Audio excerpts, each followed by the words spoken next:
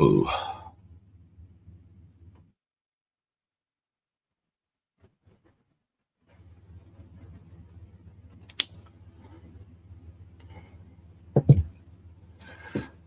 Fuck. I'm just making a cup of coffee, guys. Yeah, so I've been out for a long time. I've had a lot going on. I might discuss a bit of it tonight.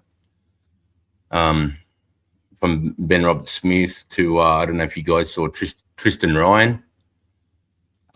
He was another soldier that was accused in Brisbane of going to cut off the Prime Minister's head. Do you remember that veteran? He's sort of been he's been overseen by Ben Robert Smith. Oh, hey Chris, hey Ash, GTS, AGV. Hey Sarge, been wondering where you've been. Seen a few messages on Discord. Big boy Kush, howdy, sir. How well? Stay strong, mate. Hope. Cheers, man. Oh, just a lot. It's just lots. But hey Ramo, Chris, big love, mate. Where you been? Struggling, brother.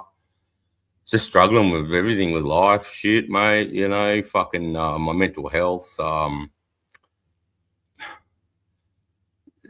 had one of my soldiers that I took over to Afghanistan. You would have seen, if you look in Channel 7, Brisbane, Channel 7 News, and you put in Tristan Ryan, like a chubby dude, he let himself go a bit. I took that guy over to Afghanistan in 2012, and now they're charging him with, I don't know what, fucking assault towards the Prime Minister because he said he's such a weak cunt, he wanted to chop his head off. And what he's into is into that fucking medieval fighting. He dresses up in the armor suits, bro, and he gets swords and he fights cunts. He's into that shit. So he's got hundreds of swords and axes. But that's my dig, bro, like straight away, all the boys from my crew were ringing me straight away, messaging me on Facebook, going, fucking hell, Tristo. And then, I just say g'day to everyone here. I really appreciate you just coming in, guys. I wasn't sure if if anyone would even be awake now. I've just been so pissed off today that I just had to come up and say something, man. I just had to come up and say something. And, and I spoke to Jack Dagger. He's been ringing me, guys. He's been ringing me. I've been getting messages from Chris Espron. I've been getting messages from Woodsy. I've been getting messages from Jack. I got a message from J Mate. I put my fucking head in the sand. I didn't want to fucking talk to anyone or feel anything or do anything. I just felt weak as piss. Anyway, my soldier, he rang me because after all that, what he's gone through the news now and what the fucking the news is doing into him in Brisbane, man, he rang me not feeling fucking real good, man, about himself and, what they're doing to Ben Robert Smith, and I know that guy personally, man. It fucking hurts so much, mate. Because what that guy for, we need to discuss what the fuck does innocent mean to people. What's innocent? Like, they're saying that he's got 5 bodies, 5 innocent bodies, 5 innocent bodies, bro. Okay, let's see. Okay, what's innocent? Okay, so if a guy shoots at you and then drops his gun, or no, shoots at you, runs around a wall that you can't see, then drops his gun, and then pretends to become a farmer, and you come around and you know it's him. And he just shot at your guys, but now you can't shoot at him because he's unarmed and he's a farmer. Is that guy innocent? Is that guy innocent? I mean, towards the laws of armed conflict, our rules of engagement, the Geneva Convention, bro, that guy's innocent. But he's not, is he? He's fucking shooting at us, man. So you know what I mean? Like, I don't. So if you get and you imagine months of this shit. Imagine months of chasing people and targets and putting all that work in and all the red tape that we're fucking controlled by, and we pride ourselves on it. Hearing this shit about war crimes and shit, it fucking hurts our souls, bro, because we pride ourselves on how professional we were over there, and what we were doing, how we were about hearts and minds, and we weren't about just going in there and treating the locals like shit. It's like going in there and see if we can make their lives better, and win some trust by making their lives better and fucking those Taliban fucking God-fearing wankers off, So imagine months of that. So now imagine this guy, he set up an IED and it's killed some coalition soldiers. And you've got this guy a couple of times, but all you can do is fingerprint, DNA, lock him up for 72 hours where they get to interrogate him, which is soft. You know, not like how they would interrogate us. You know what I mean? Like soft. It's awesome for them because they're Taliban cunts, and then we get them and we give them the best bed. We give them brand new pajamas, a shower, 3 beautiful feeds that are done halal. We fucking give them their Quran, and we make sure it's around 24 degrees for them in there. And they love it. And you know what they fucking do? You know what they fucking do to us? They sit there and just fucking wank off and just look at the cameras and just look at you and just wank off. These filthy cunts. It's the best 3 days of their life. And then they go off and they know what, if I do this and this, I'll tell the boys, you know. So how many times do you have to fucking do this? Of this guy killing coalition soldiers, letting him go, and now you've got this guy. You finally, someone's got him, but his hand, he just, let's say this is all situational scenario. Let's say hypothetical. You got this guy, you finally got him, he's handcuffed. And you decide to kick this cunt off a cliff. And when he hits the bottom, you get the boys to fucking put some lead into him. Now, is that guy innocent? Or was he unarmed?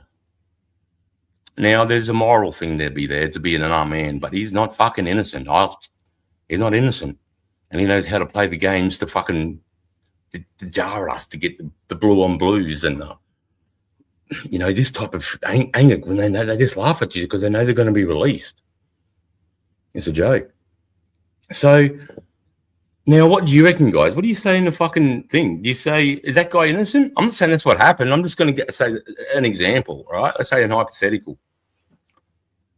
Okay.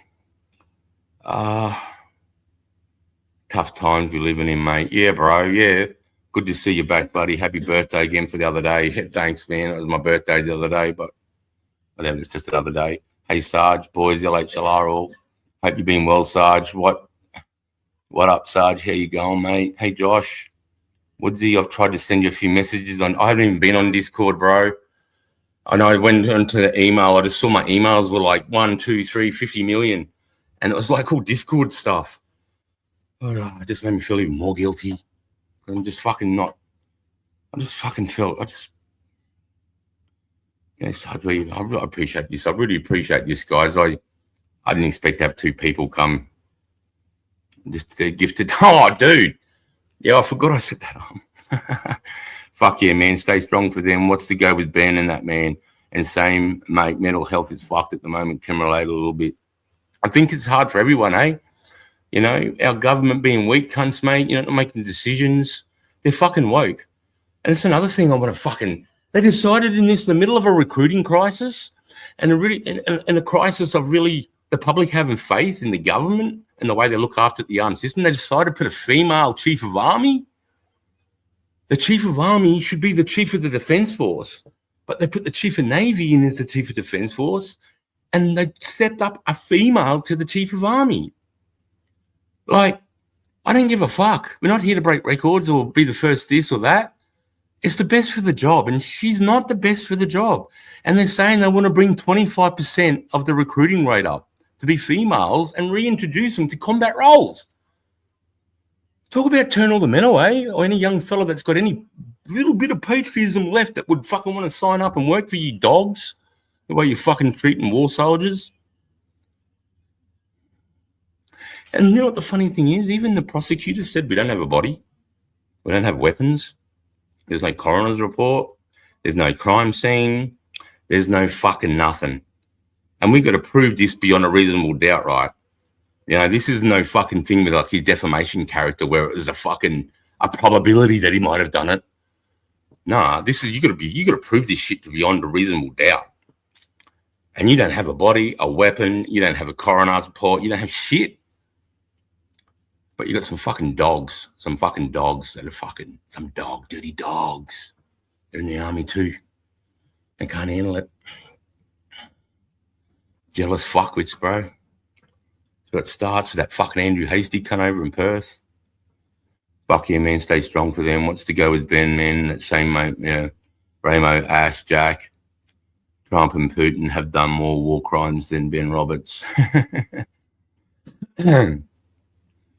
Oh, bro, like, yeah, when they like, I was all for Israel after October 7, but now they're fucking rearing me thing.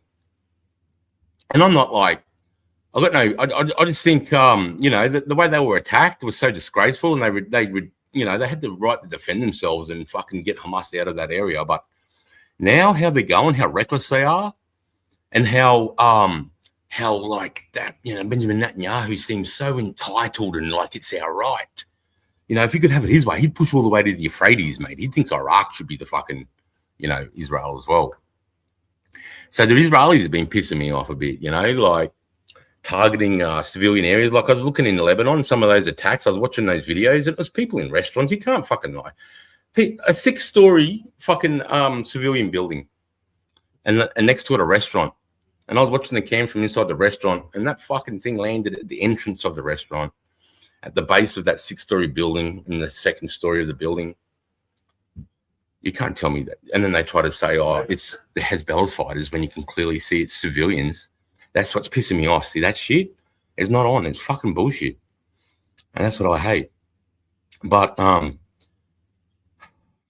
yeah, Putin and what they're doing in Ukraine to those lads over there now is just fucking disgraceful. Like I've been throwing myself into that because I really like trench warfare, man. I think as Australian, as a sergeant in the Australian Army, we pride ourselves in that. Like if you go to Marines and airborne places around the American military at the moment, they're all going back to basics. They're going back to like jungle training. They're going back to digging in, like, because everyone thought, nah, we're moving away from sort of that trench warfare more to an urban environment.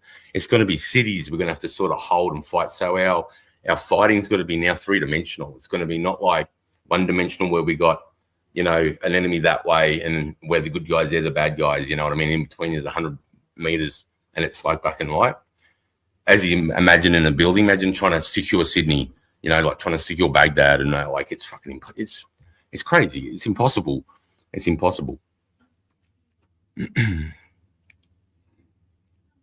Sorry, Sarge, I would chat more to everyone, but I'm driving back from Kempsey with the new woman. Nice one, mate. Say g'day to the new chick. It's old love that you showed me, Ash. Yeah, actually, I do. Cheers for the membership, Woodsy. Hey, Jamil. The witness was cross-examined. Sarge, 80-year-old blind Afghani villager or witness is literally blind, supposedly. See, the other thing, hey, Jules. G'day, mate. Hey, mate, I've caught a couple of your lives, man. I've been sitting there in my own fucking pity and horribleness, and I've seen you click up, mate, and I have to say, who's the young lady that's sitting beside you? That, and I appreciate your fucking Easter message, man. I'm a shit cunt. I'm just being a shit cunt. I'm just being a shit cunt, bro. Just can't get on top of it sometimes. Congrats, Woodsy. I'm happy for you, bro. Bloody hell, Woodsy. She's from Kempsey, eh? I don't know Ben, but I think without him, we aren't who we are. With people like Ben, we wouldn't have won the shit, in my opinion. Chris, do you think he's going to do time? I hope Australia stands up for it. He ain't going to do nothing. He ain't doing no fucking time, bro. He ain't going to do no time. How can they? That means they're going to go off of he say, she said. That's not reasonable doubt. He could be lying. How do you know he's not fucking lying? And he's not telling a story. And the Afghanis, like Jules just said, you can't trust them. They knew when we were pulling out. When we were over there starting to think about pulling out, when I was like, well, 2012 was still pretty hardcore, but I remember just the feeling. They just knew what a war crime was, and they knew they could milk it, and they knew they could get money out of it. They don't care about the ramifications for the soldier, bro. They can see that this is a cash cow, because they can say, oh, I killed my dad, and my dad would have had 6 kids, and he was this rich, and he would have had donkeys, and they just see it as that, and they'll just start lying for it. So you can't trust Afghanis, not now, not when they're saying this happened in 2005 to 2012. It's 2026. And the other thing, Adelaide, is where's the fucking hierarchy? Where's his chain of command? He's a corporal. He was a corporal in a special forces detachment. He has a chain of command. For starters, he has a detachment commander. He's a sergeant above him. And then they have their chain of command that goes all the way to the CO, that goes all the way across to the general, that essentially comes from Canberra and Washington, right? So where's the accountability there? Where's the accountability there? How come none of those guys are coming out? Like, if I was his sergeant, I'd be fucking straight out going, what the fuck is this bullshit? I was there. I was his deck commander. Where are these dudes? Big up. So good to see everyone. Hey, Jules. Let it out, Sarge. The lads are here. Hear the energy. It's real at the moment. You know, mate. And just Albanese, how fucking weak he is. He's trying to pander to everybody, but you pander to nobody and you piss everybody off. You just got to be, fuck. Sometimes you just got to go, fuck. I've just got to do what's right for the country. I've got to go to the people. I've got to go to my fucking advisors. I've got to go to my constituents, and I've got to do what's right for there. I've got to do what's right for the fucking Australia. And it's hard. Or come on, we just think China's just going to leave us alone. We're slowly pissing America off. Like, America want more from their allies. They said you 2% of your GDP goes to defense. You need to lift that shit to 10. And then they go and put Chief of Army woman. I'm a 19-year-old guy, and I see Ben Robert Smith, and now I'll think, fuck, man, he's a hero, and they're doing that to him. And then I'll go, fuck, maybe, he'll get off on that. I'm going to join anyway because I want to serve my country. And then they put a chick in charge of the army. I don't understand it, man. It's like, are we self-sabotaging here? We're pushing our allies away, putting so much trust in the fucking Chinese above us and Indonesia that are just hanging to fucking come down and smash us. Like, we need, I don't agree with everything like Trump, but what I like about Trump, unfortunately, guys, is he just makes a decision what's right for the country, and he doesn't care what anyone thinks. And I think that's the right thing. Sometimes it's going to be the wrong decision, but at least he made a fucking decision, and then we can debate that after the decision's made. But at least he made one. He's not and we don't want to get the Navy, or what are the people going to think? We're going to push, we're going to send 90 SAS soldiers over there just in case Australian fucking nationals need to be Like, no, we need to be in the Strait of Hormuz with the US fucking laying down Australian fucking Anzac shit.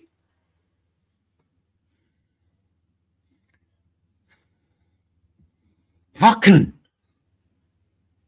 And then one of my diggers that I took to Afghan is now getting charged for threatening Albanese for cutting, because he said he's going to cut his fucking head off. He's a weak cunt. On Facebook or something. And they come and got him, bro. Poor cunt, he put his medals on for his court case, and the media's just smashed him. He'd never done media training or anything, bro. And he's just, fuck, I didn't mean it, I just fucking lashing out now. Now they're trying to use him like an example, right? Like, what the fuck? What the fuck, guys? Like, I don't understand why they're doing this to us. And guys, I've got nothing wrong with the chick being in charge. I just don't. I really don't. The Chief of Army really doesn't have that much to do with down at the debt levels. She can bring in policies and try this and that and maybe lower standards, but she's not going to really affect what's happening down in the infantry sections, down in the fucking detachments, down in the platoon level where the dirty work's getting done. And, she's not going to affect that too much. But what she's going to do is she's going to favour women, though, because they do that. They like to get allies. So she's going to try and get a female RSM now. So I said the only thing fucking saving this is if there's a good, hard RSM with a spine. The RSM of Army needs to be a strong man so he can fucking tell that chick, this is wrong. This is fucking wrong. It needs to be, the RSM is the highest enlisted person. That's what I was going to be. That's what I wanted to be, guys. That's where I saw myself. I wanted to see myself as the RSM of the fucking army. That's where I wanted to be. The number one fucking enlisted man. It sets a standard for all enlisted soldiers. That's where I wanted to go.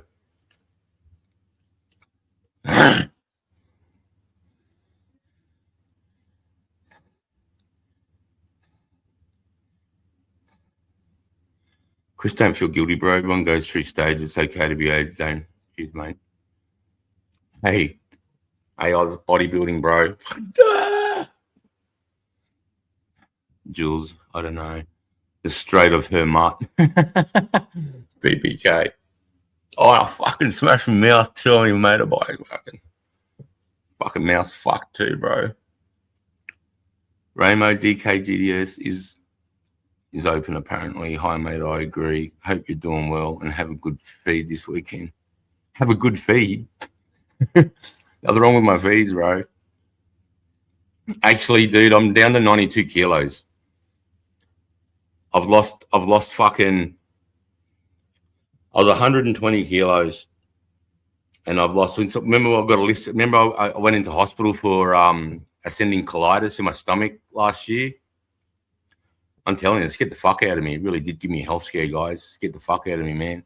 Having that color, that amount of blood and that color blood coming out of my asshole for a week is just fucking scared me. Scared me into fucking watching what I eat now. Like I'm fucking watching my calories. So like I'm only, I'm making sure I have asparagus, Brussels sprouts, snow peas, beans, and cauliflower with a steak or a couple of sausages. That's it now. I've fucked all like soft drink off. I've fucked off milk. So I used to drink lots of up and goes and iced coffee. Fucked that all off. I fucked off ice cream. I fucked off lollies and chocolate.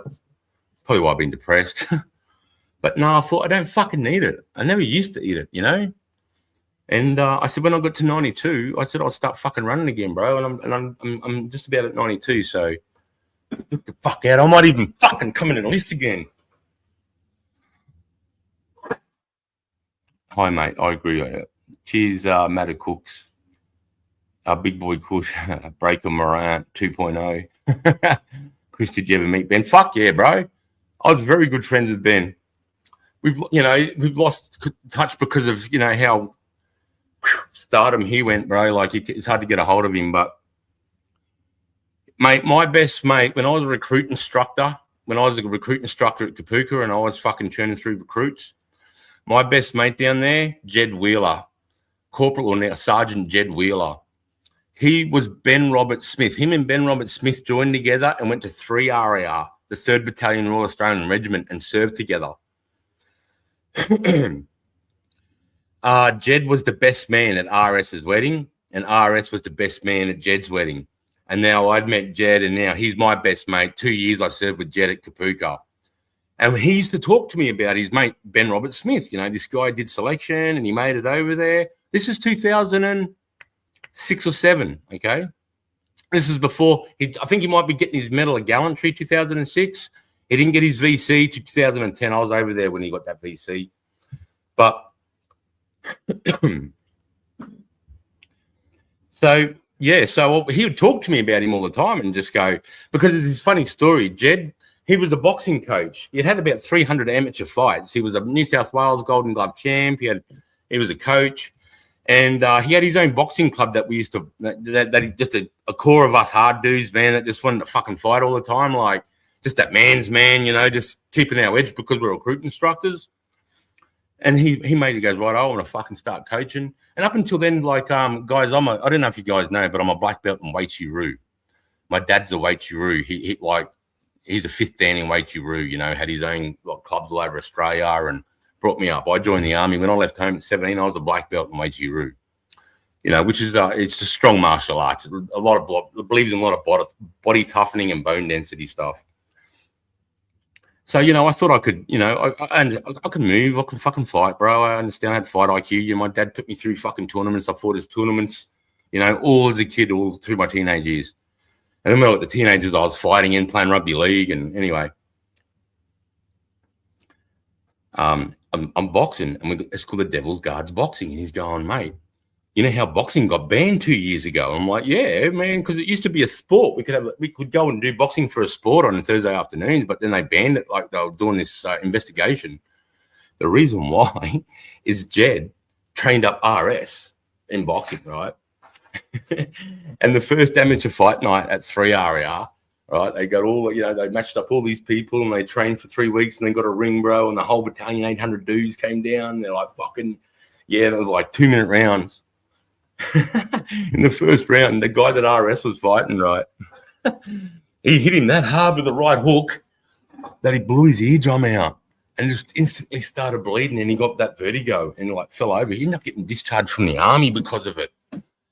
And because he threw that left hook so hard, boxing got banned and went into that like knee-jerk reaction of, we've got to investigate what the fuck happened here. We can't have people bursting their eardrums and being medically discharged. So because of BRS, boxing in the army got banned for 3 or 4 years.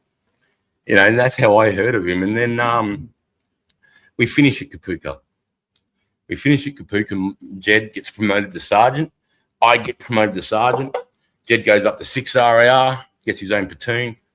I go up to 7. I get my own platoon, or similar type thing. And we're training to go on MTF1. Okay, so up until 2010, whenever you deployed to Afghan, you probably heard me say this before, it was called RTF, Reconstruction Force.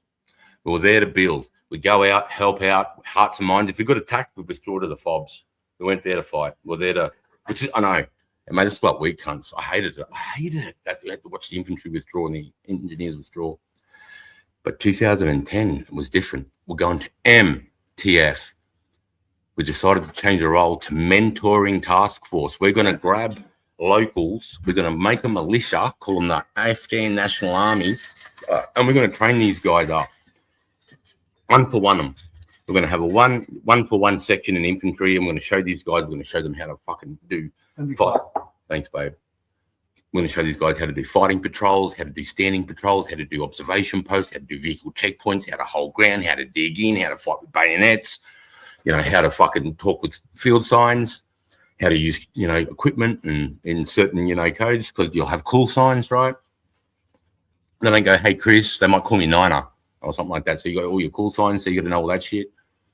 And so now what we're going to do is we're going to branch out Oruzgan province into sectors, and infantry platoons are going to get issued a whole sector.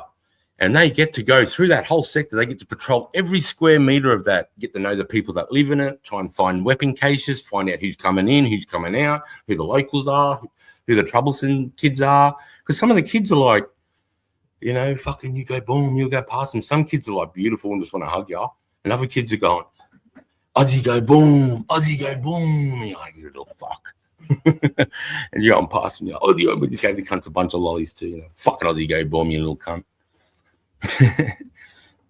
So fucking yeah. So now fast forward to 2009. We're training to go and fight, and you know the whole Prime Minister came in and said, "Hey guys, we've never gave this speech on a deployment to general conventional forces, to SOTG all the time, but not to conventional fighting forces, right? Which is what we are." They said, "We're going to lose people on this trip. You're going to look now. This isn't going to be like any of the other deployments up until now. We can't use them as any of those as references." Because now we're going in and we're going to be conducting aggressive fighting patrols. We're going to go in there and we're going to show you what the Australian infantry soldier can fucking do, what they've been training their whole life to do, and what they've been selected and been forged to do. That's all they want to do is fucking do their job, right? Just like you cunts when you will go to work. You just want to do your fucking job, right? And now they've got to do it.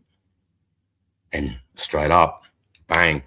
We're getting hit. We're getting IEDs. We had engineers dying, and we had infantry guys dying. We had blue on blues because now we're training the ANA, and we got people that, I mean, we're trying to vet them, but I mean, like, how does the intelligence corps vet these guys? Are you affiliated to the Taliban? Nah. Okay, come in. Like, how do you vet them? I never understood how they could vet them. But when we got to Terp, you could tell because the Terp would he'd see them walking in, and he'd go, that cunt's Taliban. And if you didn't pull him up, he'd run up there and just start butt stroking him and kicking the fuck out of him, going, he's no good. But sometimes they'd slip through. So 2010, we're training for 2010, right? And now me and Jed, he's got his platoon, he's a sergeant. I've got my platoon, I'm a sergeant. And we're going on fucking MTF1, bro, to Afghan in the fighting season in the summer. First time to go and fight. This is a fighting force, conventional fighting force. And fucking Ben Robert Smith just happened to be on the SOTG rotation at the same time as me and Jed.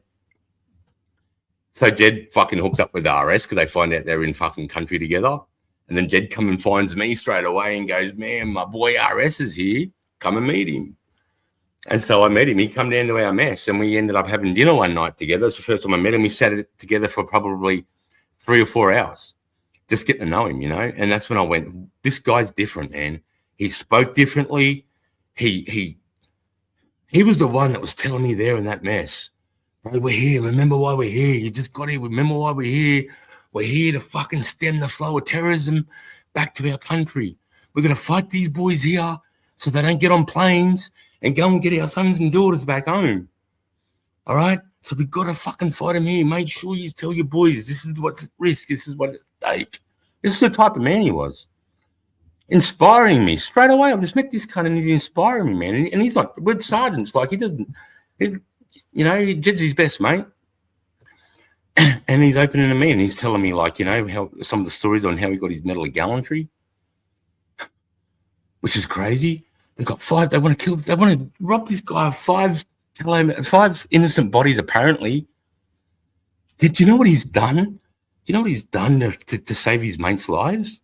You know what you have to do to get a Medal of Gallantry and a Victoria Cross? Do you know what you have to do to get that? How hard it is? How hard it's to get it? Because of what the requirements is?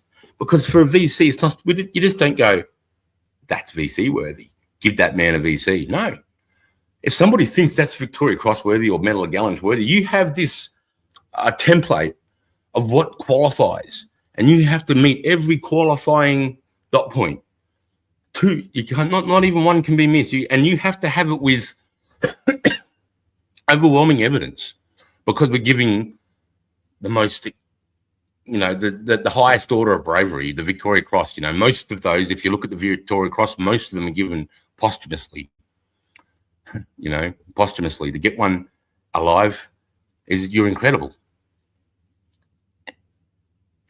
So I got he was part of the Devil's Guard boxer, and I was part of the Devil's Guard. So we went up to the SOTG compound next day. This was on that night, the next day, and we went a few rounds.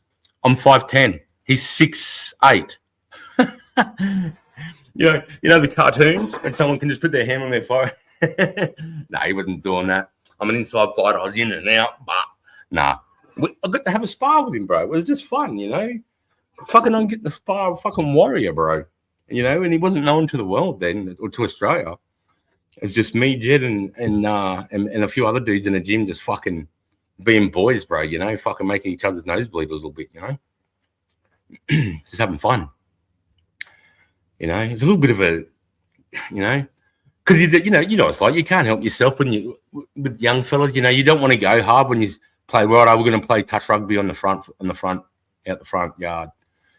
And then it goes that, and then someone gets hurt, and then fucking its shoulders, and it gets harder. It's sort of like that with us too. It's like, I wanted to show him that, like, yeah, you're 6'8", but I can hit your ribs, cunt. You know what I mean? And he's like, yeah, fucking boom, boom, bang, bang, straight away. Eyes fucking water and blood nose. So yes, mate.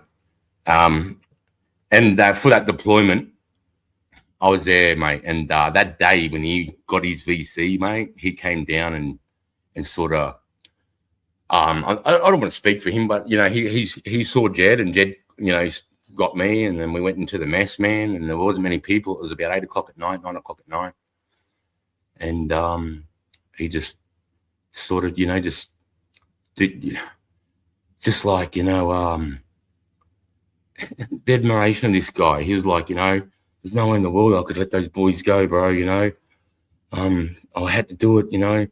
He was just like, I've got to take this gunfire away, because they were behind a really small 3-foot earth wall, and it was getting hit with PKMs, AK-47s, 50, 60, 70 AKs, PKMs. It was crumbling. They were dead men. 4 dead of the best, Australia's best, SAS. And Ben Robert Smith goes, fucking not on my watch, boys. Not on my fucking watch. And he said to his dead commander, I see you on the other side. Knowing that. All I'm going to be able to do here, guys, is get the guns to point at me while you make a move, because it was suicide. You're running it at a PKM, a 7.62 fucking belt-fed dual machine gun, probably on a bipod. They can set up knee grazing fire or chest grazing fire out to probably 1.5 kilometers. It's a heavy machine gun, and they're firing at these guys probably from a period of 80 to 150 meters. And so what does he do? He slings his weapon and he just fucking runs straight at those cunts. Straight at him, rounds bouncing around his legs. Fuck, he even had holes in his uniform. I think one went through his through the magazine of one of his on his weapon. Crazy shit like that happens all the time. You hear stuff, guys, in like when they're getting like in a high rate of fire, and they'll come out and they'll be like, fuck, and there'll be like a hole here, and you just be like, holy shit, man, just like that much to the left, and that's, you know, your ribs or whatever. And just you know, for him to make that decision, and back home he's got a missus, he had twin girls, you know, like he had it, you know, like I'm not gonna say something embarrassing about myself. He said to me at that table that night, he goes, why the fuck are you here, mate? Why don't you come over to SOTG where you can do something real? You can make real change. And I thought, you know what I said to him? I can't, mate. I can't sacrifice myself for my family, bro. I just, because SAS guys don't have much of a life, bro. They're training 24/7, bro. They don't have their wives. The biggest 90% breakup rate. When you get over there, if you have a missus, 90% breakup rate with SAS soldiers, man. It's not good. You know, and he had all that at home. You know, his wife supporting him, his fucking brother and his dad and everything, man. And he was willing to sacrifice himself for those three dudes. But because he's a fucking weapon, and he's a trained fucking killer, mate, he got there, fucking kicked the jaw off a cunt, slung his M4, bro. Pinned that RPK, picked that machine gun up, let's keep going. And then that gave the boys behind. As soon as they took off, they threw grenades. And I remember the guy, Kingsley Baker, I shouldn't say, one of the patrol commander there on the day said to me, it was a straight up the guts assault. And what that means is, to an infantryman, like there's several different assaults you can do, depending on the ground and stuff. And what we try to like to do is a flanking assault. If our enemy's here and we're here, we like to try and keep them busy here while we sneak up around here, then bang, hit them from the side, right? It's called a flanking assault. You know, they don't see it coming. And the other one that we would do is called up the guts, where you've just been hit with machine guns and there's nothing you can do except fucking pure controlled violence. So you're running like a 9 men in groups of 2s at a time, like a brotherhood, like it's called pepper potting, and you're moving up. He sees me down. Up. He sees me down. And as you're firing, as your mate's moving, as soon as he dives, you're firing. Then I dive, he's firing, and we're doing that in pairs because we've got no cover and we've got to assault this. We've got to assault this gun pit, and it's the only way you can do it. Aggression and violence. That's it. That's all it is. But it's got to be controlled. It can't be that, I'm the kill you cunt in the fucking street. Look at me, I'm a fucking mad cunt. Nothing like that. That uncontrollable rage. You'll be dead. You'll blow out. It's like boxing. It starts in the hip. It starts in the hip, and then at the last minute it's like bang. It's all that controlled whip at those 2 knuckles at the end. Boom. You know, it's like we're that. We're trying to be that. We're trying to use our wall of lead as our cover. And it's caught up the guts. So that's what they had to do. They had 3 grenades. They threw their grenades. They jumped that wall. And now they're Peter Popping and 3's up the guts, fighting up the guts. And RS is up the side here. And as you well know, the story goes, I made it to the top. About 80 to 105 dead Taliban. 4 alive SAS soldiers because of Ben Roberts-Smith. And Ben Roberts-Smith killed probably 60% of those fighters himself.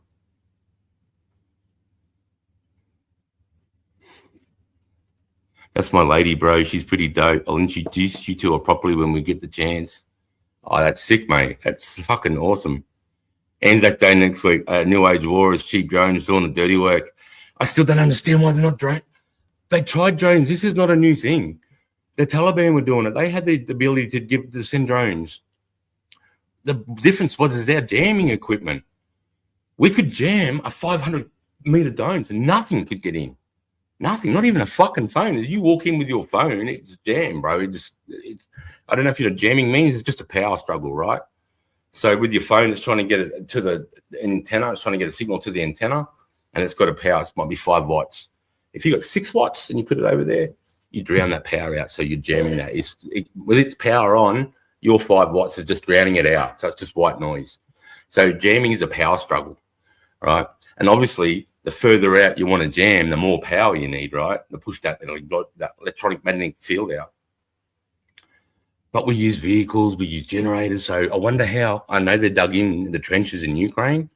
It just makes me think, because they're so fucking piss poor in their fucking trench discipline. I mean, it's easy for me to say in my fucking safe kitchen all the way over here, armchair, veteran, fucking, you know, criticizing the way the guys are living in the trenches in Ukraine, but it does make a difference on the way you live in those trenches, the way you conduct yourself in there, the way you look after your soil, the way you look after your rubbish, the way you keep yourself in there, the way that you don't move around, you try not to give any sign. It's really hard to do, and that's what we used to. That's what I did as an infantry soldier. I noticed that was our sort of specialty. That's why we're called diggers. That's why Australians fucking Aussie digger. It's because we dig in, even in Afghan.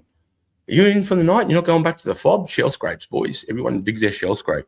Even on exercise now, we got a wide bay, you go to Shellwater Bay. If you're stopping more than 6 hours, you're digging a shell scrape. So that's like a coffin pit, like a pit, knee deep. A shell scrape is something you can lay in and get yourself lower than dirt level. Because when the artillery comes in, you want to be below that dirt level and you can't get shrapnel. The only way you're going to get hit is if it lands in your fucking pit with you, which is unlucky. And if it does, you won't even know. So we do that straight away. We pull up more than 6 hours, everyone's shell scrape. So now everyone now can fight out of a pit. That does two things. We've got something, if artillery's coming in or mortars, we can fucking get below ground. And now if we're getting fucking ground forces rush us, we can get below ground, drop our profile, and now use the ground to steady our firing platform. And it's fucking, you can't assault guys dug in the ground like that. It's murder, especially against Australians. You know, anyone that knows how sectors of fire control orders. You see in Ukraine, it's a lot of, this didn't fire. Like Australian soldiers like to perfect fire control orders, boys. Fire control orders. Where you're firing, who's firing, where they're firing, and how much am I firing? You know, so you don't have to think too much. You know, like fucking BBK, 100 meters, that big red rock, 20 rounds, rapid fire. Oi. And then that way I can control the fire way. I know the ammunition depletage. Then if it gets over, we're starting to get overrun and I can't control the fire rate, I'll be like, boys, watch and shoot. Watch and shoot. That means when they get that, anything that moves, use, you know, center of seam mass, minimum rounds. And one thing Australians don't do, that's what I always got taught, is we don't fire warning shots. But I have seen cunts do that out of helicopters, so, but not on the ground. That's my lady Ray. The Two Worlds Collide podcast with Sockjo a few days ago covered this pretty good. Oh, are they saying the same shit as me? I don't even know. The Two Worlds Collide. I think I've seen that dude. He has an Australian flag behind him. I think he was, he says he's a paratrooper, which means he was 3 RAR, which didn't have a paratrooper's role then anyway. He might, I don't know, but I know 3 RAR got pulled out of Sydney and they sort of losing their para role. I mean, unless he was 4 RAR, but then he would say he was Special Forces, no doubt. I've got too many Muslims here. We need them here soon. DEI hire. Yeah, didn't. What's that? Didn't earn it. Fucking Trump, a butthead. Fucking Trump, a butthead. Mummy roll need not apply. What? This will be NZ Navy incident all over again. RSM Chris. Miss my Honda. Mate, haha, I meant what's for dinner this weekend. Sorry, mate, I didn't know about your sickness. No. All good, bro. No, all good. No, all good. I had buttered chicken and naan bread, garlic naan bread. Earthling, how are ya? Delayed bird, I'd like to see more accountability further up the chain. These things should be not dealt with almost decades after the event. I also like to hear Ben speak on what happened to Mai. Fuck. I pissed blood one day in the shower. Kidneys are at 40 cents. Yeah, it's scary, bro. When shit like that, when your blood's come out of places like that, like out of my asshole, bro, like, scared me. I'm 6'1", 113, and on a diet. What do you want to get to? Like 105, 6'1", 130, 110 kilos should be good, right? When I was fucking ripped, like at my fucking fuck you up fittest, 105 I was, but I I was benching 100, repping 140, one rep of 180. I was deadlifting 250. I was squatting about, my squat was never good, probably 125. My squat was never that good. And I was doing overgraph heaves with 20 kilo belts attached to myself. And I was doing dips with 20 kilo dip. I remember, that's right, when I was doing the benches, I got my chest real big and I could do real dips with 20 kilo, heaps of them too. A lot of people, me included, won't be able to comprehend what happened and why. There is far more to this story than just an unarmed man was handcuffed and kicked off a cliff. But that's all we hear. That's right. And you know what? It's still, even if that's the truth, see, what I struggle with is, are we going to lock somebody up because he's unarmed or, or is he innocent? This is what I'm saying. But I'm biased, aren't I? I went to Bougainville.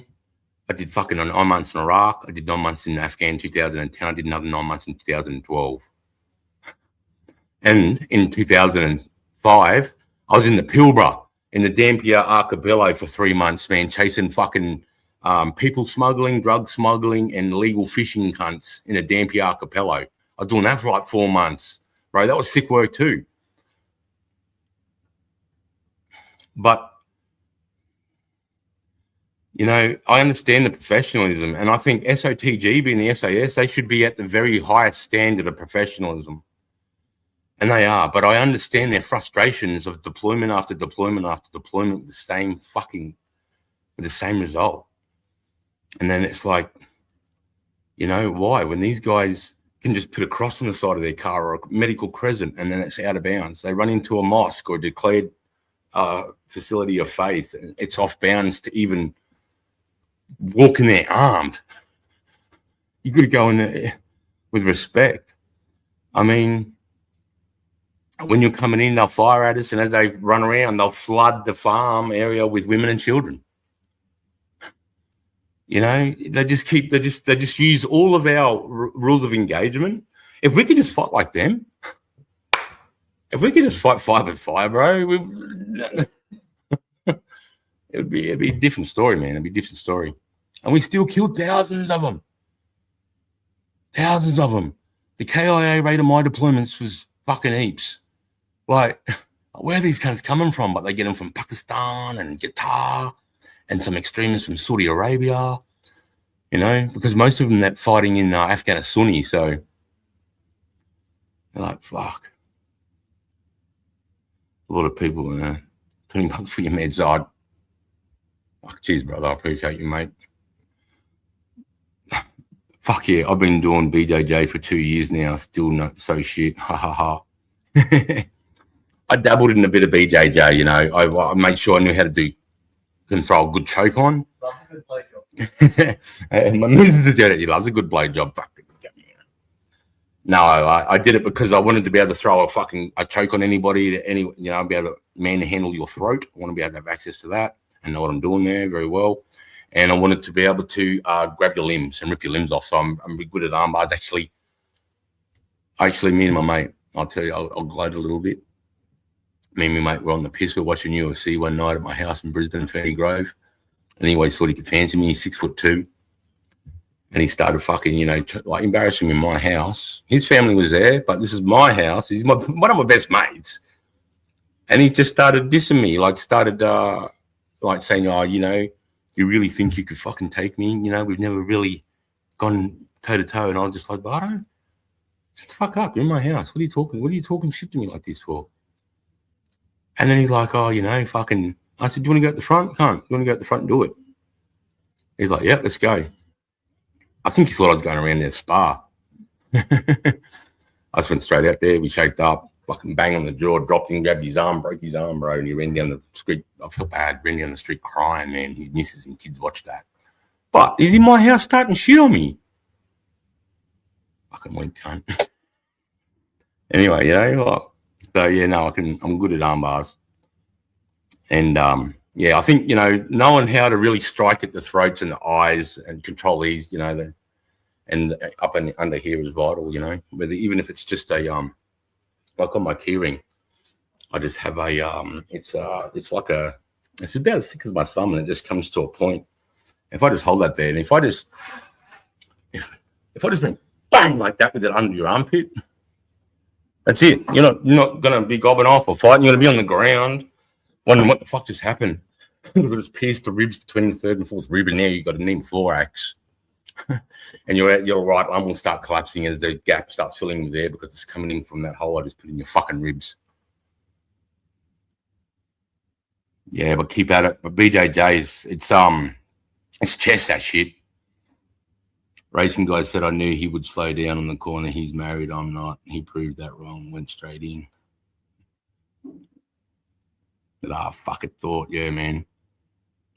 Ruthless cannon, cheers, y'all. Anglers, you dig.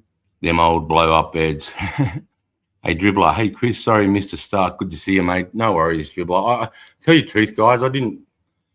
I said, because I tweeted us, I'm so angry today. I'm just feeling so angry that I just want to fucking get on and just say something. But I'm no more important or, I just thought, who the fuck am I? Who wants to listen to me say something? I appreciate you being here because it feels like someone's listening to me. Even though, it's probably falling on deaf ears, but I just can't look at that Albanese and respect him. I just can't. If I saw that guy, I don't know what I'd say because I wouldn't be able to say something good. I'd just be like, mate, when are your ovaries going to turn into fucking balls, bro? You need to tell us real quick.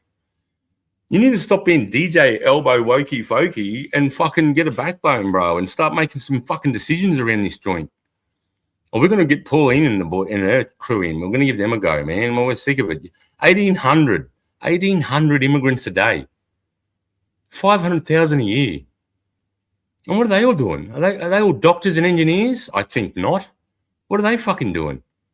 Fucking Centrelink. Oh, I bet you go to Melbourne, go to the western suburbs of Melbourne, and I bet you there's like fucking 50 Somalian dog walkers putting their fucking thing on Marketplace. Like, fuck off. Like, they don't need to come here. It's not that bad. Fuck them, fuck back off,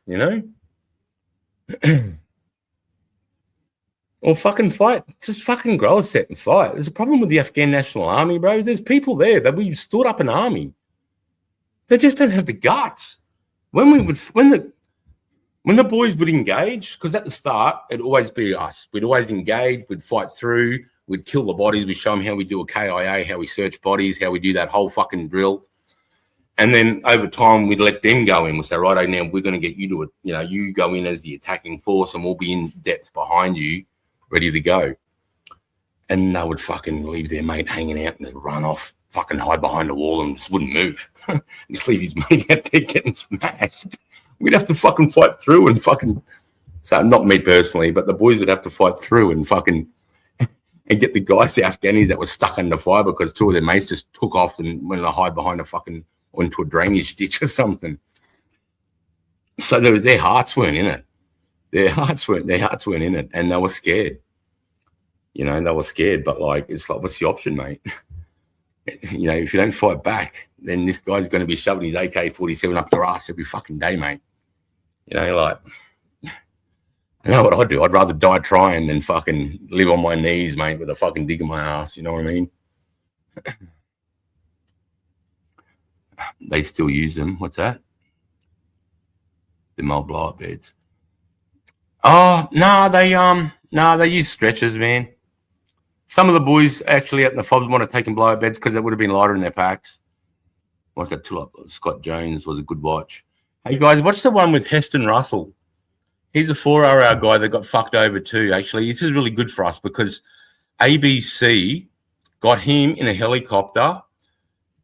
He fired a warning shot down at two fucking fighters, two insurgents, when he had the order to be able to kill them. So even if he killed them in that video, it wouldn't have been a big deal because he had the order to kill them. But because of who he is, he's 4-hour and he's fucking Australian, and he can see, actually, these guys will be better because we haven't captured these two. See what information we can get out. They might be squealers. So what he did instead, he got a guy to fire a shot in front of him that stood him up, and then they landed the helicopter, which he didn't see, and then grabbed those guys on board and they flew off. What ABC said, they came in, for starters, they zoomed in on the footage and then put circles around the insurgents and then added 6 shots. So it looked like they were aiming at those dudes that were unarmed because they put their arms up when they got that first shot.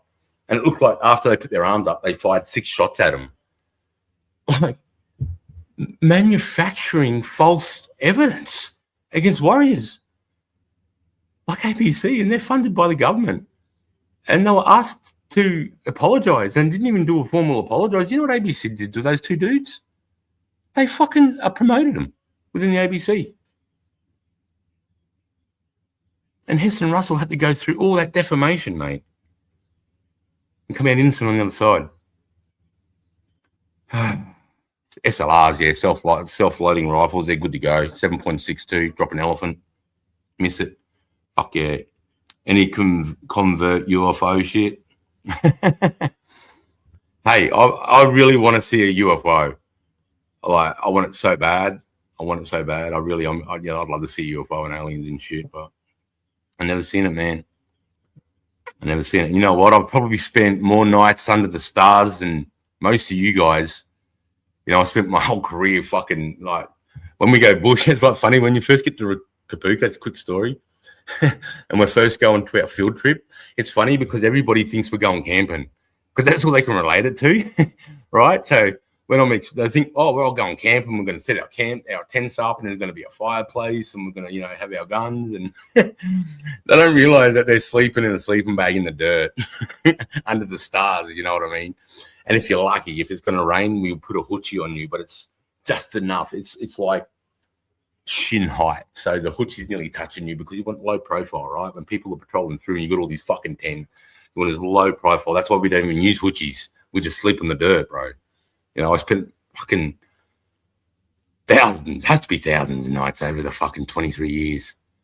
You know, I mean, just in the open air in Afghan, I suppose, bro. Like, yeah, I spent so much looking up, and I always wish I could see a UFO. All I ever do, though, is practice my navigation using the Southern Cross. I love the Southern Cross. That was one thing that fucking rattled me. When it was my first time I was in the Northern Hemisphere in Iraq, and it went dark, and I went to Old Faithful in the sky, and it didn't look the same, and I can't find the pointers, I can't find the Southern Cross. I'm like, what the fuck? And you're sort of like, holy shit. It's not like a panic, but it's just like, wow, this is different. It's not like our sky. This is a completely different sky. And I saw the North Star for the first time and shit. It was crazy. Jamal, did you ever listen to Socko Bedtime Worries? He's talking about the paid the witnesses to come for. I did a bit of Zen docu under Bob Jones in the 80s. Bob Jones was in Sydney, and he was doing Weishiru as well. Bob Jones. I'm sure my dad trained with Bob Jones in the 80s, mate. Because Zendukai is very similar to Shotokan, which is very similar to Weishiru.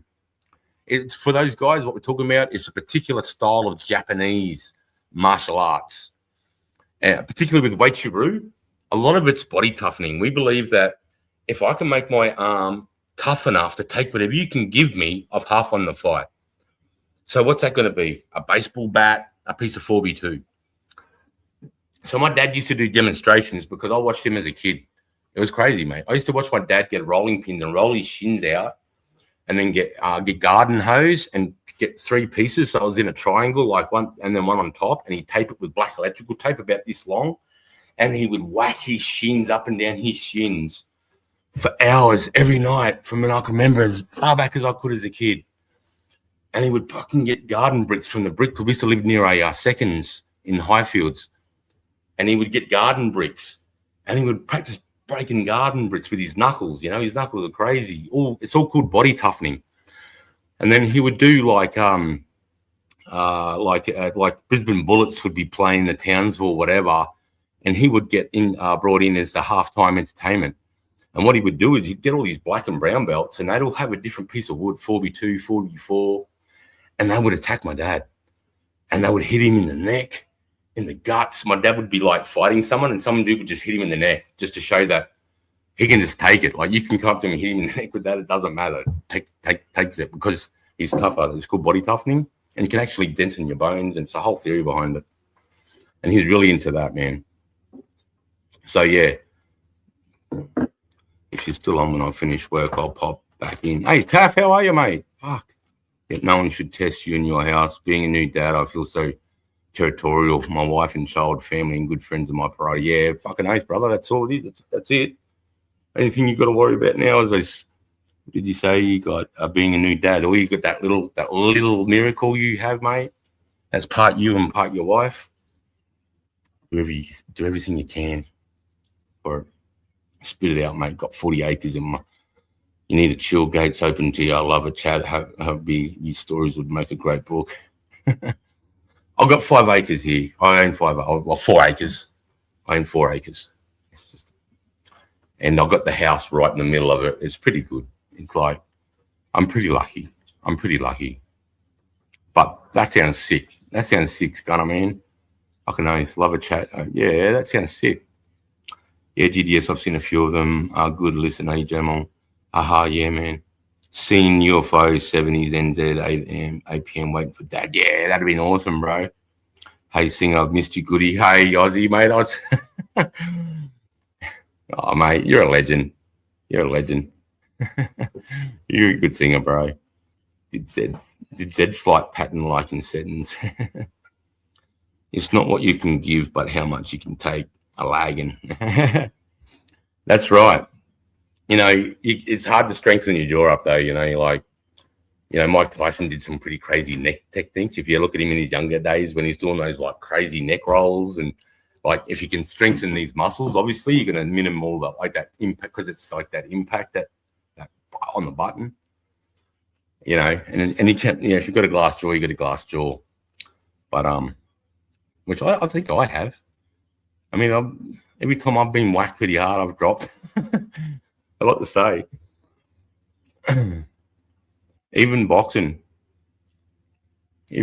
man, I've had me fucking stiffen up. I love, I love boxing because of the science behind it. I like the movements of my feet. I like the movements and the timing. And I like the way things flow. I like the movements, and I like how everything starts. And it's sort of like I was saying when it comes to that violent, ultra, that one, like the punch isn't all energy. That's all wasted energy. You want to keep it all nice and tight, and so it's all technique. And you want to land with those 2 knuckles like that. Bang. You know, as I found, if you land like this too much, you'll find you'll land a lot with these 2 knuckles, and you'll fuck them up. So then you twist them over the top. Bang! And with a hook too, you can lead them with those 2. Boom. You know, you guys know that.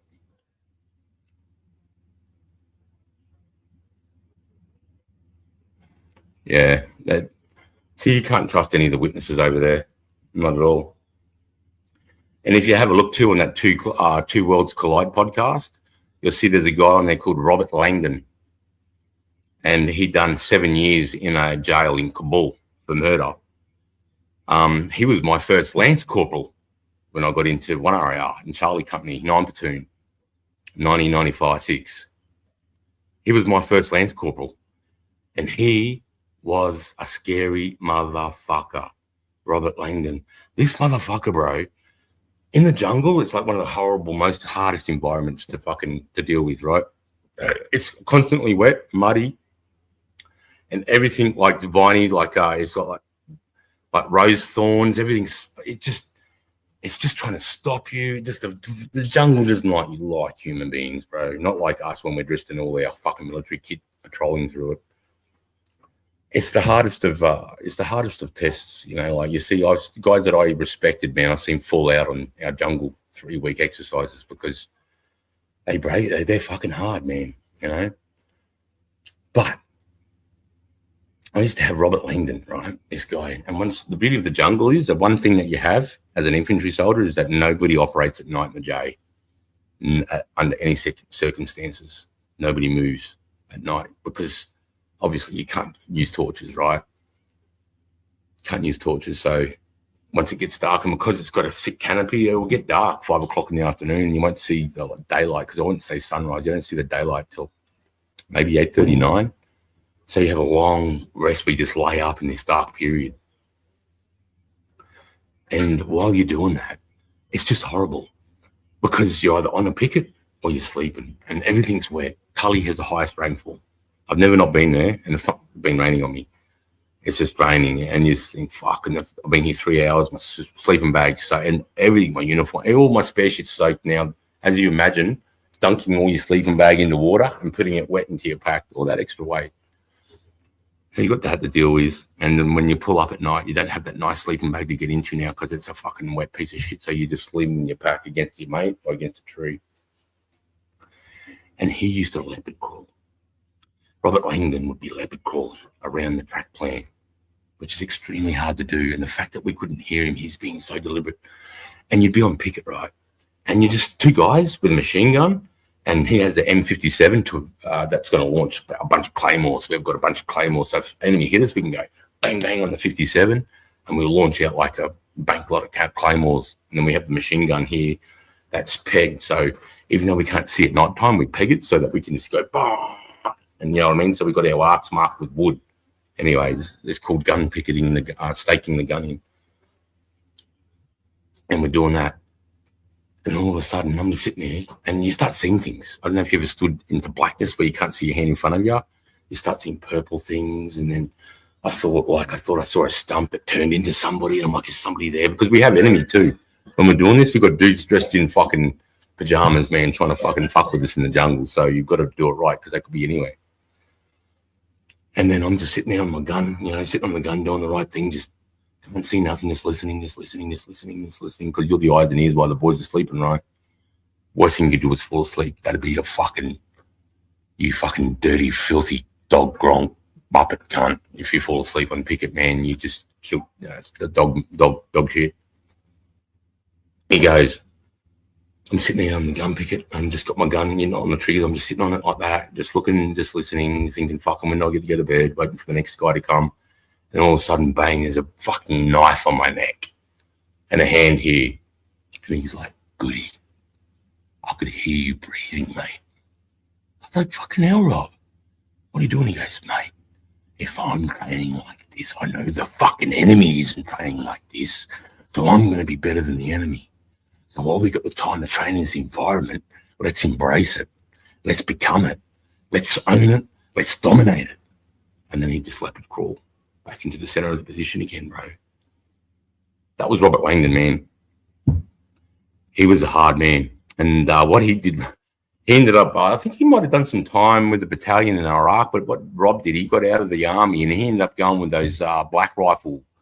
They were selling, like, I was thinking about it. A lot of us were thinking about getting out because they were paying 15 grand Canadian a week for 6-month deployments. So that was like 60 grand a month or something Canadian. And you're like, wow. And they were just like, if you're fucking infantry, if you have all these skills, they were hiring, But the problem was they didn't have the support that Army has. So if they got into a gunfight out in the street and got like cut off, there's no Apaches, there's no RTF.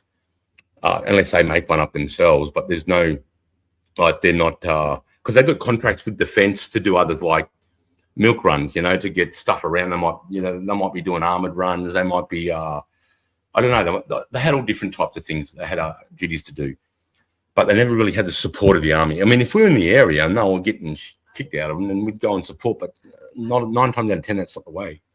And I'd see them come back. Their cars just fucking shot to shit. And I was just like, fuck, because we're going out in our labs, 6x6 Rover, and lab 6x6 Rover. Did we have 113s there? I don't think we had 113s. And we're standing up out of the turrets, bro, fucking, getting drivers that were coming too close up to the lab, shooting their engine box, telling them to fuck off, mate, because you don't want cars coming up in case they detonate next to you, right? But yeah, he ended up working for those guys, and he was in Afghan. And I'm telling you now, he's no joke. Like, I heard some of the shit he was doing over there. He was like crazy. Like, he's like his special. He went for selection for special forces for SAS, but didn't get selected because of his mental. But he was good enough for a soldier. He was a wild cunt, bro. He was a wild cunt. Anyway, what happened this night in Afghan, how he got locked up for 7 years and became a murderer. I've got his book, actually. I've got his book. He wrote a book, and he was on that Two Collides podcast. He wanted to do this mission, right? He's like, we've got to get this load to this village in the morning. Let's go. But the Afghanis with him were like, no way, that's a dangerous route. I'm not fucking driving it, man. We're not driving it. And he's like, I'm in charge of this. We're fucking going. He's like, we're not going. And so they got into a massive argument. It turned into a gunfight, which ended up Rob ended up killing that guy and then throwing him in the truck. And then to make it look like they got hit by an IED, he threw a bunch of grenades inside the truck and blew the cab up with him to try and set it up like they got IED, you know. But unfortunately, all these mates ratted on him, and he knew that. And he was in Kabul, and he had managed to get, I think he got caught with 15,000 US, and he was at the airport about to fly into Dubai, and the Afghans got him. Yeah, the Taliban, because all the locals have seen what he did to that dude, man, they sort of rallied behind to try and track him down, and they got him at the airport, and that started his 7 years in a fucking Kabul cave jail with the most psychotic, fucked up people.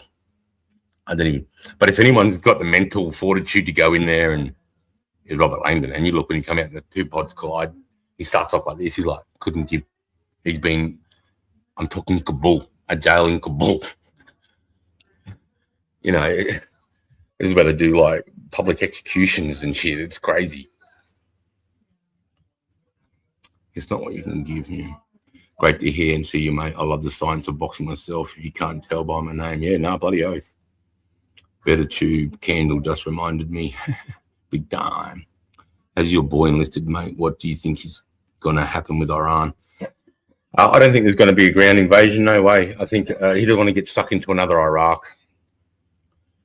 You know, I think with Iraq, we had to, though, because we had to find the weapons of mass destruction that they were saying.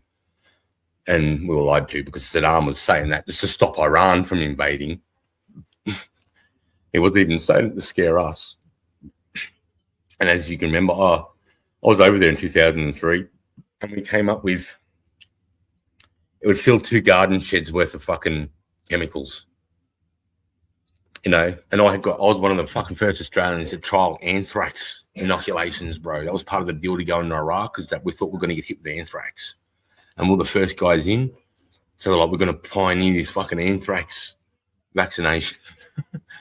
I just signed off. I don't give a fuck. Yeah, whatever it takes to get over there, can't send me. Yeah, so, and I remember signing a thing saying off, you know, there's no testing being done on this. So, if you get fucked up health in years to come, we'll cover you. We'll cover your medical. Didn't give a fuck. I see that shit all the time. When you go on deployment, guys, you stand like this, and you got like 6 nurses. 1, 2, 3, 4, 5 nurses. So 10, 5 is a 5, and they just go bang, bang, bang. 1, 2, 3, 4, 5. 1, 2, 3, 4, 5. Tetanus, rubella, fucking Hep B, bang. And then if you go on somewhere crazy like in Afghan, you might get some other crazy disease that they know about there that we can fucking vaccinate against. I've got a vaccination book. I know somebody's going to hate this, because I'm against vaccinations now after COVID-19, and that I'm totally against it. In fact, I've learned a lot more about it, and I'm totally against giving so many vaccines to kids, especially polio. But yeah, dude, like in the army, you know how many by the time you finish Kapuka as a recruit, you've had 10, 15 vaccinations, man. You know, but you could imagine why they're doing this. They're going to drop you into the middle of a shithole, literally shithole like Afghanistan, with the shit on the floor. And, you know, and you're going to get cut and abrased and live in this shit and that, you know. You wanted whatever you could take, you know what I mean? My boy, no, mate, we're having problems with his L5, mate, where he blew that disc out deadlifting. He's having dramas with it, mate. So I'm a bit worried. In fact, in this day and age, I don't think I want him in there, mate. This government hasn't got the army back. And they've just put a female in. So I know that female doesn't understand what's required. She does from a major general, but she doesn't, bro. Because she's been in this weird fucking, if you notice, she was reservist too. Not all the way. She'd done RARA. I was 17, Dad, when CPO on HMS during doing. Fucking thanks for your service, man. I got to do some time on Tobruk. I got to do beach assaults and fucking, give the Navy hell, man. I'm pretty sure I was probably one of the last battalions to do beach assaults with the landing craft from the front of the book with the big thing. The landing craft would come up, bro, and they're telling you it's 100 meters deep, and I'm fucking stepping at night time. I'm stepping across these two ramps. Imagine a boat's come up with a ramp, and a boat's come up with a ramp, and they're touching like this, and there's waves, right? And they've got sort of like a metal chain across each, so don't go over that chain because you're going to fall in. And it's 100 meters deep here. And I've got my rifle. I've got full magazine, so 210 rounds in my webbing. So I've got 12 kilos on my webbing. I've got 35, at least 36 kilos on my back. My rifle weighs 4 kilos, and I'm in full cams and boots.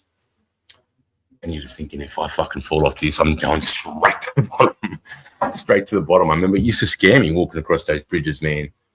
It used to scare me, but there's another thing that I love too, because it was fucking scary, dangerous shit. It's making me tougher, You don't realize all these little things. You just keep pushing yourself in danger. It just makes you mentally tougher to a point. But yeah, I got to do that. I got to do, in fact, I got to do like the last mortar shoots. The Navy had no mortar qualified people, and they had a boat with an 81 millimeter mortar that was horizontally mounted on the front of this little assault boat. And they were like, we're about to decommission this boat, but nobody's ever seen the mortar fire on the front of it. Can we get some mortars up? So they decided to ask 1RAR mortars, and I was in mortars at that time. So we got to drive up the Cairns and get on this boat. And we brought up, maybe 1,000, 1,500 rounds, 81 millimeter rounds. And usually with the mortar, as you guys know, you drop them in like that, and they're in the ground, and they boom, pop out. With this thing, they had it. Imagine a pole, and then putting the mortar sideways, so it's like a fucking shotgun, right? And with a mortar, what it does, it slides down on its own inertia, and there's a firing pin in the bottom, and it hits the primer, and that's what fires the mortar out. But now what we've got to do is the mortar's horizontal, so you're aiming it like a shotgun, and so we open the back up, we put the mortar inside it, and then we shut it. But now we need something to detonate it, because we need to, because usually it slides down. So now we need a trigger, and I had that. And so we're like, fucking right. We got 5 forklift pallets, and we got, would have been 10 or 15 44-gallon drums. And we sort of ratchet strapped them on the sand into a big sort of triangle. And then we've got a boat to tow it out like 5 kilometers out, out into the ocean. And then we got this landing craft, and we got 81 millimeter, one round at a time, 81 millimeter rounds. We're talking rounds the size of loaf of bread, 5 kilos. And we've got this fucking forklift pallet, this big red triangle floating in the ocean, right? And you're like, this is sick. And it's like the old school World War II iron sight. It's a big circle with a cross in the center. And I'm just trying to get the center of this cross on that big triangle. I think I got it on back and pull it. This is the first time I've ever seen this.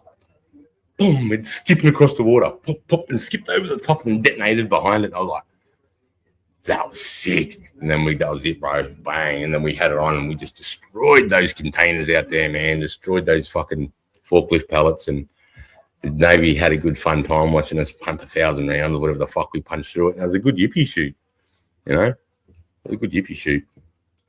My boy 22, I'll go before I send him. No, man, well,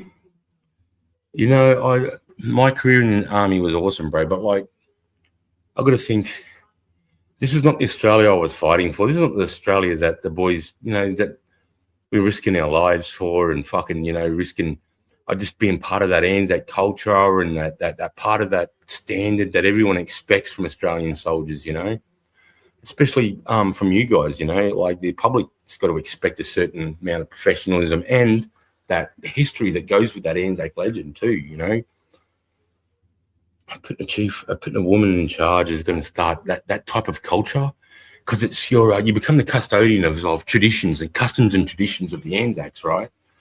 That's why when I got to Iraq and I was told about that water, there's bodies in it, and we just got told by these fucking chemical physicist dudes saying, you're not going near that water. It is that toxic. Don't even get it on your skin. Don't even get this water on your skin, right? And we just come out of this brief, and there's only a few Australians, man. We've just fucking, and on the way up too, I've been fucking shot at. I had a surface-to-air missile lock onto my fucking plane too. So we've landed. We got to this thing, I'm like, holy shit, we're in Saddam's Palestine, and these big lakes and stuff. I've got photos of it in my posts. These big lakes and stuff, and I'm like with my mate, like, let's go have a look at all these sheds, because it's just all these sheds, and we've just got there. There's just this 165 building, 100-acre complex that's just fucking made out of marble, and all these buildings, and it's all connected by waterways, and nobody's really, other than the main buildings, nobody's really done anything. We just know there's no occupation, there's nobody in them. So me and my mate walked on the other side of this. We walked all the way around, took about an hour to walk around the other side of the water. And there were some boat sheds. We went out there and we went into these boat sheds, and we seen in the boat sheds there was a speedboat. They had the steering wheel and like a key to start, and it was like the motor was steered by steering wheel. And then it had like a 15-foot tinny with like a 35 horsepower outboard that you'd out the back. And we went to the speedboat, dead. And then we looked at the tinny, and there was a bit of fuel in the bottom of the fuel jerry. I went, fuck it. Put the choke on and worked out what the choke was and hit it. Bum, bum, bum, bum, bum, bum. This right now, I said to my mate, this right now, I said, when we're going through Kapuka and we're learning the stories of the Anzacs when they arrived in 1915 and 1914 and in 1916 and on relief, and what they did in Cairo, how they just run amok. They went to this famous Arab, like in 1915 or 16. They went to the Anzacs went to this Arab's fucking farm and broke out all these prestigious horses. And they ended up having bareback horse races down the main street of Cairo, fighting with the lenders. And because, like, imagine Anzacs drunk on bareback horses down those tight little alleyways when they're trying to sell their kit and caboodle. It's just a famous thing. And a lot of people around the world go, fuck the Anzacs. They can fight hard, but geez, they fuck around and play hard too. And, you always want to try and keep that custom and tradition, right? And add to it some way for history. And I was saying to Boo, this is us getting horses and going down Cairo by. I said, get in the fucking boat. He goes, bro, that water. I said, fuck the water. Get in the boat. And we fucking out in the middle of this thing, man. And you can imagine all these Yanks are just like, who the fuck? You can see it's Aussies because we're clearly then we got Styers. Who the fuck? And I see the other Aussie lads, and we're like, and they're just like, hey, go boys. And we're chucking laps and fucking going under the bridge and just being fucking crazy cunts, knowing that this is going to last too long before someone comes over and rips our asshole. But it's all part of the, you know what I mean? Like, I knew there's going to be consequences. But I got distracted. We were having a good time, and we ended up sort of going up the alleyway and just following him, because it was like a big man-made, but he had it fed in from the Euphrates or the Tigris. I can't remember what river was close by. And we're sort of just going up that, just forgot where he was. I thought I was fucking in Tin Can Bay on a fucking tinny, just investigating. Yeah, and ended up getting shot at and fucking at the turnaround. And yeah, it was a real cool thing, man. And we ended up getting that boat, and we ended up painting it Australian colours and everything. And we kept it from now on in. So that was pretty cool. You've had a life, mate. Oh, yeah. I'm jealous, envious, and gratitude to you, mate. You got to live the life I wanted. Never feel shame, depressed for your service. No, I don't, mate. I just feel like, the Anzacs could be rolling in their grave if they'd just seen this shit. The World War II veterans, I mean, the Anzacs, the Vietnam veterans are the next ones, they're in their 80s and 90s now. The Vietnam veterans are next to go, and they're just too old to fucking give a fuck, man. They've been getting treated like shit since they come back in 71, and they've just seen it again. I just don't know how the Prime Minister goes, what the fuck? War crimes to our VC hero. Prime Minister's fucking, what's that thing that Trump can do? Pardon, presidential pardon. I'm Prime Minister. I'm Prime Minister, pardon Ben Roberts-Smith. Bang. Done. Or if you can't, find the cunt who does that. There's some cunt's got to be able to do a pardon. The Governor General, maybe? Go get that cunt. Get the fucking Governor General down here and pardon him. Just like Trump did to Eddie Gallagher. And that guy actually was a war crime. You actually have evidence of that was...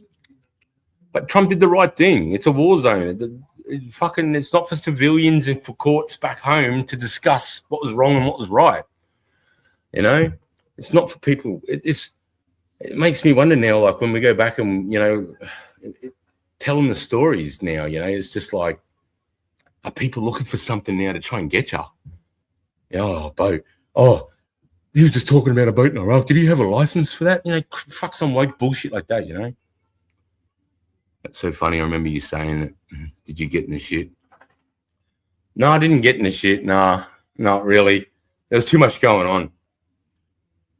And they just, the Australians appreciated at the time. And plus, there's none of my chain of command there. So there's no one really that could put my heels together and say, fucking, you're an idiot, because I was an advanced party. I was an advanced reconnaissance party.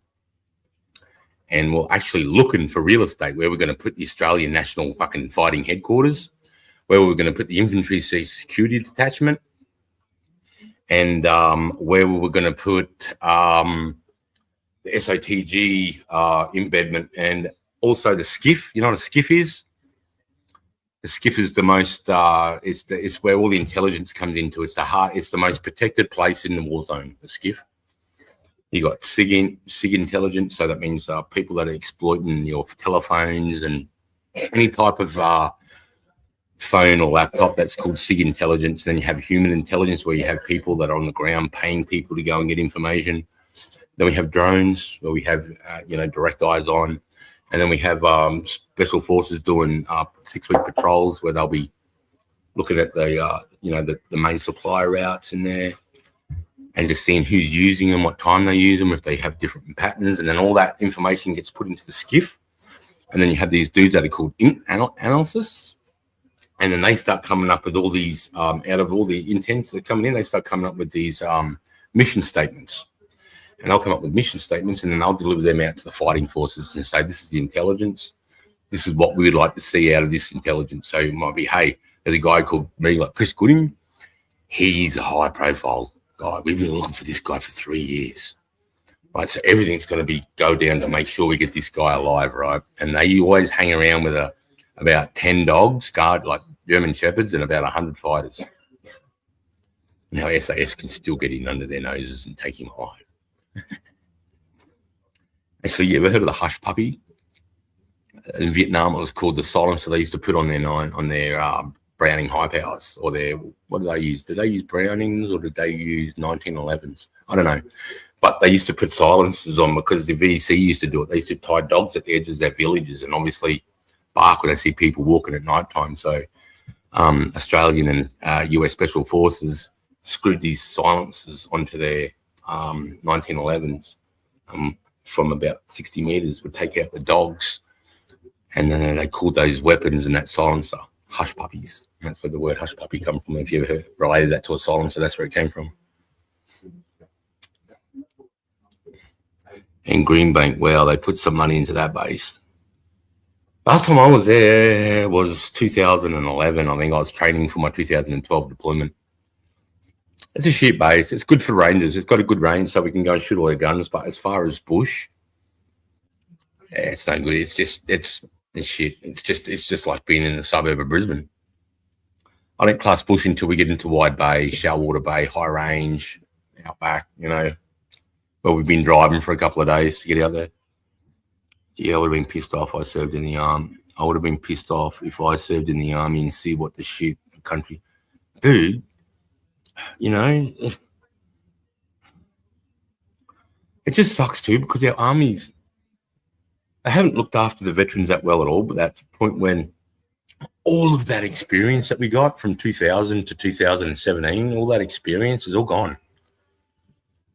They fucking med discharged us and psych discharged us and fucking not trusted, and just pushed all that experience away. Like when I joined the peacetime army.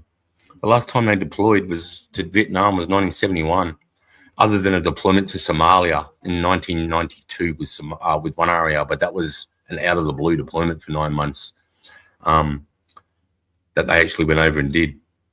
But other than that, we were peacetime army. When I joined, all my section commanders and that were peacetime guys, and their mentors were peacetime. So we were getting after it, but nobody had ever been in combat or had any experiences other than what we could read from, going up and doing our tully and learning from the Vietnam veterans in the jungle training schools. And you'd have, like, at the School of Infantry, we'd go down there and do our range courses. You'd have experienced guys teaching you how to use the weaponry.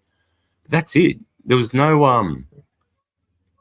like, what we could do now. I could work out where I was going in Afghan, build that compound in Wide Bay, and then I could get my soldiers to know that inside of that compound before we even get into Afghan. That's the level of training and what we're doing, the money we're spending back here to do that type of stuff. Tell you what, Air Force is going nuts over my place the last 2 months. Yeah, something should be going nuts. Mr. Pig flyover. Just huts back in my day in the 80s. No houses.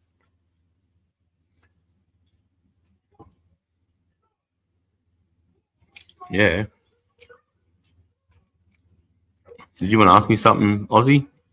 In Greenbank Valley. Yeah, I didn't like Greenbank because the coppers used to come out there all the time. And they'd come over to our range to see what weapons we were firing. I fucking didn't like it. That jelly. Huh? That jelly. No, because they're cops. They think they can just do what they want. I'd tell them to fuck off the range. They want an F88. Oh, they're firing their fucking Glocks or whatever fucking stupid gun they have. I don't know what weapons they have.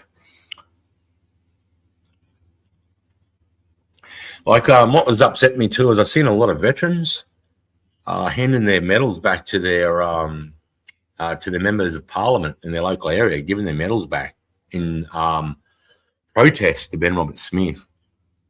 Now, my thoughts on that is each their own, but I'm not doing that because it took me so long because I was one of those guys that never went to war for medals or money, bro. I did it because I love my country so much.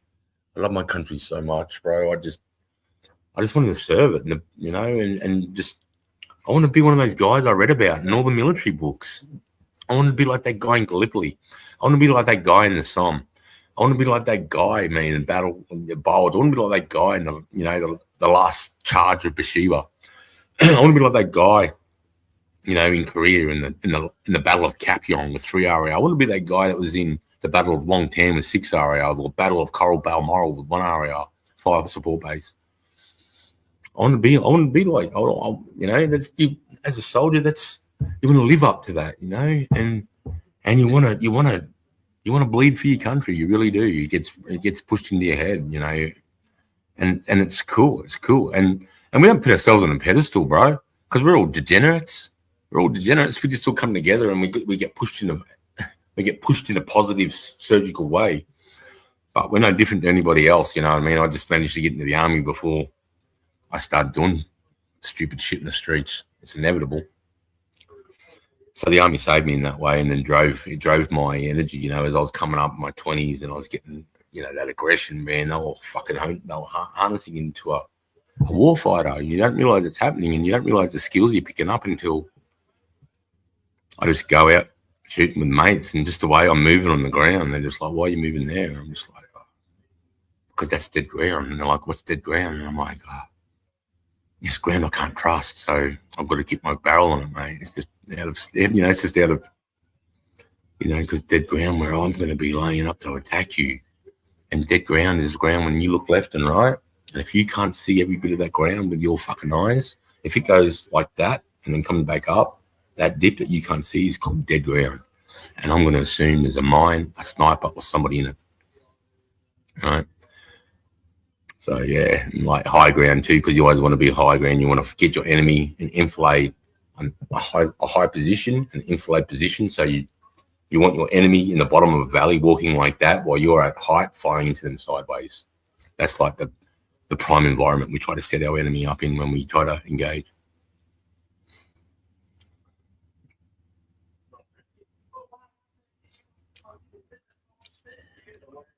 I seen one of Ben Smith's friends on YouTube tell their side of some things he's done. Some shit may not be right, but got to think about being in that situation.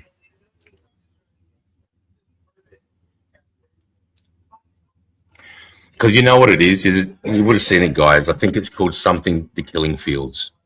And there's a video of an SAS guy running off the chopper, and there's another guy there, and the dude jumps down into the grass on his back with his prayer beads, and he's like, no, no, no. And the guy's like, we're going to do this cunt, we're doing this cunt, and he goes bang and does the cunt. See, that's the problem with, bringing this back to civilian land and letting people that have no idea about warfare, rules of engagement, laws of armed conflict, all that stuff. And then you got pressure things too, the things that you make under pressure because you fear for something. It might be your life or your mate's life. To then come home and be judged by all these people that are getting told, oh, did you see that video of that guy jumping off the chopper and just shooting that guy that was holding his hair prayer beads, not knowing that he's doing that because he doesn't want to get shot, because he's blowing a bunch of cunts up and he knows he's about to get shot. And anything you got going against him if these guys are going to use their professions and not shoot him unarmed. But like I said, even the best can only deal with their hands being tied so much before they start. You're asking these guys to do certain things. This guy needs to be taken out of this, and then you say, no, we can't do that. We can't do this. You can't do that rule. You know what I mean? And then you just go, fuck it. The opportunity's now, and you do it. And unfortunately, he's laying on his back, holding his prayer bead, screaming, help. But you aren't an innocent cunt. But it doesn't look good. That doesn't look good. It doesn't look professional. That's why it shouldn't be played to civilians. It shouldn't be played. It shouldn't be even in a civilian court. This should be military court. I don't even know how the fucking Fed coppers are doing murder charges. Like, what the fuck have they got to do with the military? When did the Fed coppers come into a war zone and go, that's an unlawful kill? Oh, you wounded him, okay? Oh, like, what the fuck? I don't get it. And Albanese needs to stand up for him. He needs to get my boy Tristan Rhino, that he's trying to get him for fucking chopping his head off, getting him for fucking assault, or I don't know what the fuck he's getting him for. He needs to say, that's done, I get it, you're just fucking angry, and he needs to stop this with RS, because it's turning into a shit fight. And the more you do this with RS and carry this shit on, the less people you're going to want to fucking join.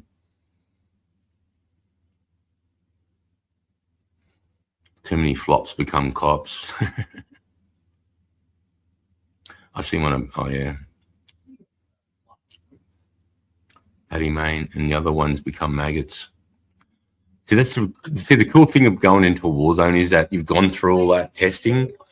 By the time you're about to go, you're about to start your 9-month deployment, but you've been training for 12 months full on. So your deployment starts 12 months before you get into Afghanistan, and you just want to be peaking as you come in, right? You want to be peaking, so you're doing all that fucking training, and you're peaking. So you've tested guys, you know what I mean? You've tested them as best you possibly can in every way, shape, and form. I've tested my guys dragging me out with fucking plates on my chest, making it heavier. You're trying to think of every scenario that you could ever think of, and then some. What's the worst thing that can go wrong? We need to try and have some sort of standing operating procedure, an SOP, or a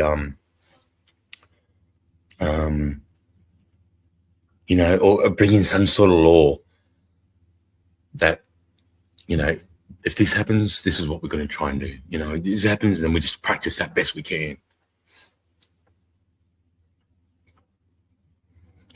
So you test your guys out, like I had, I'm not going to say his name. I want to never embarrass him publicly, but I had a corporal in 2010.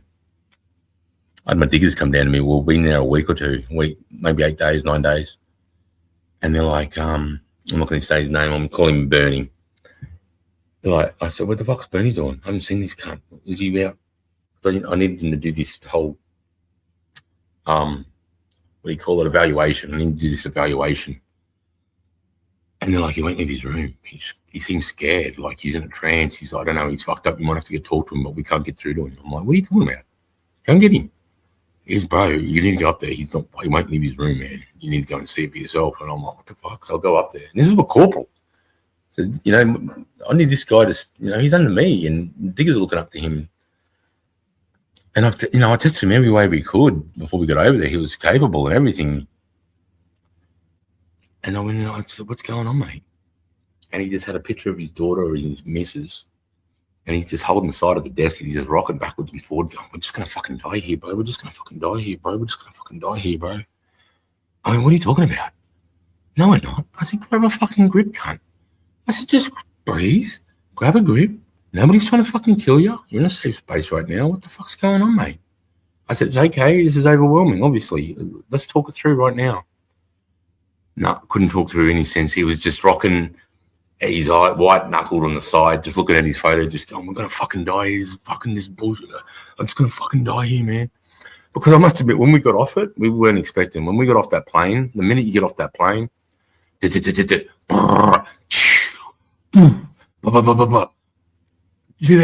just didn't stop day or night, bro. Apaches over you just firing. Fucking, it was just crazy. It did not stop.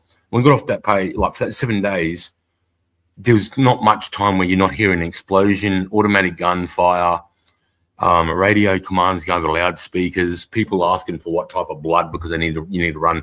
Like if somebody's injured, they'll just go type A positive, A positive. If you're A positive, you just all run up to the fucking thing and start random blood.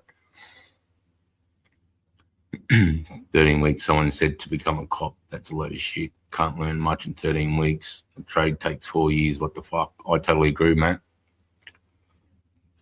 Yep. I mean, the army training is 13 weeks at Kapuka, and then if you're an infantry fighter, another 13 weeks at the School of Infantry. So what's that, 13 plus 13? 26 weeks of solid training before you get put into an actual infantry section, and then the training really starts. You know, because now you've done all the basic shit, right? When the infantry sections, we're not about basics, we're about advanced infantry tactics, right? So you've only just got to the level, you know, where you're going to understand.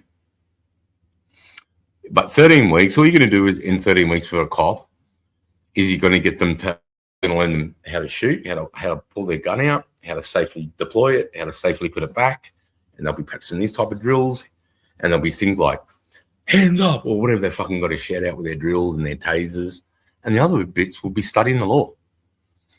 You know, what are your rights? What the Miranda rights you got to read to these people? What are, you know, like what rights does the person have when you pull them over? All that shit. They got to learn all that shit, man. You know, and the other thing is they don't look for fuckwits. Like in the army, military police are all fuckheads. But you can't join the military police. You've got to be in another corps to join it. And you've got to come from an armoured corps like infantry, armoured, SIGs, artillery, engineers. And you have to be in for a year or two so you can go to MPs. And the people that do that are fuckheads. All the MPs are just maggots, just gronks. You know, and why wouldn't they want to go and try and boss people around? G'day, Chris. Got to take care. See you in the next chat. No worries, Gunners. I appreciate you, mate. Thanks for coming and staying and hanging out. I can't believe it's years since your Anzac Live. Chain Matt. Hey, mate, how are you? I've been in a bad way, boys. Yeah. And not just stuff going on with BRS and my digger in Brisbane and my daughter and my family and me. It all comes down to me. All the legal shit would take 13 weeks, I think. Yeah. How was the first aid training in the Army, Sarge? Really good, mate. The basic first aid, I'll tell you this. The basic first aid, you'll be able to fix a sucking chest wound. So you'll be able to identify a pneumothorax and how to deal with a sucking chest wound. You'll be able to deal with a open abdominal gut wound. What you need to do with the bandages, if anyone doesn't know, when you're dealing with a gut wound, you must wet the bandages because the interior of the gut is really sticky, right? And you don't want to be putting dry bandages in there onto that gut because when they come to take it off, you're going to be ripping half the gut out. So you've got to make sure those bandages are soaking wet when you apply pressure on the gut and keep those bandages wet. That's just little things like that. And then they know how to do an open fracture, a closed fracture, how to splinter fracture. They know how to do CPR. They know how to secure an airway through an or a nasopharyngeal or whatever those things are, through your nose. That's about the basic level of first aid training. And then, like I did, I went on to do my combat first aid course, which is another 12 weeks of intense stitching, hydration, you know, fluids, and pain, so morphine deployment. So pretty much, I think I had to do a 2-week module, and I was about the same as a paramedic, as a combat first aider, about the same as a paramedic. But probably more dynamic, because I'm trained in gunshot, knife wounds, and explosion wounds, where most of their stuff is car accidents. I suppose stabbings now down south, all the stabbings that are going on. But paramedics are mostly pulling up on domestic violence and and car accidents. So we do train on sending your prayers of strength and healing. Cheers, bro. How was the first? Yeah, no. So the first aid training was good, mate, and you're always testing them too, all the time, because that's the thing with first aid and training is you can have there's so many no duffs. Like when we have we'll have a training situation, we're like, he's a category A, he's got a tourniquet, missing bottom half of his leg, and we're doing the 9-liner to get our guy out of there. But in training, if it happens for all the time, like I'm telling you guys, and the guy jumped out of the back of a Unimog at night and went into a cattle grid and leant forward and snapped both of his shins at right ankles, bro. I'll never forget that. And that scream, bang, no duff. You know what I mean? Accidents happen all the time, so we go no duff, and then we do real. And first aid training always comes in handy. Just snake bites, we know how to deal with a brown. If you get bitten by a brown snake, what would you guys do? If you know how to do it, you mark right where the bite side is straight away. Put it on there. Pressure bandage all the way up the limb and then all the way down the limb. And mark the bite site and right the time you put the bandage on. Me, myself, it's a brown snake, and I'm more than half an hour away from the fucking hospital. I'm putting a tourniquet on. I just found out what they just found a secret naval injury to 120 kilometers from Florida. They'll just give me an update on because Iran was threatening Trump with his Navy boats, and I'm like, as crazy as that was, watch those Navy destroyers sink, man. That shit hasn't been done since World War II, bro. Like fucking sinking naval ships from submarines. Like, did you see that one that happened in the Indian Ocean, bro? And like the Titanic going down, like that was like good old World War II fucking submarine attack. And there was 3 Aussies on that sub too.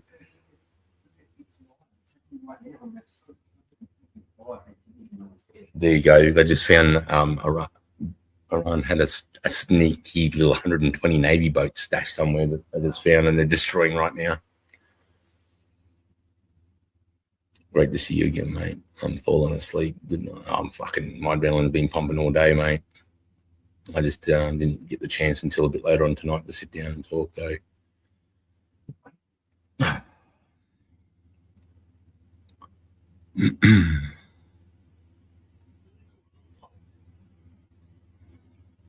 But I appreciate you all here and listening to me whinge and taking on what I've got to say and listening to my worries again, I suppose.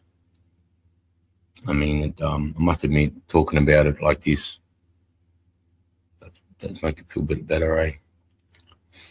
I had to help my mum the other day. She fell over and put a huge gash on her head. Oh, no, mate. I had to put pressure on it to stop the bleeding and call the ambulance. She had to go to emergency. That's it. With any bleed, guys, just direct pressure. That's all you need, just material and pressure.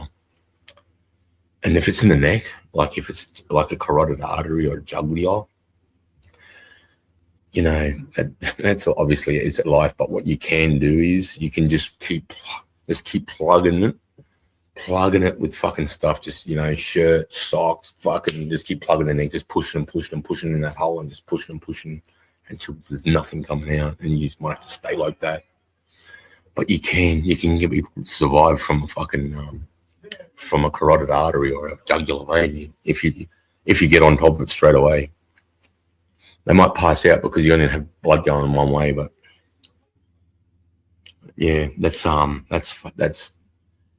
mate.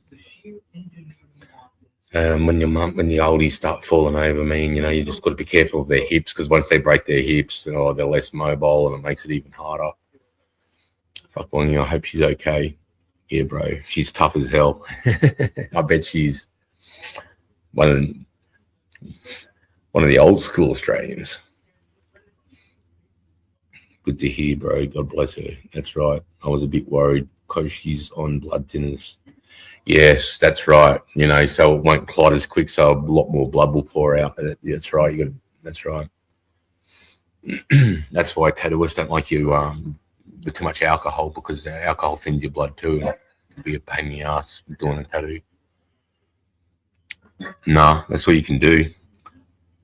And with the head too, the fact that she's got it, if she hit it hard, she might have a little concussion too. So, she might start throwing up. But yeah, no, I did all that. I stitched one of my dudes up in Afghan. Yeah, I used to, I used to get drunk like Saturday, Sunday, write myself off. I'll be so hungover Monday morning, and I'd go into my office, and I'd hook up a fucking IV bag of just an IV bag of saline water. And I'd just go squeeze it into my arm, and I'd get another one in this one. I'd squeeze it in my arm, bro. Half an hour, fucking hangover completely gone. Feel like $1 million, ready to rock and roll. Could start drinking cartons again within half an hour, man. I was sick. I bet you were frightened for it, yeah, mate. Oh yeah, of course. My mum's starting to get a bit older and a little bit less agile, and she wants me to come down to Sydney. She's moving up here now, so I'm going to have to go down to Sydney and drive a truck up or something in the next couple of weeks, or next month or two. I'm not a but when it comes to mums and nans, your hearts fall out. Yeah, that's right. I just don't. See, for me, it doesn't. If I see anybody, if I see somebody fucking fully fucked up, or I think because I've been in that situation so much in training and just in real life, seeing that shit, that I slow down and think and make sure everything's been done properly. They could be screaming, fucking with their fucking arm cut off, bro, and I'll be cool, calm, and collective. Grab that, because you have to be, and everything has to be methodical. You got to do it right and be very deliberate when you're doing first aid. But because of my training, I can, I don't care if you're wrapped around the fucking steering wheel halfway out your fucking windscreen, bro. I'll fucking hook you up. I don't care. Fucking help you.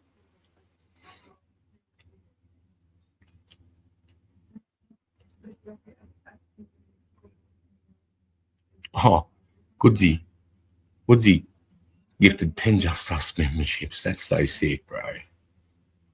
That's so sick. And Gunner, $20 for your meds, mate.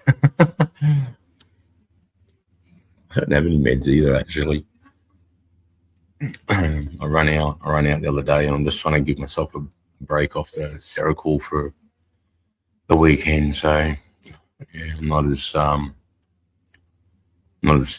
sleepy. So I really need those to sort of turn my brain off, I suppose. I had just only gone to lay down, and I could hear Apple Watch beeping. Wow. Thank goodness you heard the Apple Watch beeping, Jamal. Yeah. All my love goes out to her and to all the beautiful mums out there that are just battling. This government's doing nothing to help us. How about we're going to reduce the fuel tax or insights down to half. How about you just fuck it off completely? How about you just fuck off all the fuel fucking tax side? How about we start drilling? Because we got the richest, we've got the best iron ore. How about we start fucking turning it into Australian-made steel and selling our steel rather than selling it to China as ore, and then buying all our steel second grade back from China? Why don't we start fucking making lithium batteries? We've got the lithium. Why don't we start making Australian-made steel? Why don't we start making Australian-made coal? Why aren't we fucking doing Australian nuclear power plants for power? Why aren't we fucking stepping it up?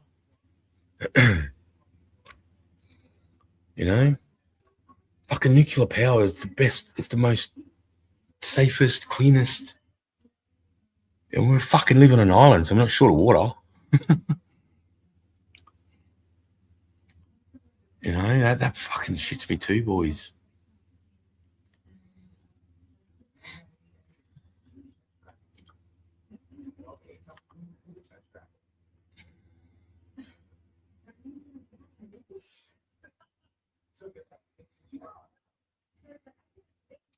shit, sorry. Let's have to go over to YouTube for a second. Something just alarmed. But yeah, I mean, just Elbow, you just, when he speaks, mate, I don't know if it's his hair. Maybe dye your hair black and make yourself look more rugged. Maybe fucking don't shave this week, cunt. I don't know.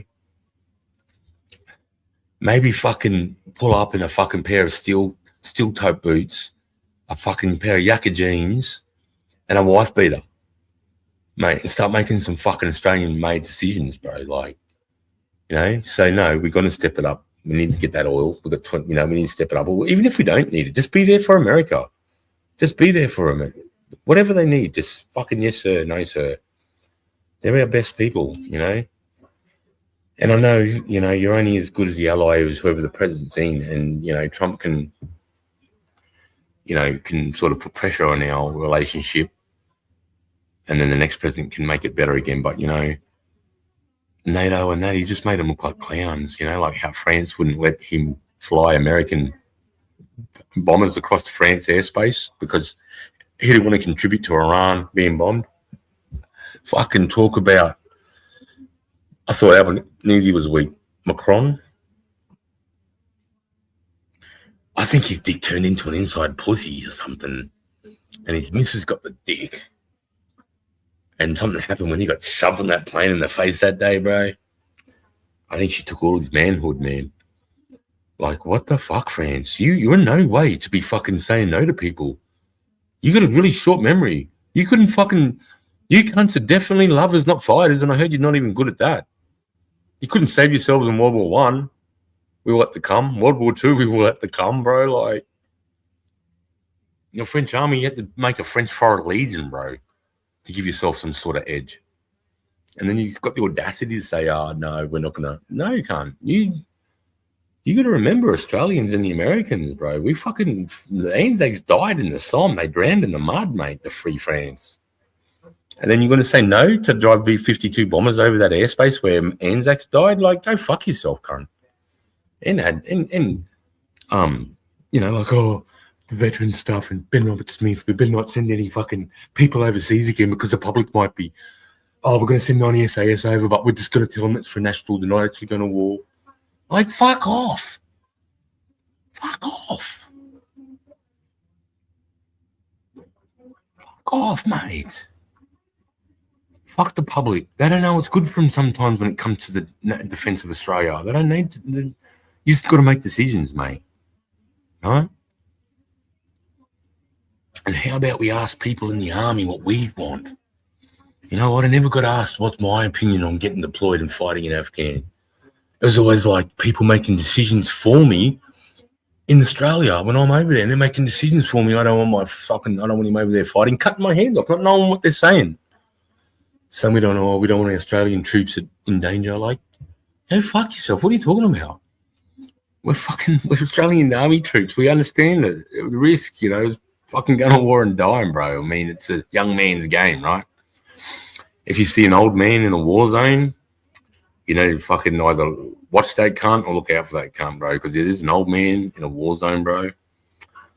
Because a lot of young men die. A lot of you look at Ukraine and Russia, what do they reckon? It's over 1.7 million. It's a whole generation of Ukrainian Russian men. And all the women that have no men to, you know, to marry and to have children and to have more Ukrainians and Russians and the way they're dying is their army the people don't care. I've just never seen like to just tell 3 Russian soldiers, get on this motorbike and drive down that road until you see us. No, like, go through this city, turn it like, or here's a map, or meet up with these guys, or you're going to be in communication with him, so he'll tell you when he sees you. No. Go that way till you see Russians. And then they get drone bombed and fucking... It's so demoralizing, mate. I'm watching them soldiers. They look up, they see the drone coming at them, bro. They don't even care. They just accepted their fate. That's horrible. As a soldier, I don't understand that situation, but I've been on the ground when 107mm rockets coming right at me. And I thought I was going to start walking their fire right up to us. And I thought, this is it. Oh, fuck me. They're going to get me and my boys. How did this happen? How the fuck did this happen? And I was only angry and frustrated that I couldn't fight my way out of it because I know we had the skill. Well, you weak cunts. You're dropping bombs out of the sky from 5Ks away because you can't fucking fight us like men, And I was so frustrated because I just thought, fuck, I can't get my hands on these cunts. You know what I mean? They're fucking being dogs, firing it.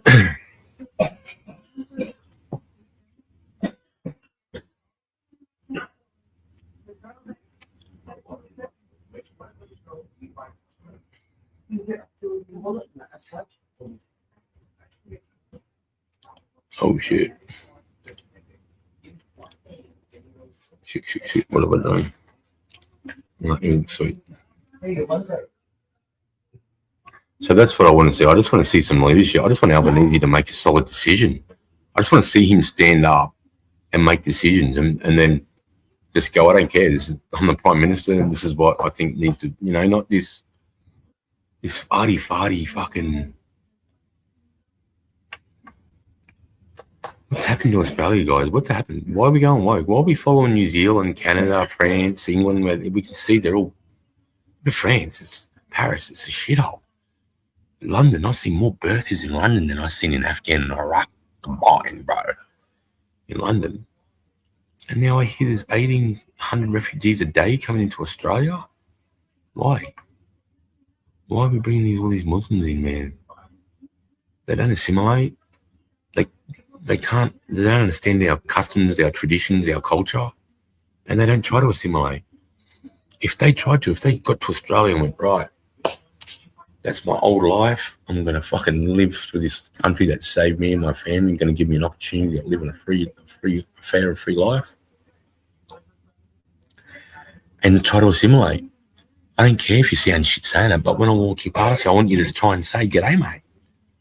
Like, that's why I like going to the surveys where the Indians are, They're taking over everything. But at least they try to assimilate. They're not just trying to push Hindu or fucking whatever their other god is, Hindu and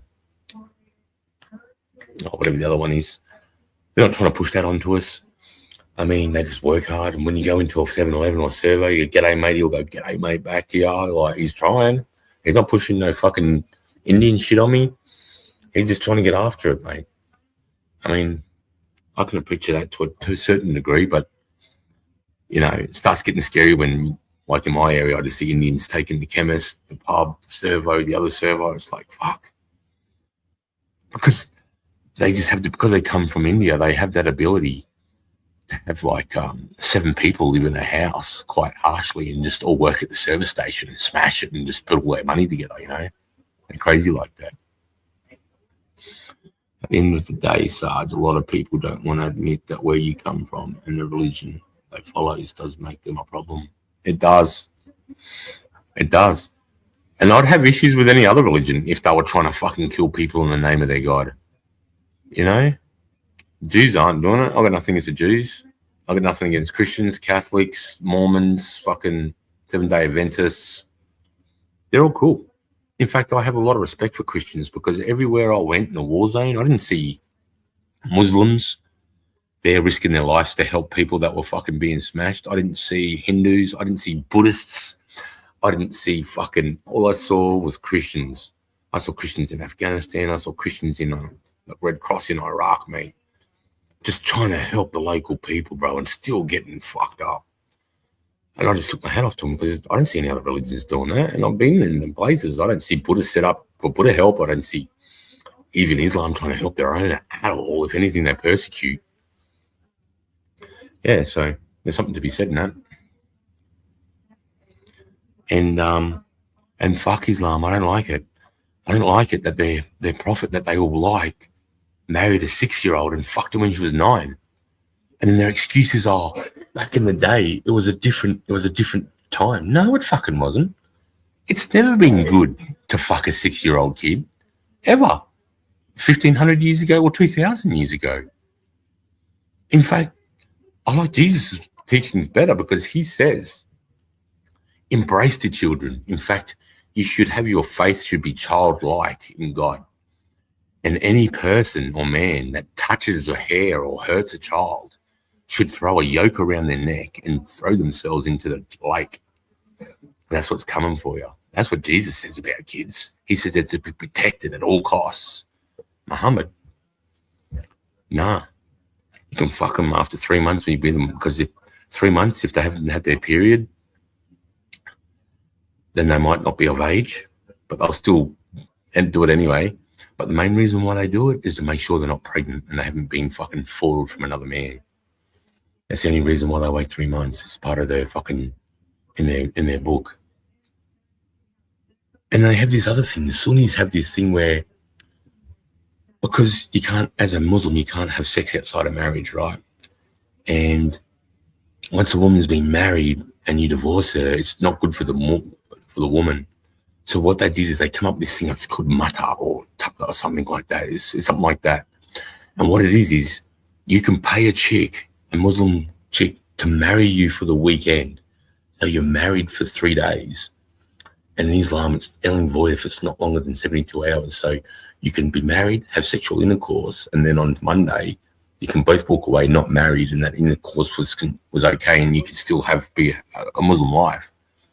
Like, only a man would find a caveat in his religion to be able to have something so devious like that. You know what I mean? To me, that doesn't seem godly at all. I've been around Christians, man, and they're just nice. I've been around Muslims. Some of them are nice, bro. They are, but they just think different. They just fucking think different, cunts. They do. You know, and they've got to commit jihad. If you're a proper fucking Muslim, you've got to jihad. You've got to commit it. It's part of the, you know, of being a proper Islam. You know, being involved with Islam and being a Muslim is, one, you've got to make it to Mecca. You've got to pilgrimage to Mecca and go and fucking touch the black rock.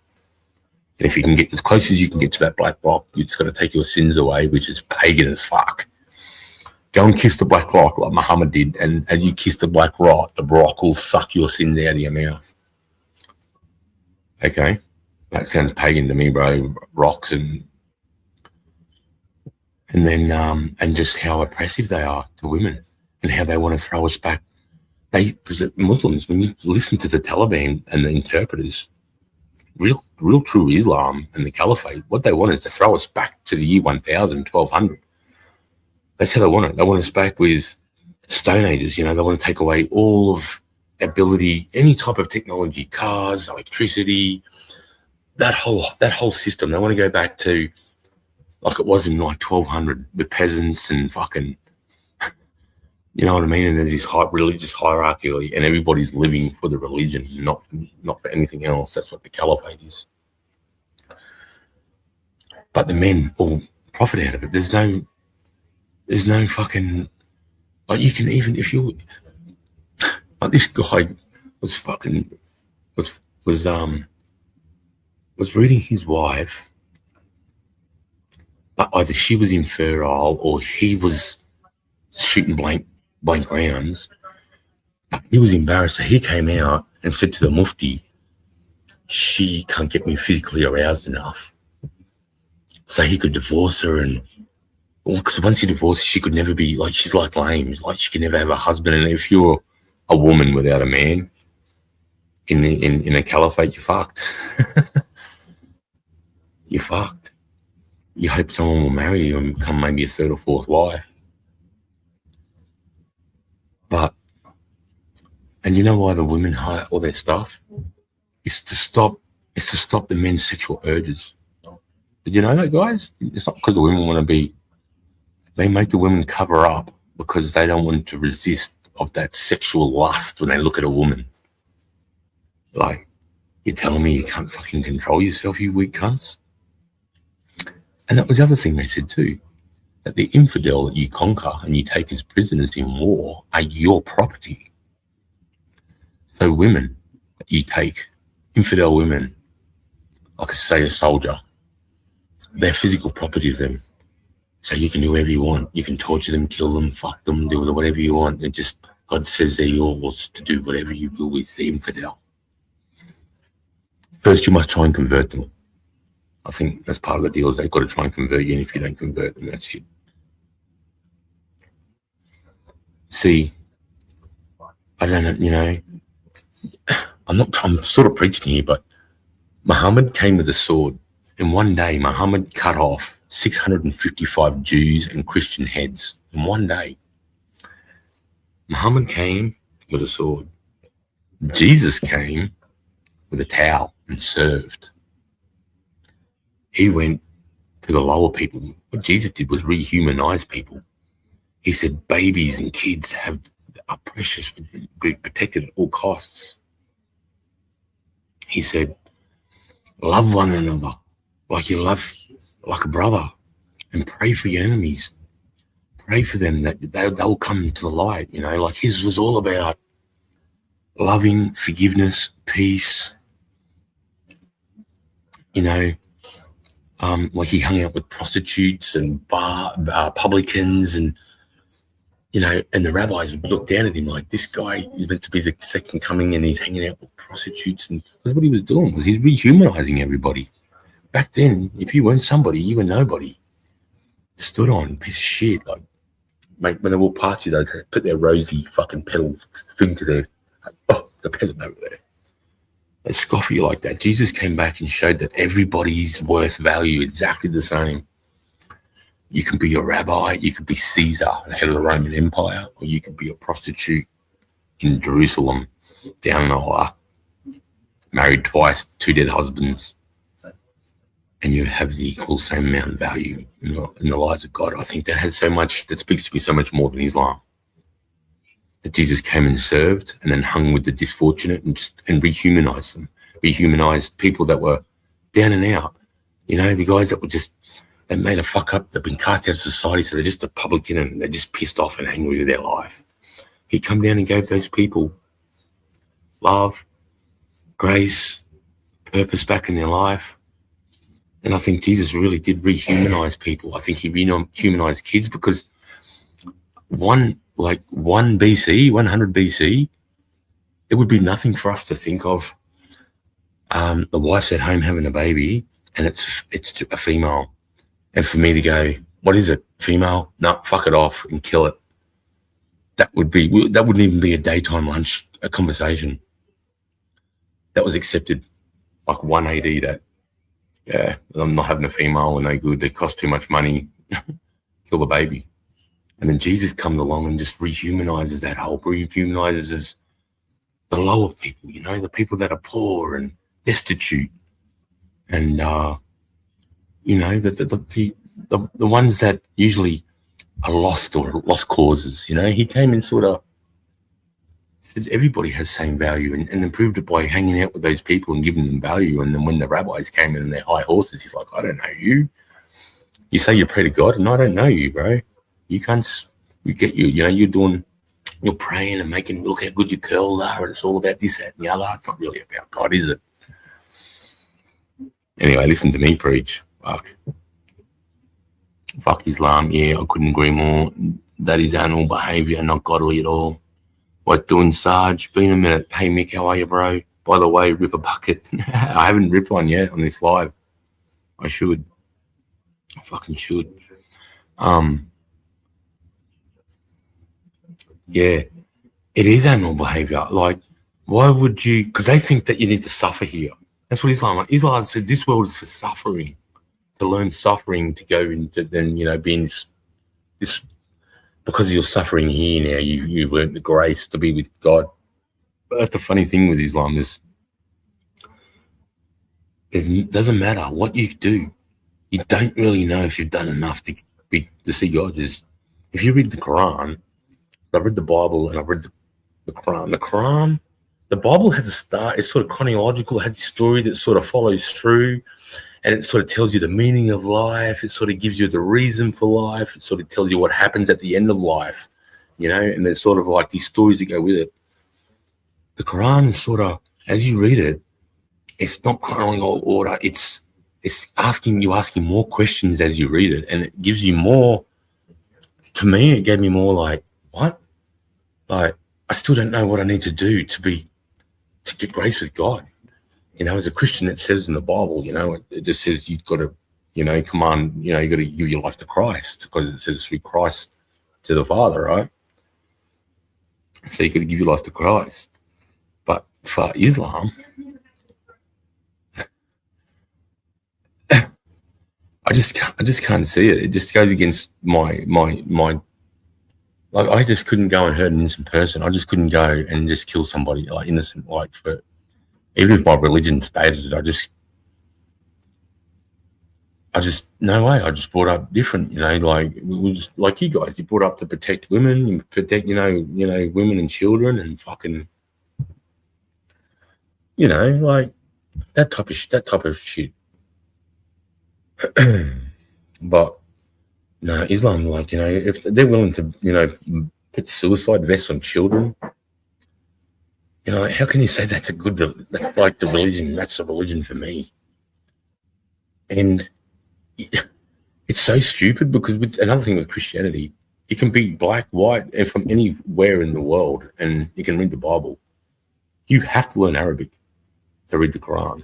There is an English version that I read, but like, they won't, unless you know it in Arabic, they won't even recognize you as a proper like serious Muslim unless you're learning Arabic and learning the Quran in Arabic. So straight away that says that there's a qualification that you need to make. And what if you don't have the IQ to be able to learn another language? What does Islam do there? Whereas Christians just say you just gotta fucking believe that Jesus died on the cross. That we've got a sinful heart, and that by that sinful heart we can never be in the grace of pure righteousness, because we have sin in our heart. So somebody has to pay that debt, and he made it. Jesus made that debt. He paid that debt for us. That should be our crown of thorns. That should be us on the cross. But instead he put him there. So he's given us mercy. That debt's been paid for us. But, you need to understand that and save yourself, And I like that. I think there's no, you must know this language. There's no, you must know these verses. You must know the Gospels. You must know the Torah. You must go to church. No, it's not. Christianity just says it's a relationship with you, Jesus, and God. That's it.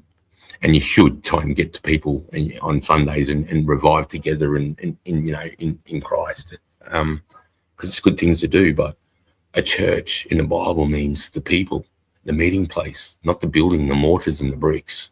That's not the church at all. So I like that. I mean, it just qualifies and by default, because it's the way it's been taught for a millennia. The poorest person in the most oppressed place in the world to the most richest place, they're the same in Christianity. There's none of this. You've got to acquire this language or that book or this status. No. Lord, please forgive me. I love you. Give me whatever it is that Christians do. Now, Muslims, no. You got to do this chant. And you got to do it 7 times a day. And you got to do it before sun up, then after sundown, and then before lunch, then after lunch, then sundown, then sun evening. I used to joke over there. I used to go, these cunts are so wired and fucking angry because these cunts never had a sleep in. They've been getting up at 4 o'clock every fucking day of their life to pray, bro. No wonder these cunts are bitter. No, I laughed at that, but they do. And they head north and they pray to Muhammad, which is crazy because you're praying to the prophet. Why would you pray to the prophet? And you're like praying to Moses or Mary. It's just, what? I don't get it. And you can see the Quran, because Muhammad was illiterate, right? And this guy was illiterate that heard stories of Jesus. So what he was doing was he was getting these stories and then sort of reimagining them, and then they were becoming stories into the Quran. And you can sort of see that these are just blowing out stolen stories from the Christian Bibles. But no, they don't. They say it's the word of God that came directly down from God. And they must, if you can memorize the whole Quran in your head, then I think that gives you more godly points. Because I've seen a Muslim going, I'll give my faith up and become a Christian right now if you can show me one person that's learned the whole Bible off by heart. You're like, you're a fucking idiot. It's meant to be read, mate. It's meant to be read and discussed and talked about. That's what, that's how you get to truth. You get 3 or 4 guys reading the same passage and you come to it, oh, right, and then that's how you find truth, right? Not by memorizing this Quran, and now everyone's got a different, slightly sort of different memory of it. which was what happened when Muhammad died. All these muftis had slightly memorized different things. They're like, fuck, what are we going to do? Let's get the best 7. And out of that, they 5, they made the Quran out of it. So it's a lie that it's a word from God, because it was, what was Muhammad's second? His name was Ahmed. He got like the head muftis and said, right, you're the most religious. What's going to be the Quran? Because we need to make it the Quran. So there's holes in it. So did you ever come across any other religions when you did your tours in Afghan, or only Muslims and mosques?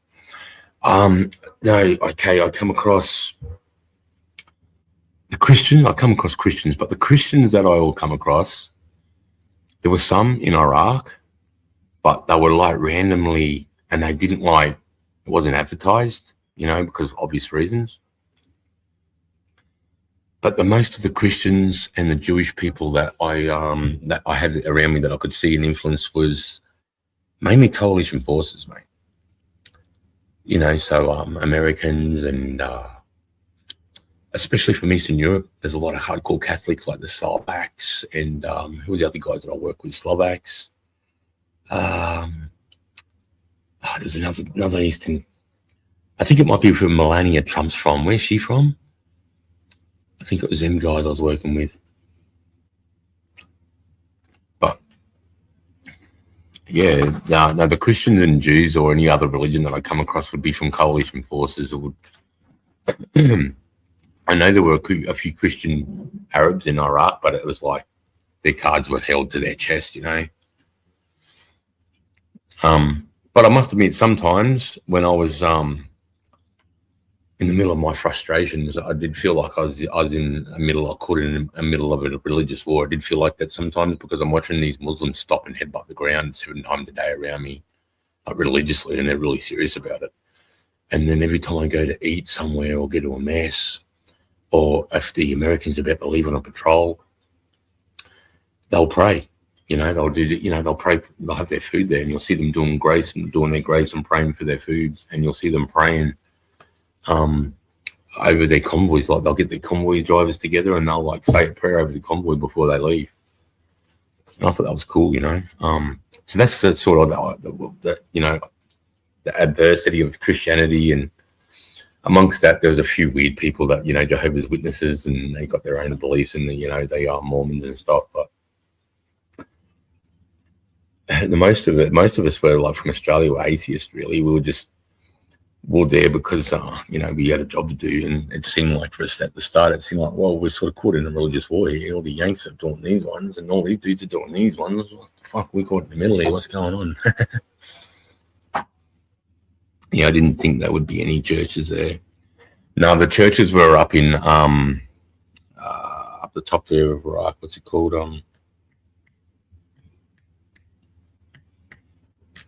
What are they called up the top of Iraq, Josh? Kurds. The Kurds. That's where the Kurds had the churches up there. And somewhere there's some Samaritan Christians that were dug in somewhere, that are hardcore Christians. Like, I think they believe they're the first Christians or something like that. But I tell you, Iraq was different to Afghan. Iraq, because, if you read the Bible, Iraq is pretty much Garden of Eden, the River of Babylon. Like, your civilization comes out of between the Euphrates and the Tigris. That's like the start of humans, right? So when you're there, man, it was so Iraq was weird, because I was in a major city, Baghdad was like Sydney. It was a good city. We fucked it up. The Yanks fucked it up good, but it was a good city. It was just weird landing in the airport, seeing all the planes on fire, or pushed up into a pile, and we just taken over the we call it Bayat, Baghdad International Airport. We just took it over. The Syrians or something, yeah, that's it. Yeah. But no, the Islam are really about they want to bring a caliphate, and then that brings what's that law called? They call it. What's the law? The Arab law, the Muslim law, Sharia. Then they bring in Sharia law, and that's when it starts. That's when you are going back to the Stone Ages. That's stonings. That's cutting people's heads off if they denounce Islam. Sharia, yeah, the boys straight onto me, Sharia law. You know, it's disgusting to me. That's just disgusting, you know. I think another thing, I don't know why I keep going back to Christians. It's just because, like, you know, I started comparing a bit, you know what I mean, to see, like, why am I seeing Christians in all these war zones and I don't see Buddhists or Hindus or shamans or fucking whatever other religion there is out there fucking in there fucking helping the poor and fucked over people, you know? I always wonder, well, why? Why is that? Why are these, like, why the Buddhists? Like, everyone goes Buddhists are like, about art, inner peace. But then I looked into Buddhism, it's pretty selfish, really. It's all about your inner peace, and it's all about you and you not serving anybody and just hoping people feed you and you sort of wander around in this state of trying to find nirvana or some shit. So I thought that's like, it's not really a religion. That's more of it's a personal thing, you know. I think don't Buddhists believe that they're reincarnated or some shit like that? But yeah, and that did leave a weight on me. Seeing Christians, I just thought, wow, why are these people? Why are they fucking risking their lives for these people? And half the people they're feeding fucking hate them. But they do it with a fucking smile and a little fucking blue vest on that says, you know, Red Cross or something. I was just like, you know, those people had big balls because they didn't have guns and they didn't have an army around them protecting them. And they were just going into suburbs, and sometimes it didn't work out too good for them. But they didn't care. And I just took notice to that, you know. And then you're in Afghan, you see them again, like, fuck. You know, these, you know, Christians really are helping people in really fucked up places. And then I hear like the Pope today say all that stupid shit and pretty much said Islam's okay. And I'm like, what? You're meant to be the defender of the whole Christian church, and here you are saying what? Oh, it's all confusing to me, man. You can't give Islam, you can't give them one step, right? Because they want the whole world to be cast into a caliphate, mate, and into Sharia law, and then we'll be thrown back 1,000 years, man. They'll cut power, they'll cut. I might believe in a religion if there was only one version going around. They all can't be right. No, that's right, mate. But here you go, guys. You can take this for what it's worth. I'm going to watch the numbers drop now. 10 people here. Do you think the Iranian Islamic regime will fall? Do you think the civilians will overthrow? Look, it's on the people. It's on the people now, and I don't know how well armed they are, because what they do have is fear. They fear that regime. So, do you think the Iranian regime will fall? See, I don't know how deep it goes, because, see, with the Iraqi army, it was crazy. It was like, once Saddam's Ba'ath Party, the government sort of organization, sort of lost its posturing and its power over Iraq as a country, you saw the military defect immediately. Like the Air Force was ordered to send all their Air Force down to Kuwait and bomb the fuck out of us. Not one Iraqi plane left off. Would you? Would you want to go up and fight against fucking F-22 fucking crazy fucking American pilots that love that shit? No. You know what they all did? They put civilians on and ran and fuck away from that airport. And so did the army. He sent 60,000 down to meet us in the desert, and we took care of those cunts for like about an hour and a half. 60,000 soldiers just got smashed, buried, and we moved straight into Baghdad. And he lost control, and they sort of, the rest of Iraq was just guerrilla type warfare, insurgencies. Iran, I think, is a bit different. I think Iran, those soldiers are loyal to the regime all the way down to the local soldiers on the, you know, that are firing the guns, and they've got a big army. So yeah, we've taken out their nuclear supply, we've taken out their ship, we've taken out their way to defend themselves against aircrafts, but they still have 1 million soldiers, and we haven't taken out their artillery, their mortars, you know, their small weapons, machine guns, all those squad weapon type stuff. So a ground invasion would be insane. It would be insane. you'd lose thousands of soldiers, coalition soldiers, thousands. I just think they're a lot more fucking, like, you know, they're not running from there, you know, when they're looking for that soldiers that got shot down, that F-15. You know, like everybody was out hunting that guy, you know, and they're putting it on TV. You'll get like $400,000 if you can get that US pilot, you know. Will Mossad or CIA will supply the civilian weapons? That's what usually happens. I don't know. Mossad and CIA aren't really scoring big points with people around the world at the moment. But that's a very good, steamy kettle face. That's a good theory, man. Will Mossad or CIA? You know, they were hoping that smash the regime enough that the people would just get up, but they would just kill it. Remember what, they killed 40, 50,000 of their own people? That's insane to me. That is so insane. So how do you deal with a regime that's prepared to do that? And you're a person coming out of your house and all you got is rocks. Rocks and a fucking passionate heart. I don't know. I mean,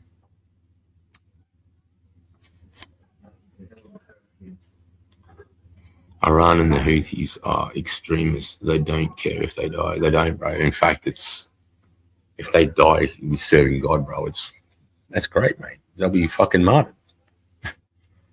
And in some crazy fucking street, they'll have their fucking face blown up into a big fucking sheet and they'll be put up on an electrical pole and look at this martyr. You should be like him. He killed himself in the service of fucking Islam. Iran and Houthis are extremists. They don't care. They don't, mate. They don't. I mean, Hamas didn't. And Hezbollah. They don't. I mean, they're pretty hardcore fucking freedom fighters, man. You know, like. But I'll tell you a theory. I think ISIS, after I've just been seeing over the last couple of months of what I've seen here and there, I'm going to say that I think that could have been Israelis. I think ISIS could have been Israelis.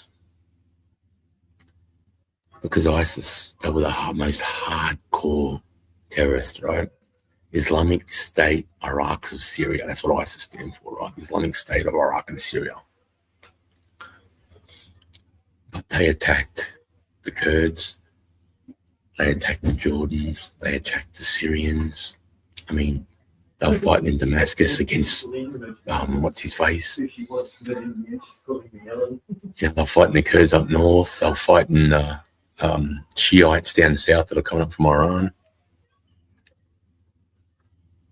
But ISIS never attacked. Who do they hate? Who's the biggest hate out of all those guys in that area? Israel, right? But ISIS attacked the Kurds, Iraq, Syria, Jordan, but not Israel, which is their main target. And I thought, because there are Arab Jews that would dress up as terrorists and start a whole organization like Mossad. In fact, I heard it was called the Israeli State of Intelligence Services. Huh? Okay. Yeah, I was saying it sounds like it's Israeli State of Intelligence Services. And I was like, that's true. That's one thing they all come in common. Sunnis and Shiites will fight each other, but when there's a Jew or a Christian, or they all come together straight away and persecute. And one thing they all have in common is fuck Israel, right? But ISIS never attacked Israel. They attacked every other Muslim country around them. You know, and Israel thinks that they're entitled to all the way to the Euphrates, which means, all the way across Iraq. They think Israel should be all the way through there. What Benjamin Netanyahu does. All right, mate. Have a good night. I'll see you in the morning, buddy. Love you, son. Yeah, like, I mean, I don't know if you guys seen when they did October 7th, Hamas. There was a guy, he'd picked up one of the, I think a female he just shot, or a male he just shot. And he's on their phone and he rang his mum. And he's like, Mum, Dad, Allah's going to be so proud of me. You're going to be so proud of me. I killed 10 Jews with my own hands. I had their blood on my hands. Celebrate, celebrate. You know, Allah Akbar, Allah Akbar. I killed 10 Jews. I killed 10 Jews with my own hands. Allah Akbar. Fucking, you know, they don't care. They, if he would have died, then he'd died happy as fuck. And his mum and dad too. I just don't understand it, man. But I saw it. I saw how it happens. I've seen the young boys at 6 get put out in front of the village and they walk around in circles with their fucking Quran, mate, and they were reciting verses and they'd have to put it back and remember that part they recited. And there's a mufti or mufti there, and as they're walking around in circles reciting the Quran, if one of them gets it wrong or if he tells them to shut up and wants to hear him say it, they get it wrong, it gets stick. It's probably like a cane, like you would have got the boys old school got the canes back in the day. It's like a cane, whack on the top of the head, real quick, sharp strike, bang. You know, it's sting like shit. They're 6 years old, they're doing this to the little boys, mate, and they're walking around reading the Quran, getting smacked on the head every time they fuck it. You know what I mean? Fuck. This is crazy shit. And then those boys get to 18, you know, because they grow up seeing Americans killing their, you know, their family and their people. They just fucking learn this fucking hatred, bro. You know, like you see them when they get to like 10, they start going, Aussie go boom, Aussie go boom. You little cunts. Fucking you go boom. Taking out Gaddafi was the biggest mistake. Dude, I think, I agree. I think Gaddafi was a cunt, but he was sort of maybe the guy that was going to bring Africa together and sort of sort out all the bullshit, you know. He actually, what he did for, fuck, where was he? Libya at the top of Africa there. What he did for the people, I heard, was he made education free. He gave everybody a house. I think he gave them free electricity. And he was planning on bringing water in from the Mediterranean into the, because I think what he did was he specialized in farming. He did something right and he got, you know, he got his people, but he was still a authoritative prick, you know. But you can blame that on America and Obama. Obama did that. Obama killed Gaddafi, handed them over, man, and fucked that whole thing up. That was Obama, man. Is it for oil or is it religious? Dude, I think for them it's religious. For them it's always religious. Oil's just something they've got to do to fucking fund it all. And, you know, because it's oil, it's not a hard thing to sell. Everybody's buying oil, bro. You know, you got China and, you know, all those third world countries that will do deals and probably drive dirty trucks across Iran and Afghan to get it. I don't know. But for the West, well, you control the oil, you control the world, right? And for a while there, I thought Trump was smart. I thought he was making that blockade in the Strait of Hormuz. There's only 2 other places you can get your oil. Russia, Venezuela, or America. You know, and Venezuela was, they're sending their oil into America because it's that dirty oil to get refined. And Russia's sort of out at the moment because they can't sell any of their oil because all their oil is going towards the war effort, right? Trying to pay for that. So sometimes you go, fucking Trump, mate. Can be smart, mate. He's putting power back into the US where it needs to be. Because NATO and Europe are a bunch of bitches. They aren't doing shit. Like, Trump didn't need to do that. He didn't need to, like, Iran's no threat to them at all. Even though they say every day, fuck the big Satan, America. He didn't have to do shit. You know what I mean? There's no threat. There's no missile they could fly to America and hurt America. No. He was doing it for one. They are the biggest sponsors of terrorism. They are. You know, like Taliban are very in-house, Al-Qaeda and Pakistan. They might go out. The Houthis and the Hezbollah, they're staged because Iran's paying for them, and Houthis are down in Yemen, which is on the Arab continent down in Saudi Arabia. And then you have And then you have Hezbollah in Lebanon, Hamas in West Bank and Palestine. And then you have obviously Hezbollah, Hamas, and all those Houthis in Iran itself. And the unstablement in the area comes from those areas. If you look at the Sunnis, they've got it right. UAE, Kuwait, Saudi Arabia now, the last 10 years they've come around. They're sort of like, they understand that religion and politics need to be two different things. It has to be, if you want to do it right and fairly. But Iran is not, and same as Palestinians or Hamas. They honestly think they're going to take it over the world. They think they're going to take the Kremlin. I think they're going to take the Vatican. I think they're going to take the Pentagon. I think they're going to take Canberra. I've heard them say it. Oh, they said, watch one day, we're going to be everywhere. We're going to have the Vatican. We're going to be in Pentagon. I'm like, that's fucking thinking big, boys. But until you learn how to build jets and fucking ships and shit, you ain't got a chance. The only thing you can do is just fuck with us like you have been. Guerrilla warfare tactics. Is it for oil? Is it religious? That's a good one. So that's my spin. For the West, it's always oil, money. And for the Iranians, of course, it's oil because that's what they need to keep their fight. But if the oil stopped, it wouldn't be a big thing. It's about their profit and their God. You know what I mean? Because they even say that the Islamic State, Republic State of Iran is crazy, man.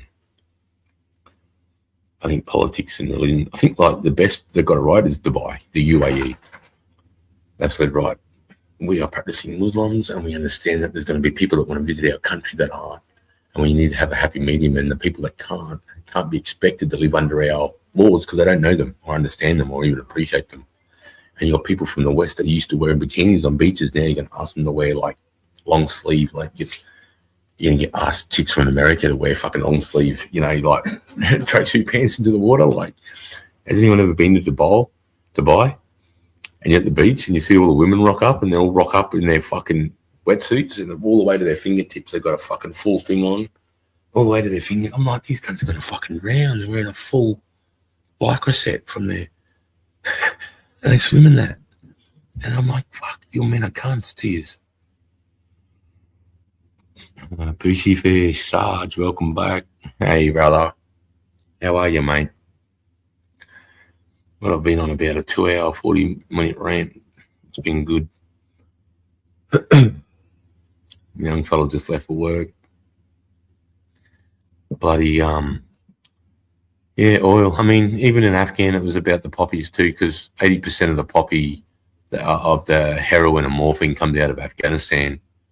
I mean, we used to get a lot until we built our poppy fields in Tasmania. I believe we get our morphine and medical release or opiates from Tasmania. But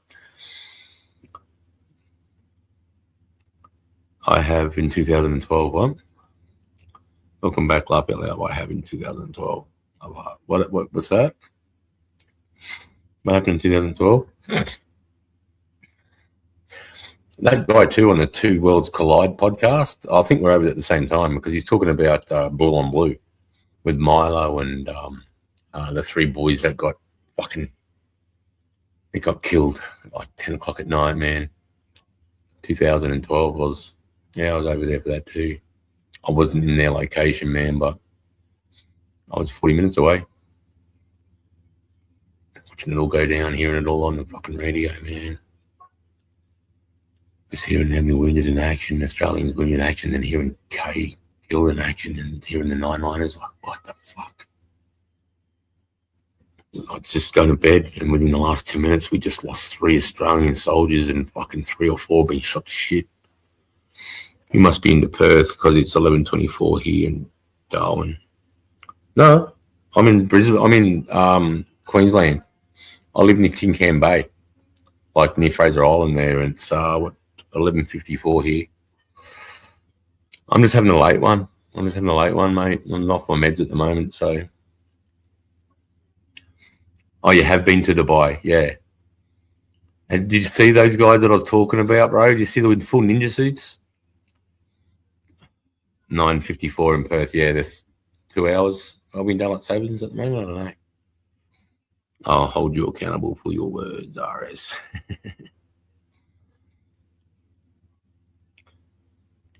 Fuck, when I think about what RS is feeling, I can't even put myself there, man.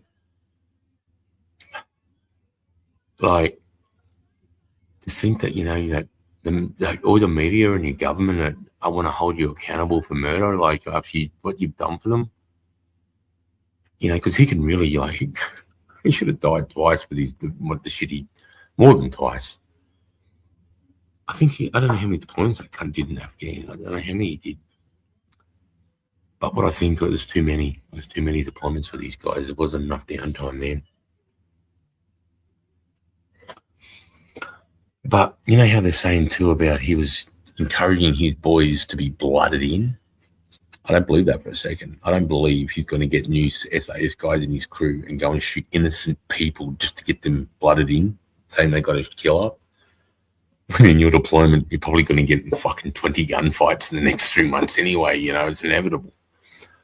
So I couldn't see the man I knew as RS going out and pulling innocent villagers out and then letting his men shoot them to blood them in. I just don't see that at all. I just don't see him doing that. I don't believe it at all. And I don't believe it at all that he would do that. I mean, like I said, if someone might have got kicked off a cliff and then he was shot at the bottom of it, but that's not blooding in. That's not killing that guy, that innocent guy, to get your guy a killer. That guy should be dead. He should have been dead like 3 catches ago. You know, he's just a walking, what do you call it? Walking dead man.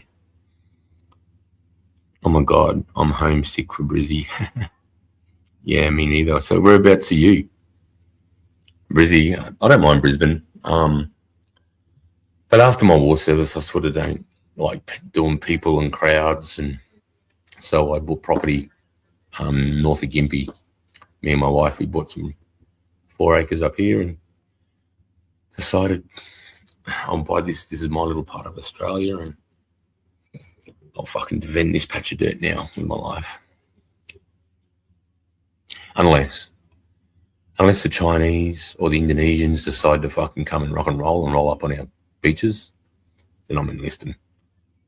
I already told my missus. I said I'm grabbing Josh, and I'm grabbing boys on the way there, and we're training on the way there, and we're going to start insurgency warfares as their landing cunt.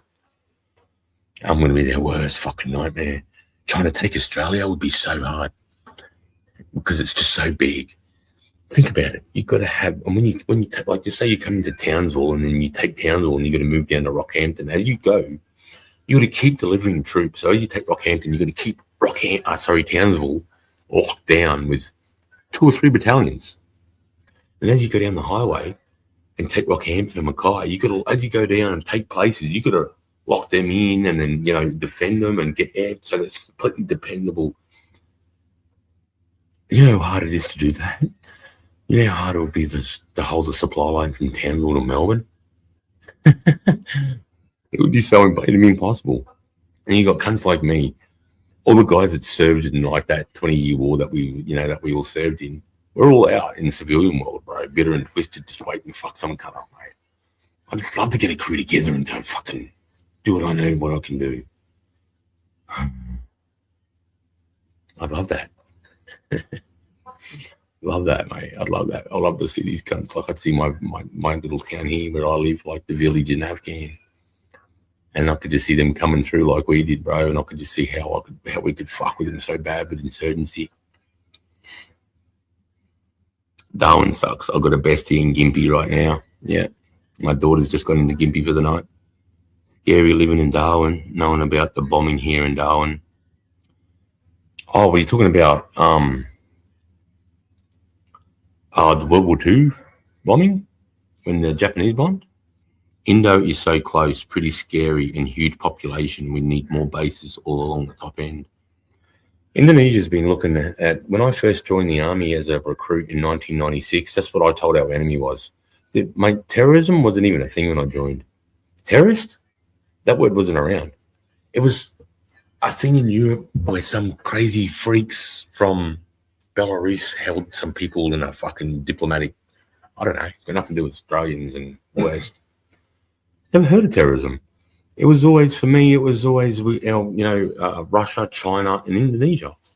In fact, Indonesia, because I remember Indonesia was doing a massive purchase of tanks in the early 90s, and they're primarily islands and jungle type terrain. Why do they need tanks? Right across the Australian outback, maybe? You still got that fire, Sarge? Oh, yeah, man. I don't know. I was at 7 Basby when I joined the army down in Brisbane. I did some time in 1 JSU, 1 SIG, 7 CSR, 139. I spent a lot of time in Brisbane, man. Actually, I spent from 2009 to 2017 in Brisbane. Yep. And I went, actually, I was in Brisbane when I went to Bougainville. When I deployed to Papua New Guinea and went into Bougainville, and I did 2 months in the jungle in Bougainville. That was fucking, I should talk more about that. That was fucking crazy, man.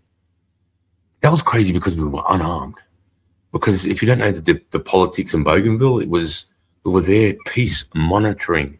There's 3. There's peace monitoring, peacekeeping, and warlike. Peace monitoring means we come in and we try to, when there's fights and scuffles in the local area, we come in and say, guys, you shouldn't be doing that, but we're out. We're just here to try and, control it a little bit, be referees. Nothing we can do. If they come at us, we're unarmed. In fact, it was so gay. I had to wear a yellow shirt that said Bougainville Peace Party or some shit. And we had to wear car keys and army boots. It was cool because it was a different uniform, but it was so weird. So what we had to do, because we weren't allowed to have weapons, we had a SAS cell there. There was 4 of them. Hey? Oh, yeah. Yeah, I'll show you it, actually. It's on the board here.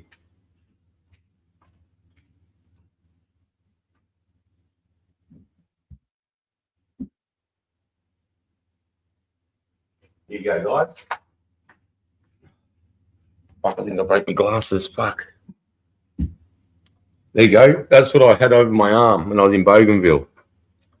So it had that, and it had the piece, and it says, there you go. You can read that. It says Peace Monitoring Group. So I had to wear this armbag. And that was like, we had to wear this, and we weren't allowed to be armed. We could only carry big knives, like machetes.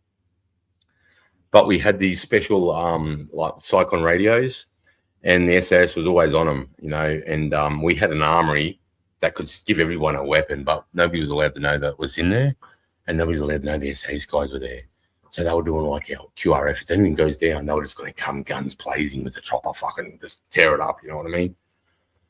It's just lucky in Bougainville, they don't have very many AK-47s. It's very, I don't want to be derogative, but it's very 2,000 years ago in Bougainville. I mean,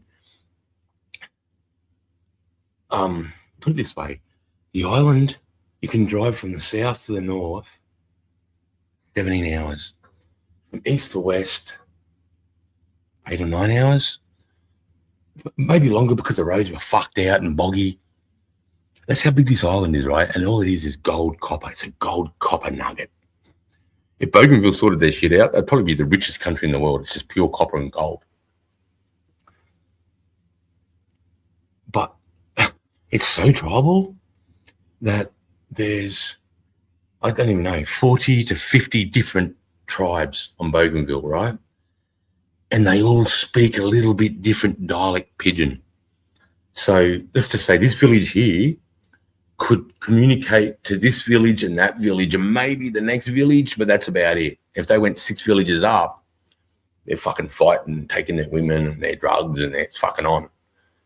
And they're doing this shit. And then during the day on a Sunday, they all come and put like tarps out in this big like footy oval, and they literally have like cabbages, heaps of weed, like big purple fucking growing buds. They'd have chickens and fucking goat cut up and shit like that. And they'll literally be trading. They'll be trading like, oh, fuck, I'll have 2 chickens, I'll have cauliflower and fucking and there's some dude there trying to fucking, use coconuts as a fucking, but like I really saw I saw the primitive of, I'm going to go 2 villages down and bang that girl on her head and bring her up to my thing because there's only so many girls in my village and it's starting to get incestual. So we've got to bring other women in. But instead of doing it like the warlords coming and meeting and making a deal, it's violence. It was craziness. I was like, no, when I was there in 2001, I was there. And I was like, I didn't think places like this was left. I understood third world countries, but I still thought there was like a basic, it's always a basic government. It might be corrupt, but there's some sort of police, there's some sort of medical, even if it's hospital, like dodgy hospital, and there's some sort of chain of command, you know what I mean? Even in a developing country, Bougainville, not one village owns the island. They have a capital, but it's such a weird place, man. And what was happening is the Papua New Guineans were taking all the miners' money, and even though they promised it to Bougainvilleans, they were taking the money in Papua New Guinea.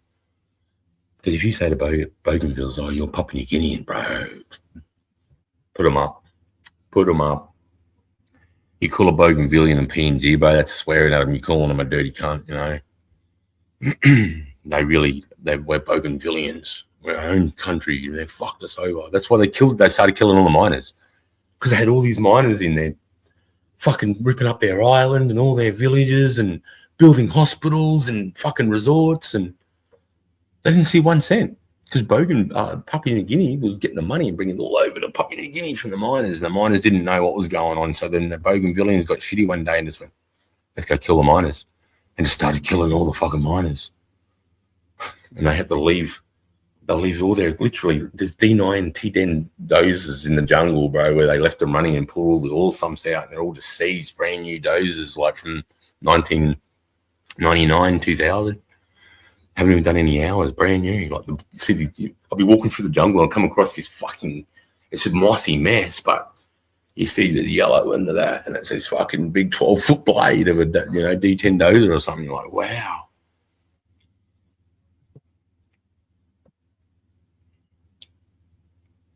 Did you know Robert Joseph Henderson? He's my ex and gave me a nugget from New Guinea, taught me a little pigeon.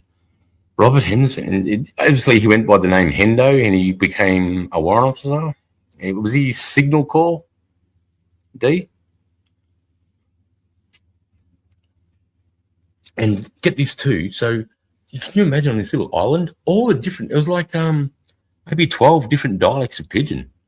And literally, these guys couldn't talk to these guys. The dialect had changed that much. I was like, what the fuck? What type of evolution is this shit? How did languages evolve here like that? Like, why wouldn't you just say the same shit? I really spun out with that stuff, eh? And it's like a weird pigeon because it's like, like Australian colloquialisms. It's like it changes like that. It's really weird, man. And what was scary too is they get on the beetle juice, on the beetle nut, that stuff that makes their red. They spit it out. It gets them high. It's like I don't think it's as strong as meth or speed or anything like that, or an upper. But it gives you some sort of exhilaration because you can see the young fellas are pretty wide when they're on it. But then they drink this jungle juice, this fermented pineapple stuff, where they just put back yeast and sugar and pineapple, and they just leave it in the sun for a couple of weeks, and they bring it down and shake it up, and they drink it, and it's like fucking rocket fuel, mate. And then they'll just fucking go crazy. They'll go and get an AK-47 and just fire it into the air. But each village only has one, and the thing is they don't have too many rounds. It's hard for them to get rounds, so they don't like to use the guns too much. Like, fuck. But they all got knives.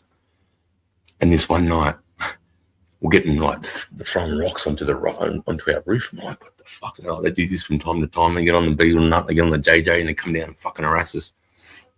And this time they're throwing over rocks with fucking like sandbag material with vines wrapped around the rocks. In pigeon, it was we're gonna cut out your beating heart. No, we're gonna cut out your white beating hearts and eat them. Like tonight, we're coming, and we're like, holy shit, that's scary because it was just a cyclone fence. So what the boy ended up doing was that they diesel fuel there, was huge because some of the villages had a generator and they could run power for like 3 or 4 hours a day. And that changed everything for a couple of villages. So they saw diesel. So we put all our diesel down that end of the yard after they threw those rocks. And luckily enough, they cut the fence and they just took the diesel. But you know, like, what the fuck is going to happen? You know, we're going to run to the armory. Are these guys just full of piss? You know, how often do they do this? And the other thing is, they've got these slingshots, these fucking crew serve slingshots that can put a D-cell battery, like a D-cell battery, through a car door. I'm flying through our back car door, mate. Redneck ingenuity, like hillbilly ingenuity, bro. I saw the Taliban do it. I saw the Taliban with a bit of diesel and fertilizer and a remote control car from the 80s. Blow the fuck out of someone. Crazy. Yeah, that's him. Oh, he was your ex. Well, he's your ex now. I never really thought much of him, mate. I mean, how much do you like him before I actually open up? And I wonder how, because I actually served with Hendo. I'm pretty sure we were in one SIG together or one JSU. I read, gee, they chew it, laugh out loud. Did you ever cop any arrows? No, we didn't, actually. They didn't. They used their arrows purely for hunting birds. And how good they were. Because I was there, what was initially there to do, what the go was is there was this little town in the middle called Lolaho. So what we did is, and there was like a village, sort of like a more upper civilized village. It was like they had actual houses that the miners had built, and they sort of moved into these houses, and they'd sort of taken over a service station that the miners had built, but the service station's run down, but they're sort of using it like a shop to sell shit out of, and out the concrete area they'll sell, that's where they lay their chickens and fucking all their, oranges and apples and all their fruit and stuff. Fish, actually, lots of fish too, coral trout and barramundi and shit like that. Oh, actually, I might be lying. I don't think I saw barramundi, but a lot of coral trout and flake, like shark and shit like that. Yeah, that was crazy. Both of them was crazy. So what I was there for, and there's from where we were staying to where this house was 17 kilometers. And we had this cable that went through, it sort of paralleled the road on the outside, like power lines, right? Like power lines. And up the top of it, we got this 30-pair cable that they were trying to use for communication backwards and forwards, from this place. And what had happened, out of the 30 pairs, only 2 were working. So 28 is shorted out on this line, and we couldn't work out where. So what we had to do is we had to walk this whole cable. And in the end, we walked the whole cable with our hand, and we couldn't feel any breach or anything. And we're like, what the fuck? So we ended up relaying this whole 17 Ks. And that was one of the most coolest jobs, man. Fucking walking through primary 1 jungle, like where people have never been probably before. Like I'm beating a path with a knife with this cable, bro, like that. Like fucking, I felt like I was on the Kokoda track, mate. It was crazy. And I've got these black fellas that are coming from the village that I'm walking past. They come because they hear this noise of me trying to pull fucking 100 meters of cable, 30-pair cable, and then 50 meters behind me is another lad, and another 50 meters, and we're trying to drag kilometers of cable up, you know what I mean, through the jungle. And these guys would hear all the thing, and I'd be like, oh, what the fuck is going on here? Because they'd try and get our cable there because they could take it to this other place that was in the North Island, and people would give them money for copper. So they would try and chop down anything we put up. Yeah, we had to do it super high. So some of the lamp posts I was climbing were inverted. Like, imagine a green fiberglass ladder fully extended on the roof of a truck, and that's how high I had to climb. The last bit was a free fall to the top of it, and that's where we had to put the cable so they couldn't cut it down. Anyway, we rerun this cable. So we rerun the cable. He had his daughter. I hate him. He tried to kill me. I was going to say, I should have said it. I said he was a fucking weak cunt, that Hendo. He was a fucking weak cunt, bro. And I never liked it, man. He was a fucking pussy. And then to hear him say that, he tried to kill me. Why wouldn't he? He's a fucking weak cunt. Fuck, mate. It's just lucky he wasn't in my chain of command. I would have bashed that cunt. Because he thought he was all that. He thought he was all that, but he wasn't. He was shit cunt. Oh, actually, I'm sorry for your daughter. I had his, sorry, Deep. I didn't mean to, but yeah, Hendo's a dickhead, man. I just know because I've seen him fuck people over to try and steal their merit to make him look good. I just don't know him or work with him, mate. Like, I can't believe it's the same Hendo. That's the only Hendo I've ever met. And then he was a sergeant with me, and then he got promoted to the WO, and then he tried to do that like I'm a warrant officer. I was like, you fucking, I don't respect you, cunt.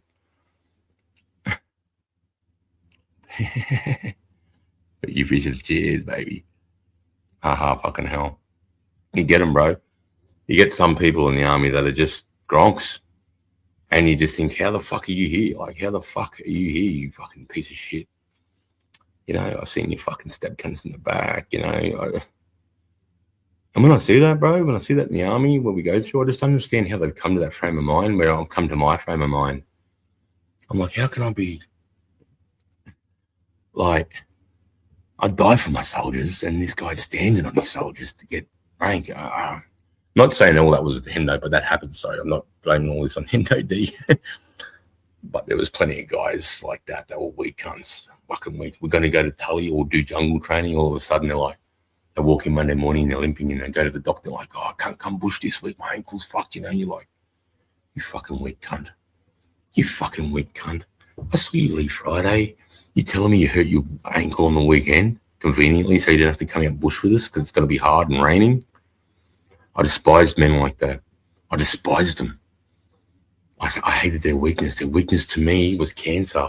That weak-mindedness, them, the thought of them not going to be able to, you know, living in the mud and I hated it too, but I embraced it because that's what makes me different to everybody else in Australia. That's what makes us different, is that I don't care if it's pissing down, snowing. I'll sit in that mud hole up to my waist, my fucking dick and balls freezing in my throat, bro.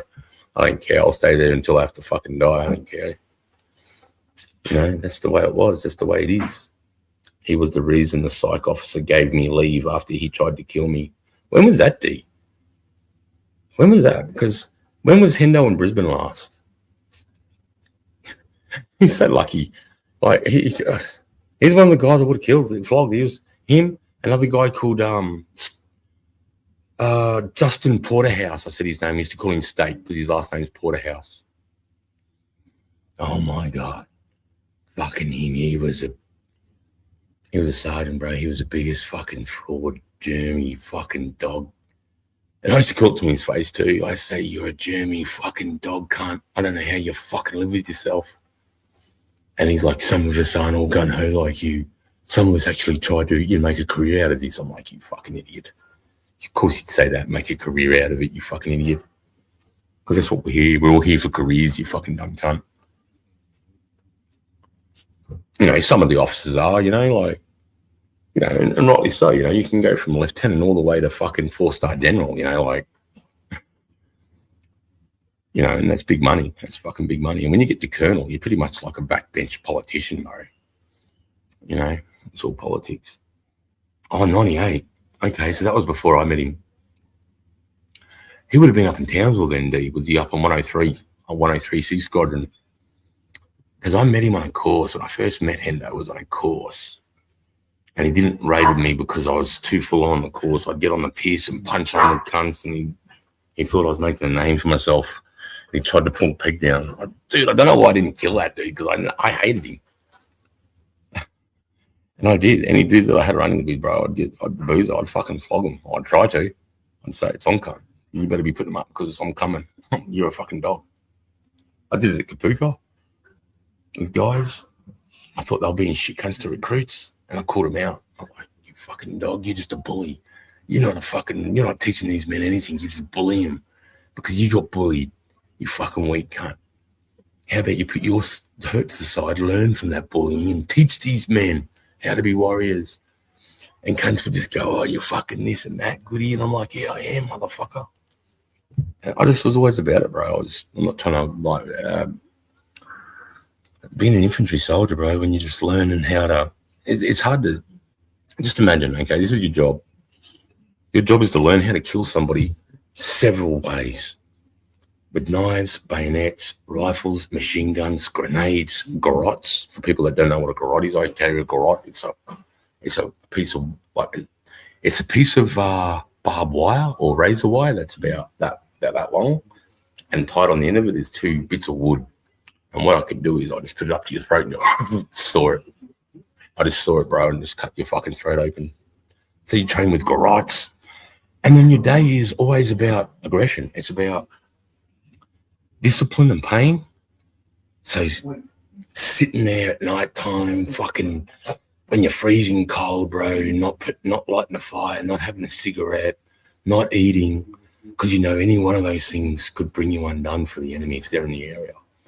And what really makes it hard is because, you know, sometimes there was no enemy. So we're doing this. We don't even really have to do this, because if I light a durry right now, no one's really going to know because there's no enemy, and I know there's not. But I can't do it because if you practice that, you know, in training, then you're going to do it in the war zone, right? So I used to like pride myself on that part, like, man, this is what makes us perfect, because we don't have to do it. Nobody's assessing us and watching us all, but we still choose to be, you know, that discipline, you know, still choose to, righto, we're in enemy territory now. I don't want to hear any voices. We're going to go fucking field signals. And when you hear that, you know, that's personal torture. When you get field signals down for 2 days, you can't even talk. So now, you pit buddy, you can whisper like this. But do you want to be the guy that gets caught whispering? So you just, you know, you're in your positions, and usually you'll be 50%, which means one person's got to be at the ready, the other person's sleeping. So you like do 2 hours on, 2 hours off, or 1 hour on, 1 hour off.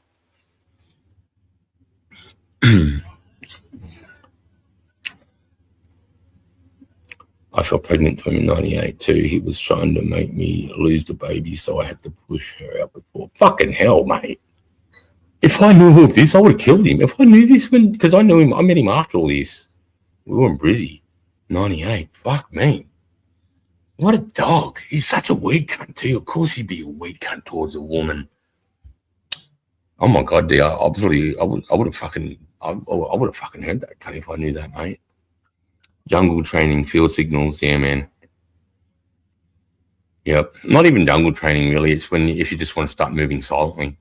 You can be in an urban environment. You can be in an open file, and, you know, in open ground. Field signals just means you want to bring the noise discipline down even more, you know.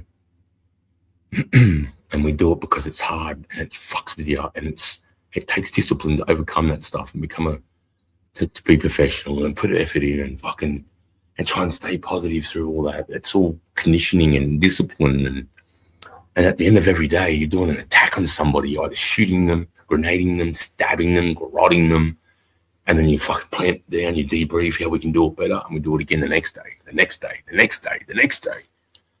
And we just perform and perfect the way we can, you know, deliver violence. I know I don't mind living in the ground. It's scary. It is hard at first. When you first live in your first OHP, because you see how much shit's on top of you, you think, fuck me, if this thing's clapped, I'm dead. By the time we try to dig you out of it, you're going to be suffocated because there'll be tons of dirt. But yeah, like living in the ground, the discipline of living in the ground is hard, man. And we're good at it. Well, we used to be. I mean, I used to practice it all the time. Every time we do training, I'd be like, we're digging in. They go, fuck, really? I'm like, we're digging in. And I'd make him dig everything in. Fuck off. $800. He can go fuck himself. Live in the ground, live like runs, dig a trench. Your videos from a few years ago. Yeah. Yeah, man. You live in the ground. I mean, you're hard to beat. The rats of Tobruk. You know why they're called the rats of Tobruk? Why the Germans called them the rats of Tobruk? Because they dug in like rats into the hill. And they embraced the hardship. They embraced the fucking what it's like to live in fucking underground, and there's water in the dirt, and they embraced that shit. You know what I mean? And the Germans, they repelled. The only people that could repel them. I mean, the English and the Yanks couldn't do it. Hence why they got the Australians in there. Get these crazy fucking. The Germans used to say we used to shriek like the Australians could be hearing shriek like murderous murderous animals or something like that. You can hear what was one of his generals? I think it was Rommel, because Rommel really he admired the Australian, the way we fought and defended. He really admired it. I think he's even known for saying a quote: "If I was to take hell, I would use the Australians to take hell, and I'd use the Maoris from New Zealand to keep it." Rommel actually said that, and he said, "If you give me 3 divisions of Australian infantry, I could take over the world." He said that.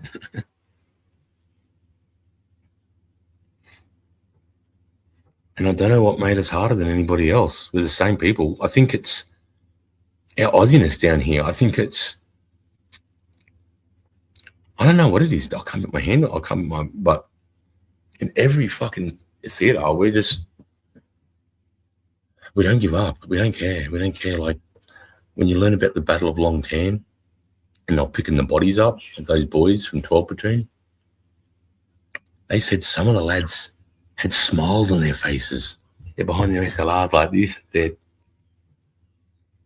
like they were all in it together, man. Like we're doing it, And obviously they were sharing a cool moment when those 2 dudes were killed, and they still had smiles on their faces in their firing position, man. Crazy. If your hands hurt, you're not digging enough. And that story, Sarge, you told when you walked 18 kilometers, oh, bro.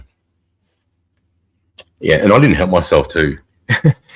I put myself through a lot of extra training that I didn't need to do that other people never went through. Like that story, if you know, I've had the 18 kilometer fucking stretcher carry I did with my bootlaces undone. I had to strap my feet for the next 6 weeks every day, mate. Otherwise, I would have never made it through that course. But at the time, I was like, this is what the fuck I'm going to do. But, I didn't realize how tough that was going to make me. Doing that physically too, and now I'm like, oh fuck, I can engage this really, not many civilians, unless you go to the gym or you grew up playing sports, have really pushed themselves out of their comfort zone when they get to adults. Like, when you start to walk up the stairs and you get that puffy breath, and then you just stop for a second, or you might be walking up a long set of stairs or up a hill and you just stop for a second to get that breath, like you just need a rest. That's because not feeling, because you're coming out of your comfort zone. Your heart rate's up, it's starting to get a bit. So the natural thing is to stop and take a breath. In the army, we try to be in that discomfort zone for as long as we can, and try to, embrace that suck, and doing things like that with my boots, everyone else did it with their hands tied up tight, and it was hard. And you got to remember, my foot's skinny, and every time my toes were just smashing into the front of my boots, man. And I was on the front corner of the stretcher too. And I've got my section commander in my ear saying, just quit. What are you doing? Are you trying to be a hero? I know. Your feet are fucked, mate. I know what's going on. What are you trying to be a hero for? He's just fucking pushing me more. At the time, I thought he hates me. He wants me out. He's doing everything he can to get me out. But he was just pushing me. I didn't realize it. Because now he's being negative. So I've got to push through a new thing now. The fact that I was doing it was enough. But now he's isolating me too and saying, why are you being so tough? These are the real tough cunts because they got their laces done up. Why are you trying to pretend to be? Like, being that little, like, you're shit. You're letting the team down, But it was just making me like, bro, the only way I'm going to stop is if I fucking pass out. It's the only way. I don't care what you say. And because he's like, the ambulance is right there, bro. Stop hurting yourself. And he started getting worried too. Towards the end, he's like, bro, okay, you can stop. And I was like, no, you fucking building me, bro. And he pushed me, that cunt. He pushed me. He hit me. My punishment's like, if I fuck something up, he'd write stuff on a tree in the morning and he'd change it every day. And if you fucked up to the tree and back, it was 5 Ks. It was like usually 2 to 3 Ks one way. And you'd have to run it with all your gear, full gear on, run it all the way back. Remember what the message was. Remember it on the way back and tell him. And if you fucked it up, you're back again. Or if you think he didn't change it and you remembered it from yesterday and you decided to go not all the way and turn around and come back and go to the sis and go, you little cunt, I've changed it. I know you didn't go to the tree. I remember if I was you, have a rest, have a nap, have a sleep. That's right. Fuck you. Yeah. And that's why I love jungle training, because it's just so torturous. Anything where you're so torturous that you need to gather fucking mental fucking ambiguous. You know, you've got to grab that mental alertness. You got to stop feeling sorry for yourself that you fucking don't have a sleeping bag and you're fucking sitting on the side of this fucking hill and it's fucking Christmas Day or whatever. And go, there's no one else in the world doing this right now on Christmas Day. There's no one else. They're all fucking partying and drinking, but I'm in the jungle craning. So if I'm here, I know they're drinking, and I'm gonna push me harder.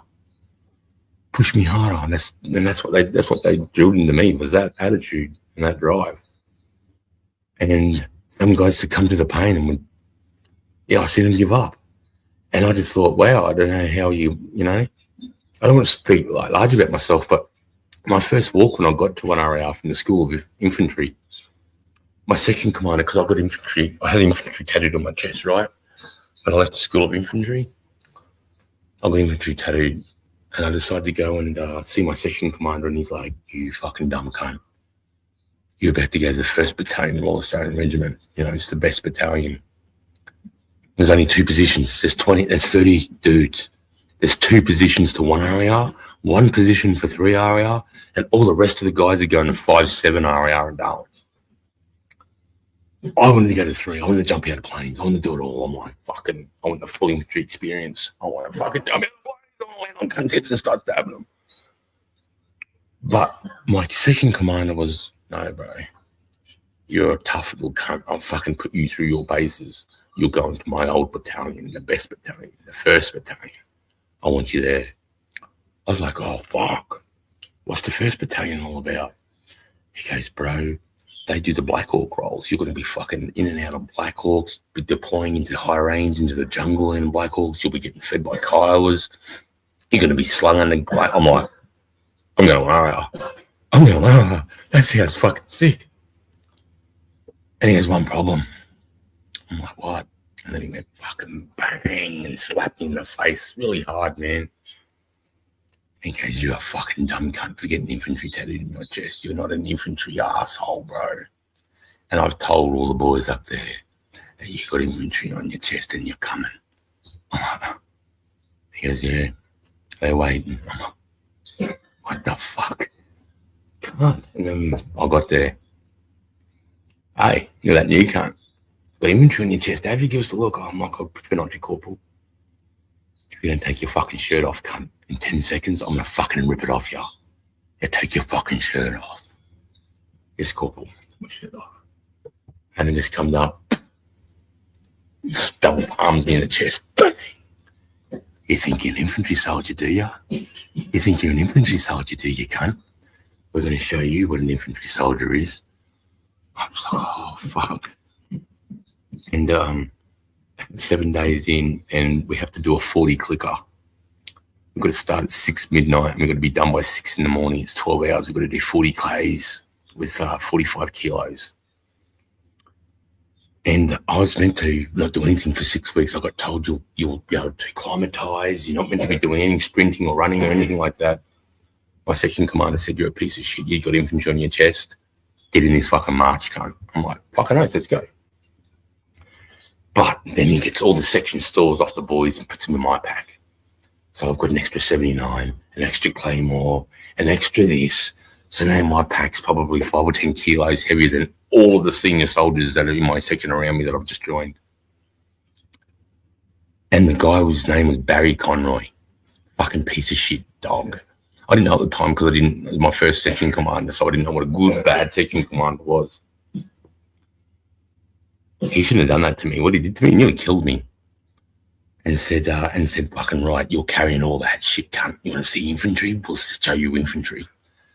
So now I'm marching with all this extra kit, and then you know what he does? We're about 200 meters into it, and he goes, "Running, change." I starts jogging. I'm like, holy fucking, it's hard for me. I've never used this weight before. I've never been in this environment. I've never been in this much pain. This is a whole new experience for me. I never had that much weight, and I was like, I can do this. I don't give a fuck. I could fucking do this, cunt. You know, I'm just as bad as any of you cunts. And then I had boys coming up. Badass. I had boys coming up to me in my ear going, sorry, bro, this is bullshit. And then walking off. And I was like, what's bullshit? You know, and they were like, you shouldn't be carrying all these section stores, bro. They should be divided by us all. You shouldn't be carrying them all. I'm carrying 9 men, like 9 men's worth of extra weapons all in my pack. That's Claymore 66s, rockets, fucking. So it's just put 10 kilos at least on my pack, bro. He just wanted to crush my shoulders and my traps. Because you start to get flat marks in your traps here. You start to get like a flat mark from your pack from my weights. And you want to see my tattoo? And I got Anzac on my lip. Anzac tattooed in my lip.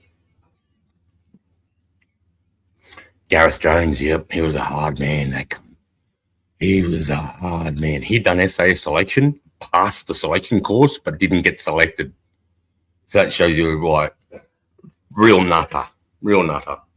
Can do all this shit SAS, but they decided not to pick you and you passed it. That means that you just a bit too loose for them. And so he got sent back to School of Infantry. And I'm glad I had him because he was outrageous. What he did, you could never do today. What he did to me as a soldier, you could never do to soldiers now. They would be fucking ringing up for bastardization. I mean, I got my fucking lip cut through my lip. He fucking punched me in my mouth. He hit me with broke a 66 across my back. He fucking tortured us, but I loved it. It was just making me into this fucking whatever. It's to do with this walk. So 200 meters in, and he goes running change. And I'm like, fuck. And I'm doing all right. I'm getting through it, but I'm not drinking, boys. I'm not drinking. I forgot to drink. And everyone else is drinking around me, but I'm just not drinking. And this is my first time in Townsville. So I've come from Singleton winter into Townsville tropics. I'm meant to be 6 weeks before I do anything physical, and it's 8 days, and I'm on a 40 clicker going hard running. And it's like Thursday night. It's like 8 o'clock at night. We've just been going for 2 hours. And I found a groove. I found it. I hit it. And I was like, no way. Because I was thinking my fucking boots, you know, just prepared me all for this. You know what I mean? This is nothing. And it was hard. It was everything. But I was just like, I'm trying to show all the dudes around me, like, I'm not a weak cunt, you know, because I'm the new guy. So I'm going through that 40, you know. Who is this guy? Is he a fucking muppet, piece of shit? You know, they're starting to test me. And rightly so, you have to, because you need to know who you're dealing with. And then I remember seeing the asylum and the boys going, fuck, man, you're going to make it. We're going to make it. Well done. And even my section commander was like, he was like, didn't want to, but he's like, you're doing all right. And then I remember just feeling really drunk. I just remember feeling like I just stood up off the bar stool and all this alcohol hit me, and I just had a really heavy leg. And I just remember like stumbling and being uncoordinated, and then that's it. And then I woke up on the track, or did I wake up in the back of a car? I can't remember. I can't remember when I woke up, but I woke up with all my clothes cut off me. No, I woke up in hospital. That's right. I woke up in hospital because I went through. I went through heat exhaustion, and I was starting to go into heat stroke. And heat stroke is really hard because once that sets off, it's like a timer that you can't come back from. Your brain gets too hot and it cooks itself. And heat exhaustion into heat stroke means now I have no more moisture now. My body stopped sweating about an hour ago, and now my skin just felt clammy. But it was weird because there's no perspiration. I literally perspired all the water I had, and I hadn't replaced any of it, and just went bang, and woke up, and my sergeant and my lieutenant, and I'm like, what the fuck? Like, you know, and then all of a sudden I just woke up in hospital, and I was walking a minute ago, and they're like, bro, you did, because I went straight away, oh no, I fucked it. And they're like, no, man, everyone loves you. You walked till you fucking look at your nose. It's all busted. You know, you just button in. You walked till you fucking butted in for those lads. I said, fuck, I felt like I was getting drunk. And I said, what's wrong with my legs? My ankles were all bandaged up and fucking had the butterfly stitches. And he goes, the boys got overzealous when they were cutting your boots off or when they were cutting your laces off, right? They cut in the ankles a bit. Because that's the first thing when someone goes down with the heat exhaustion is to rip off all their clothes and start tipping water all over them. And they're just tipping all their water bottle over me. I don't remember any of it. I just woke up after 7 bags. I think he said they put 7 or 8 bags into me, and I got unconscious, and I was just like, wow, you did a real good job. And I was like, still, even though I was saying that, I thought they were just making me feel good, and I just felt like I let everybody down. I felt like, fuck, it's just going to be me. I'm always going to be the hardest route, and never going to always let everyone down, you know. And yeah, that Barry Connolly was a fucking piece of shit. I found out, after working under him. But I had that lance joy of Robert Langdon that I was telling you about. He killed that guy in Kabul. He was my lance jacket, and he was way tougher than, and I was learning more of him, you know. But the role of the infantry to seek out and to kill the enemy, to capture them, to seize the whole ground, to repel attack by day or night, regardless of season, weather, or terrain. That's the role of the infantry right there, bro.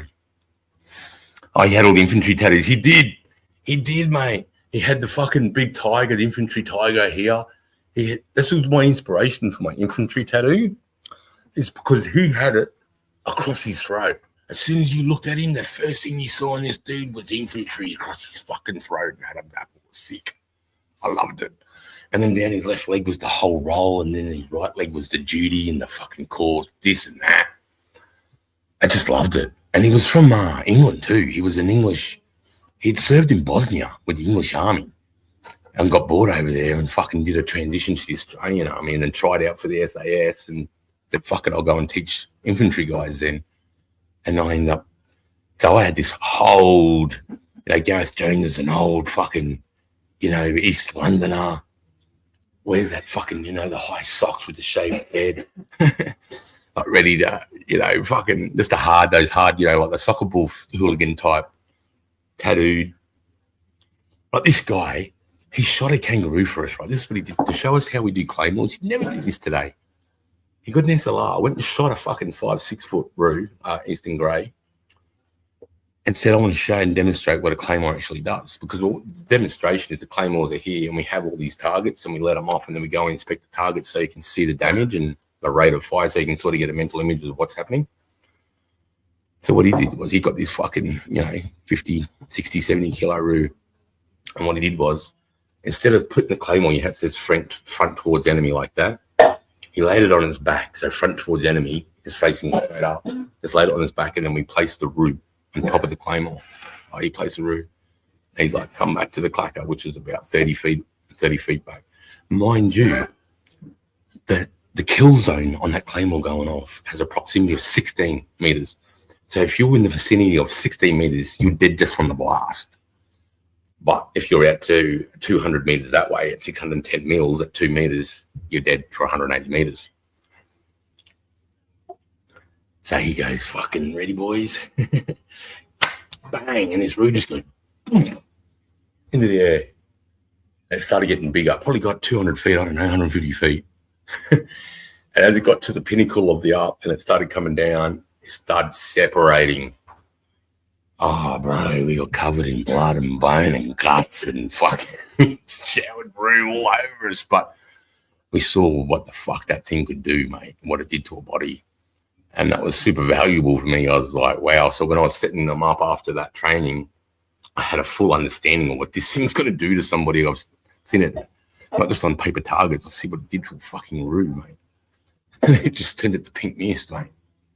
But kept it solid. It was weird. It went through it and then separated on the way down. It was a weird thing, man.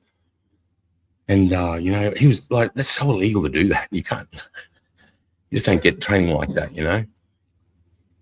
Wow, it passed midnight there and you make me want to drink. They cut all my clothes off after both my rollover and bike crash. See this, mate. If this is not fixed by next week, what does that mean? What does that mean if this is not fixed by? I don't care about the time. I'm not on nobody's time. No time is nothing to me. I'm in my own space and time, bro. See this, mate? If this is not fixed by next week, what is that? I don't understand.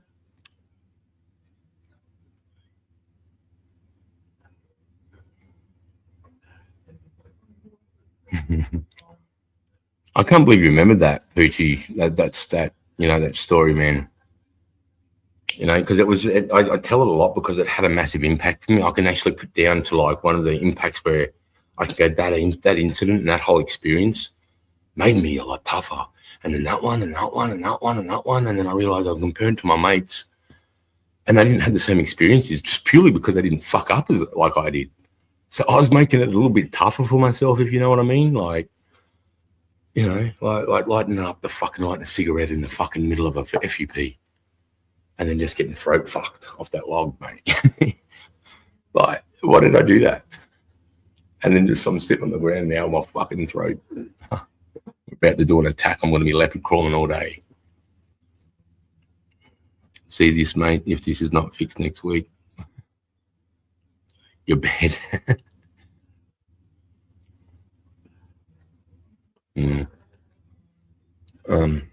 But yeah, that's the little thing we're wearing in Bougainville, bro. That was weird, you know. Bougainville, I didn't find out about September 11, 2001, like the Twin Towers, and for a week, because I left the airport when it happened. It happened 9 o'clock in New York, but it was about 10 o'clock Townsville time. And I just got on a C-130 and we're 6 hours in the air to fucking Bougainville. And then when we landed, there's no communication. There was no communication from Bougainville back to, I mean, there must have been some sort of situation reports or something, but I mean, I don't know what it was like. I was only a digger, so I don't really know the common side of it back then. And I remember we didn't find out until 7 days until a Navy patrol ship came in to do a resupply for all our supplies. And they brought in a bunch of like Sydney Morning Herald, Melbourne, you know, the Brisbane Chronicle, Toowoomba Chronicle, all papers. And all on the front page was the Twin Towers burning and fucking like, and we're like, what the fuck? And they're like, bro, I think we're going to war, some fucking terrorist shit or something. I'm like, what? Yeah, he goes, there's talk of us fucking going to war. I'm like, war? Yeah, like, to like where the terrorists are. I'm like, where the fuck are the terrorists? Because I didn't have, you know, we're in Bougainville, bro. I didn't know what the fuck was going on. And then, you know, I didn't get the first time I watched it live was like 2 months after. Because we never had a video or any footage of it in Bougainville, bro. You know, obviously I'm in a little, like, deployment setup was pretty limited shit. You know, just hiding shit. And, yeah, and it wasn't until I got back home, like 3 months later, and watched the footage of it all, I went, send us all, fuck these cunts. Now they're fucking, you know, you're flying into fucking innocent town, you know, and it's you know, the World Trade Center too, you know, where the World Trade is, it's a statement, bro. I mean, it was one of the most single massive recruitments for the US Army. The patriotism that it fucking brought them. And for us, I mean, I don't remember people joining up but I remember when I found out, I was like, fucking oath. They were making me an example. That's right, mate. They were. And I just happened to be that guy. But in the end, it was bad. But it was making me tougher and tougher. And I think it gave me an edge over some of my peers. Like I said, I could find jungle. I understood the tournament, but I didn't understand why these guys were suffering as much as they did. And they were being there longer and been doing it longer than me. And then I started to think over time as I started getting a bit, you know, infantry IQ, fighting IQ, that, fuck, I think through fault of my own, I've actually made my training a lot more robust and, you know, made me a lot more tougher and made me a lot more handling, like I can be in my discomfort zone. I can be running flat out with my heart in my throat, dry reaching nearly, and still maintain that run. You know, because I know I can, because I've had to and I've done it, and you just got to keep doing it. And I feel like you're going to die, but you don't. You don't. And sometimes even it might go away and you get like a second wind if you're lucky. But I used to like doing that because I'm thinking one day this could be me in Afghanistan, bro. And you don't want to be doing this for the first time in Afghan with people chasing you. You know what I mean? You want to be, because I've done it a million times. You know. I remember Sarge. Yeah, it was awesome, bro. And then I just happened to get picked. I was the only army guy, mate. Out of all my dudes that they said, you're gonna Iraq, Chris. I was like, what? They're like, yep. Oh no, that's right, because I was in Bougainville 2001, and then 2002 I did Chogam, right? When the Queen came in 2002, the Chief Heads of Commonwealth Government or something like that. and it was on the Sunshine Coast. And we took over a building opposite the Sunshine Coast Maroochydore Airport. We kicked everybody out of the whole building. It was like a fucking 20-story building, like hotel with restaurant. We just kicked everybody out and just took the whole fucking building over. And I got to work with federal police there and saw what type of devices they can use to get intelligence. Holy shit. This is 2002. The runway was about 600 meters direct side of sight. And when a plane would pull up and that stair would come down and the people would walk down the stairs, the feds had this direct finder.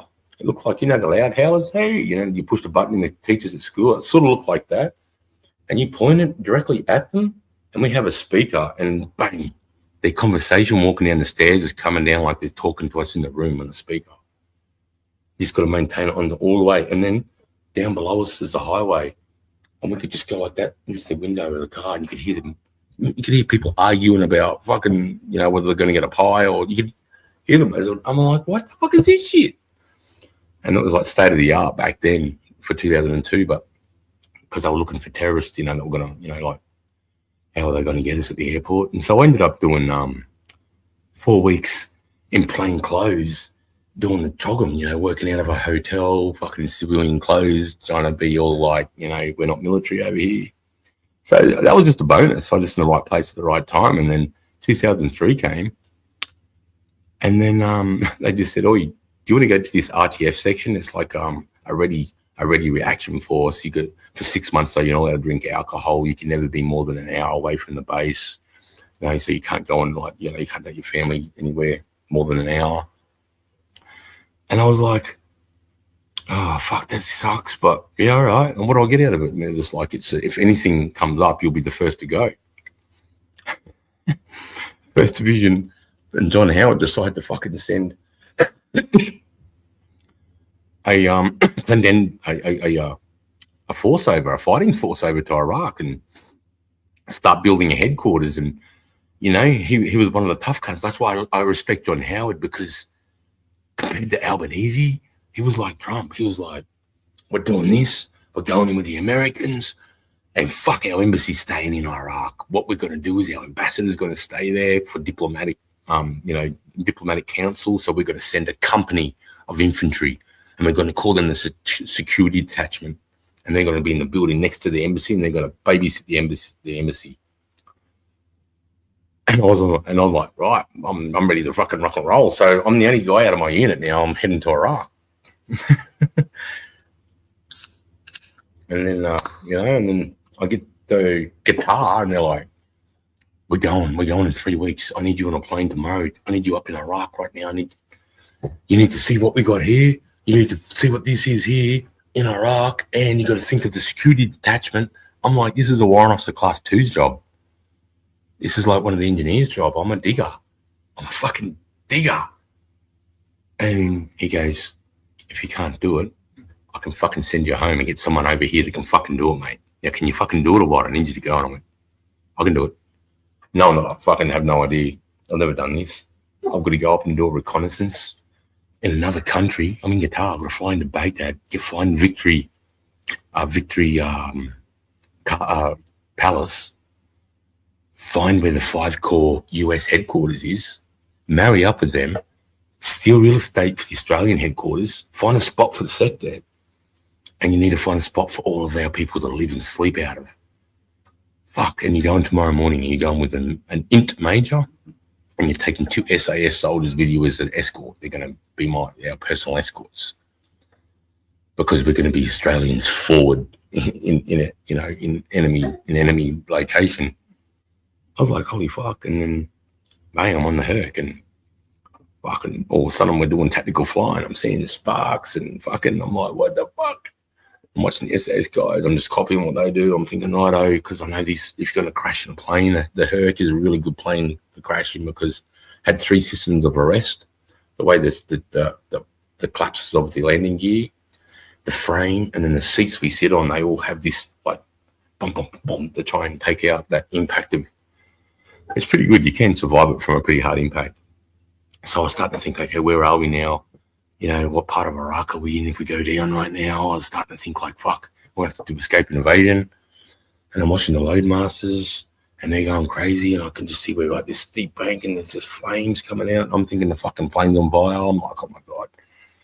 And then it stops, and then we drop, just below, like, it felt like treetop level, and just legging it. And then all of a sudden we came in like this, and then we went and just dropped into the airport. And we're like, what the fuck was that all about? And it said fucking we had surface to air missiles. We had lock onto us, so they were doing heat flare fucking distraction or doing what they had to do their defense. And so that's my first thing into Iraq is that.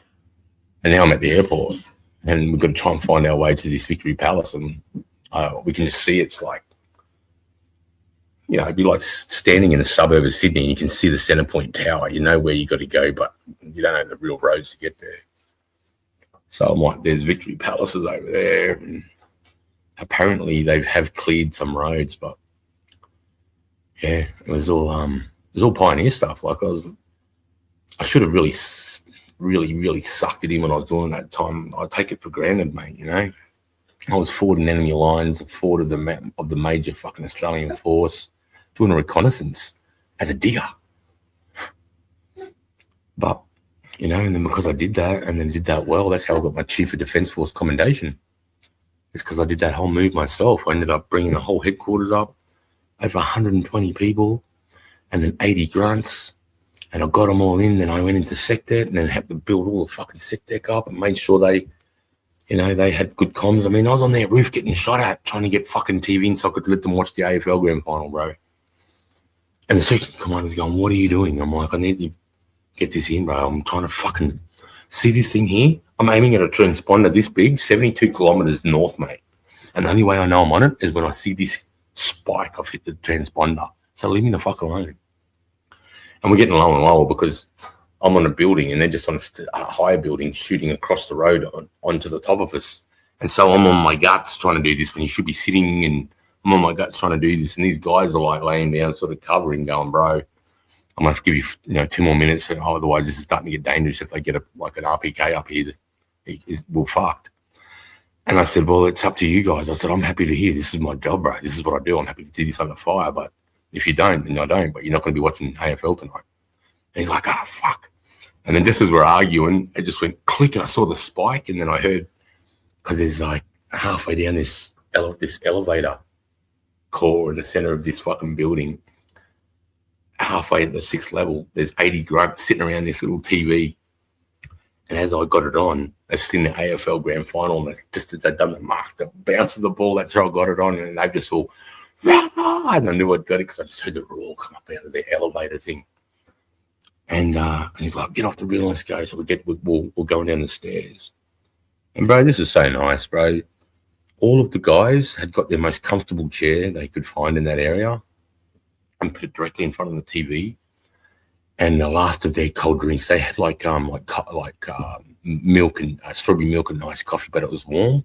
And they had like maybe 6 or 7 drinks that were just really cold, and they just had them sitting on the chair.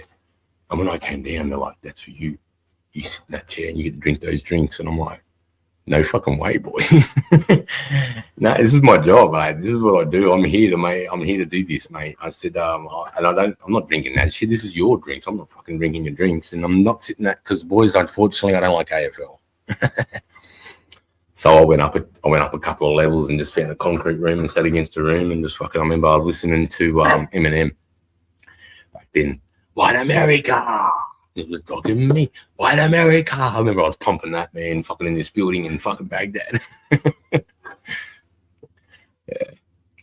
And yeah, it was cool. And I stayed up there and then left in the morning, mate. And they were pretty happy. I was just lucky with my career. Or unlucky, some people say. You went too many times. Some guys just tried anything to get once. And I got Bougainville, Iraq, 2 tours of Afghan, man. I got really lucky. Or unlucky, but I think lucky because that's all I ever wanted to do was I just want to go to war. I mean, when you're a soldier, it's the only place you're doing your job for real. Everything else is pretend. But it's to a high level, but it's nothing like being inserted into an area where my skill sets now against their skill sets, you know, and the way I operate and do all of our SAPs and all that training now.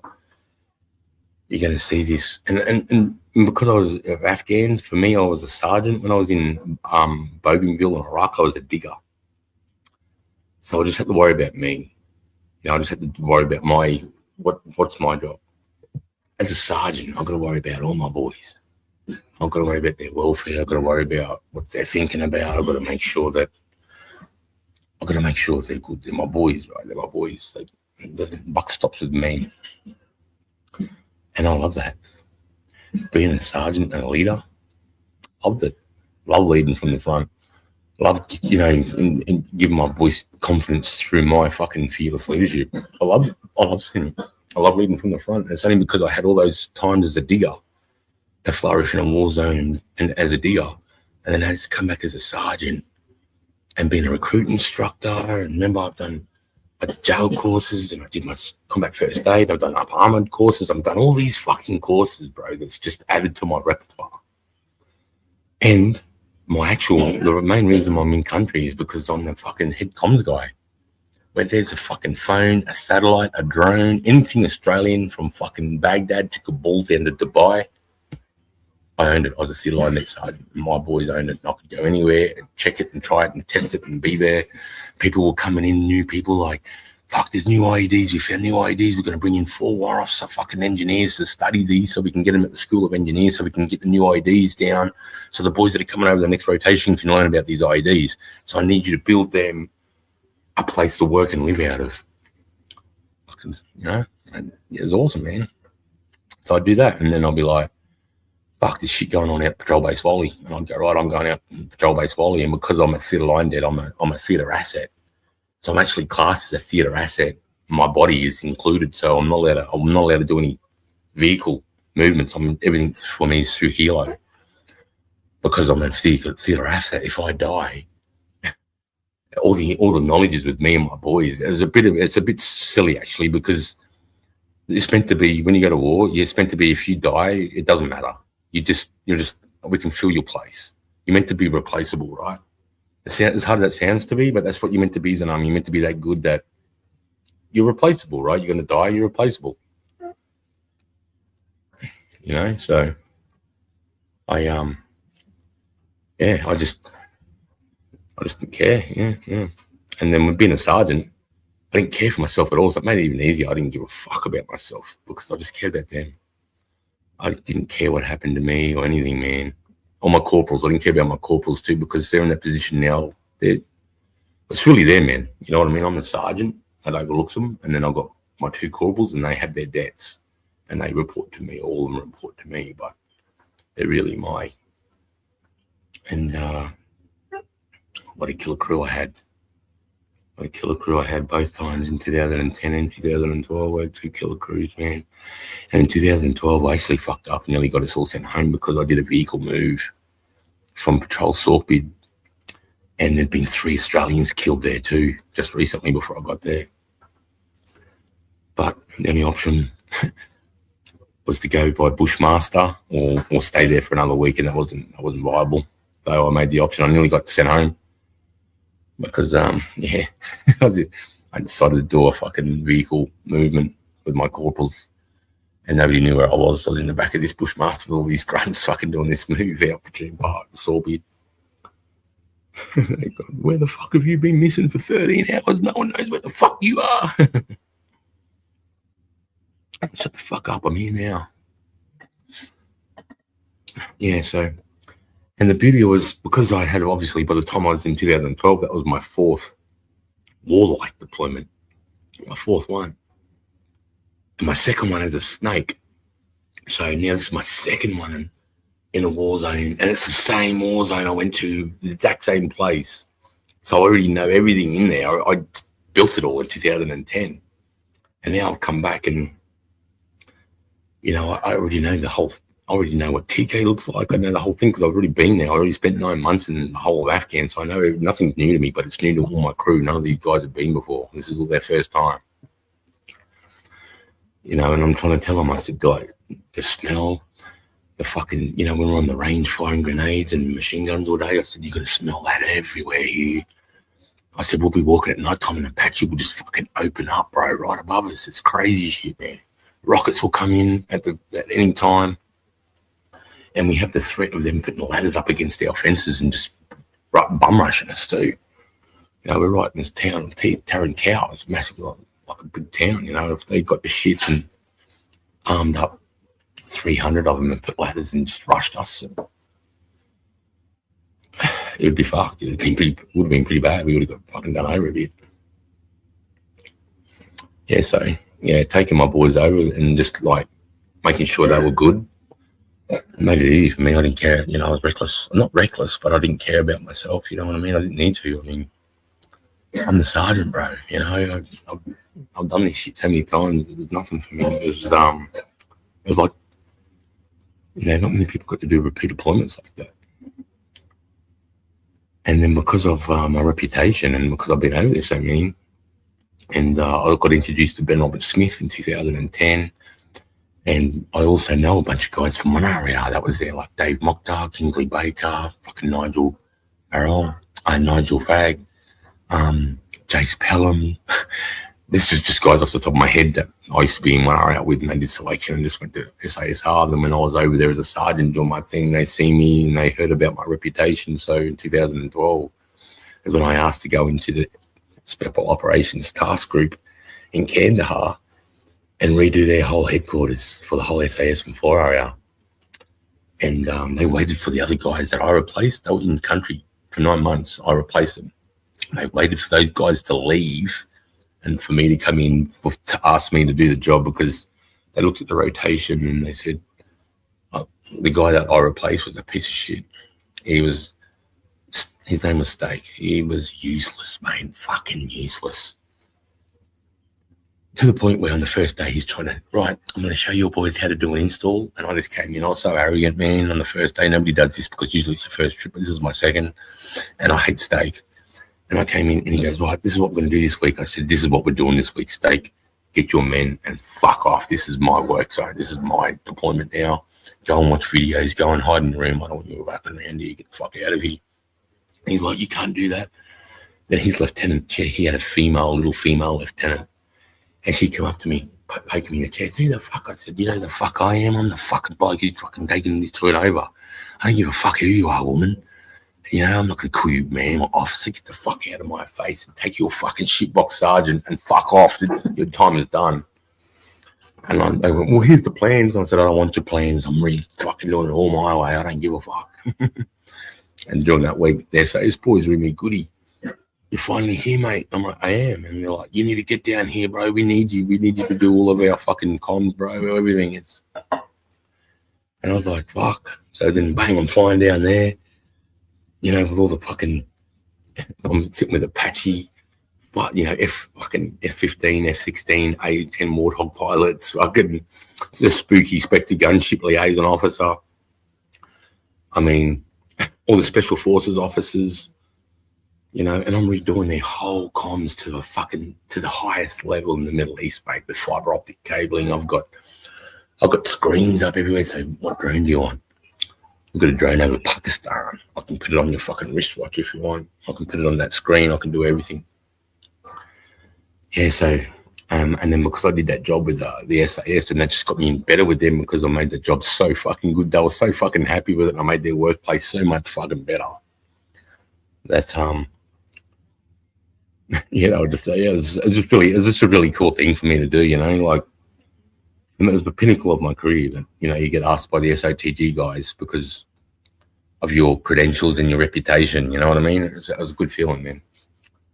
It was like all that suck as a digger. I'll get to sergeant and I'm fucking bang, bang, bang.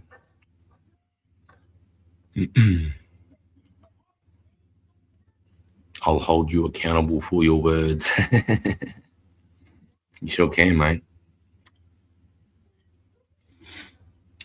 I was one of the most passionate guys when it comes to infantry minor tactics, bro. The guys hated me. When we had to go out and do fucking infantry shit, they hated me. Because I'd do the fucking worst shit. I'd make them dig fully in. Every other sergeant would make them dig them shell scrapes, you know, just to your shins deep. I'd make them dig fighting bays. And to dig a fighting bay, you got to dig it to the top button of the tallest man in your pit. So if your tallest man's 6'2", you got to dig the pit to his top button. So when he's standing in the pit, the level of dirt is at his top button. So you can imagine how deep that hole is, and it's got to fit 3 people in it fighting. So that's digging for 30 hours straight up, no rest. Just bang, bang, bang. You don't stop until those pits are down. And you just rotate through, bang, bang, bang, bang. No one rests, no one stops, no one does nothing until the pits are in. And I'd do it. I'd make them do it every time. And they fucking hated it, bro. But I just know, because I was listening to what was going on in the reports. I'm like, because when I was a recruit instructor, like, when are we going to fix bayonets? It's such a World War I thing. And I'm like, fuck you and your World War I thing. I'm going to give you a lesson right now. I said, in World War I, we fixed bayonets. In World War II, we fixed bayonets. In Korea, we fixed bayonets. In Vietnam, we fixed bayonets. In Somalia, we fixed bayonets. And fucking 1 hour in 2006 in Afghanistan was in the Wadi and weren't too sure if their ammunition was going to run out, so they fixed bayonets. So shut the fuck up about bayonet fighting. And, you know, I actually seen that and fixing bayonets in Afghan. That was a cool, symbolic thing to do. You know, they changed the whole fighting system in the Australian Army because of BRS. What do you mean, boxing? They banned it for a bit. Oh, thanks for going live, Chris. You know we all love your chats, mate. Cheers, man. It's been a while too, and I've just been fucking under it. Like I said, that one of the diggers that I took over in 2012 is now being charged for threatening to chop off Albanese's head with an axe. Bert, A10 Warthog, bro. I tell you what, mate, when you see that thing live firing, man, they actually see this when it fires, how it slows the plane down, like the recoil slows the plane down so much. It's crazy, man. And the impact too, the impact of the rounds and the bar, it's just so, it goes through your chest. And every time I saw or heard that, I was just thinking, fuck me, you don't want to be standing on the fucking end of those things landing, bro. Holy shit. Intimidating. But, you know, in the mountains, the Taliban were good.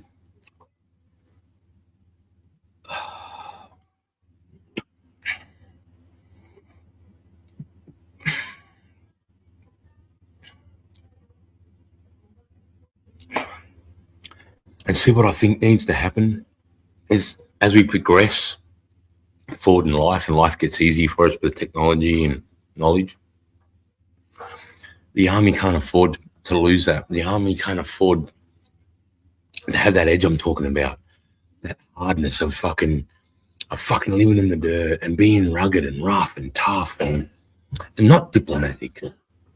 Diplomatic to the point where we know our rules of engagement and our laws of armed conflict, and we'd never put ourselves or an Australian, you know, I'd never fucking put the Australian flag and risk it at me, you know, killing an innocent person or anything like that. I fucking hold myself too professional and hold my state of my country too much to fucking let my country down like that, even think about something like that. But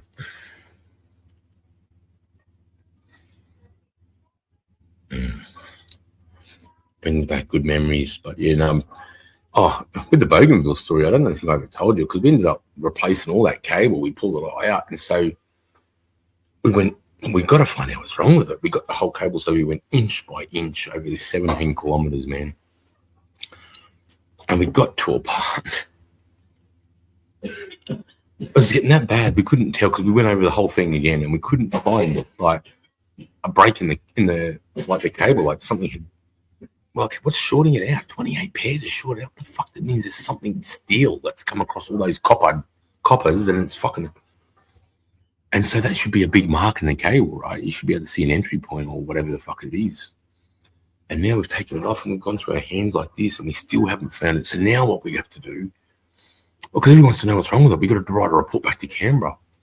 So now what we have to do, we cut it with diagonal cutters every half an inch and spray it, cut it, spray it, cut it, spray it. And we got in, I don't know, 6 or 7 kilometers, man. Second or third day doing this really tedious work. And my mate Crawford cuts it and sprays, and as he sprays this one, we see the arrowhead fucking fused. This perfectly tiny arrowhead, the width of the cable, had fused 28 coppers, had fused, sorted them all out, except for 2 working coppers for 2 phones. But where the arrowhead entered was so tiny that the entry point was like it didn't even run. Was a rough part on our thumb when we were checking it. It wasn't until we cut it and split it and you saw the little entry point and then you saw the arrowhead fused all the shore. Now this cable is 50 meters in the air and the bird they were shooting off it is like a little finch, like about this big. So it shows you how accurate they are. It's 50 meters with this bow like this. And he obviously, where the bird was, he must have missed it and hit it and hit the sheath of the cable. So that little arrowhead fucked us over for fucking months. Your mate would say, have a go, cunt. Yeah, fucking oath, have a go, cunt. Because having a go, the only thing that's going to happen is what? Failure? What? If you have a go, what's the worst thing that can happen? You don't make what you're having a go at. You don't do it. I can give it a go, gun. Or shoots 200 rounds a second, 30 millimeter rounds. They're actually the size of Red Bull cans. So like, that's how big the rounds are. This is one of those little ones, but a Red Bull can, they're a bit taller. Those rounds are the size of Red Bull cans. Fucking, it's crazy. They built that whole plane around that gun, like, because it puts that much recoil on the plane that if it was anywhere else, it would tear the plane apart. So it had to be dead center of the pendulum of the plane. So they had to offset the landing gear and everything. It cost millions of dollars to do all that. But I'll tell you what was one of the most specialist things to watch was Spooky, the Spectre gunship. That thing's, because you can hear it, but it's sitting at 14,000 feet in this steep bank because it's got to keep its wing down because the guns are sticking out the doors here. So it's sort of, doing this over there, 14,000 feet. And, because every plane in Afghan in the military, it's cool because as a civilian, you see people spin out for the first time when they see at night time and you hear all these planes and choppers over you and you can't see anything. In civilian, you're used to seeing look for the flashing lights of the plane or the chopper or whatever. It's complete opposite in a war zone, as you can imagine. It's complete blackout. To the point where on the first day you come to TK and you go to the mess and you stay too long and you leave at nighttime, you're fucked. Which happened to me the first time. You're fucked because you think you can't turn a torch on. Because you're in a bowl. Where we are in TK is like a bowl. You got the Chora Valley, the Suktok Valley or whatever the fuck it was. But it was 3 big mountains and it sort of come in. That's why we call it the Taranko Bowl. So they could just fucking shoot. They could just shoot in like from over the bowl, into the mountains. Up from the mountains straight into us like easy targets. But yeah, the first time you see Spooky and he's just up there, that hum of the C-130, man, you can't see it. And I know there's I think it's a 155 artillery cannon and a 105 artillery cannon and a 40 mil grenade launcher.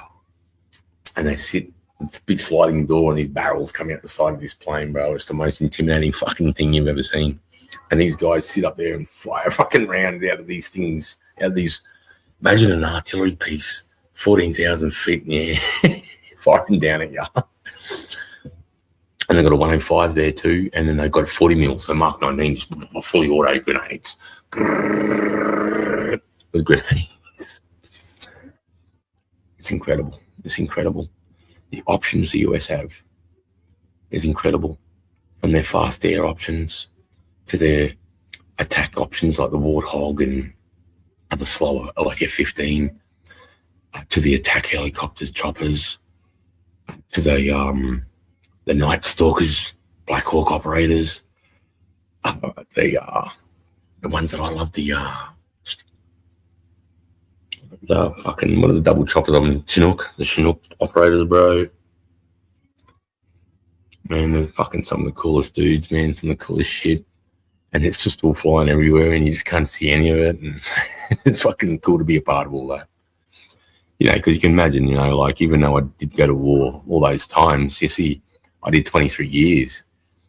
You know, if you work out my deployments altogether, even in that 22 years, it's only going to be probably 3 or 4 years. So it's like 17 years of training every day.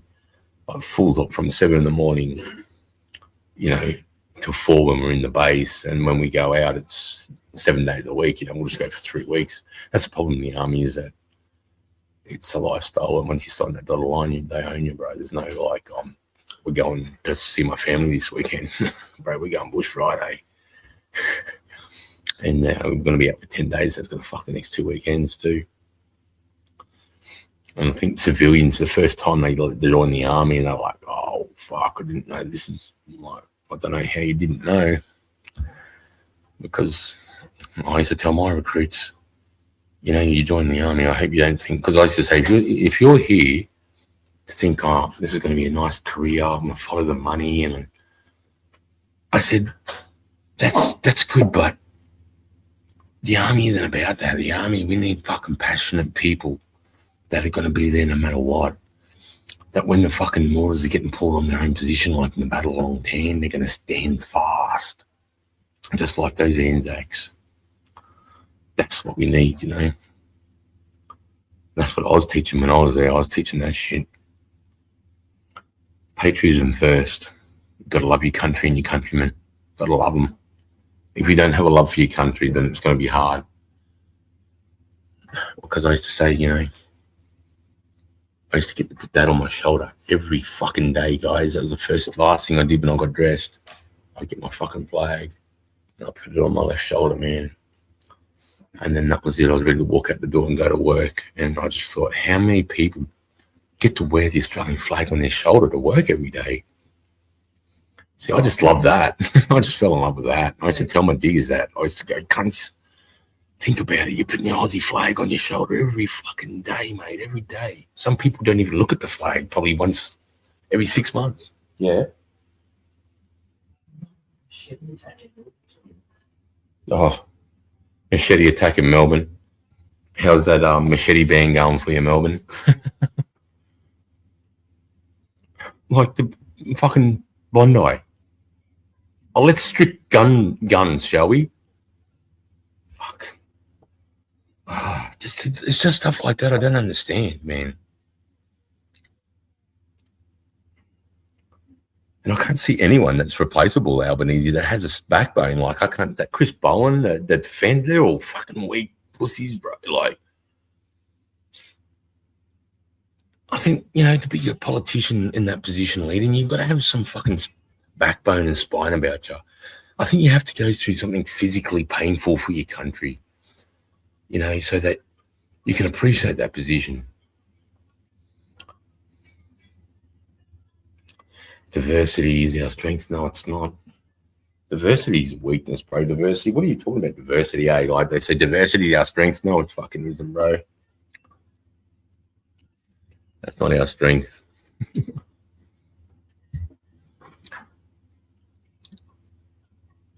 But I mean, with the height of this RS thing, I mean, you think, right, we need to make a good call here, right? Because I mean, the optics aren't good.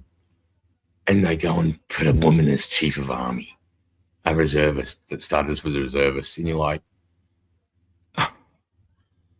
who do you really need to recruit? Let's be real, people. Who do you really need to recruit the army? Men or women? Men or women? Men. War's a men's game, not a woman's game. Why the fuck would you put a woman in charge? Why? I don't understand why. Unless you're trying to sabotage it, unless you like, and then say we're going to try and bring. Oh, women are only 22% of the army. We're going to bring that up to 25, and we're going to open up combat roles again.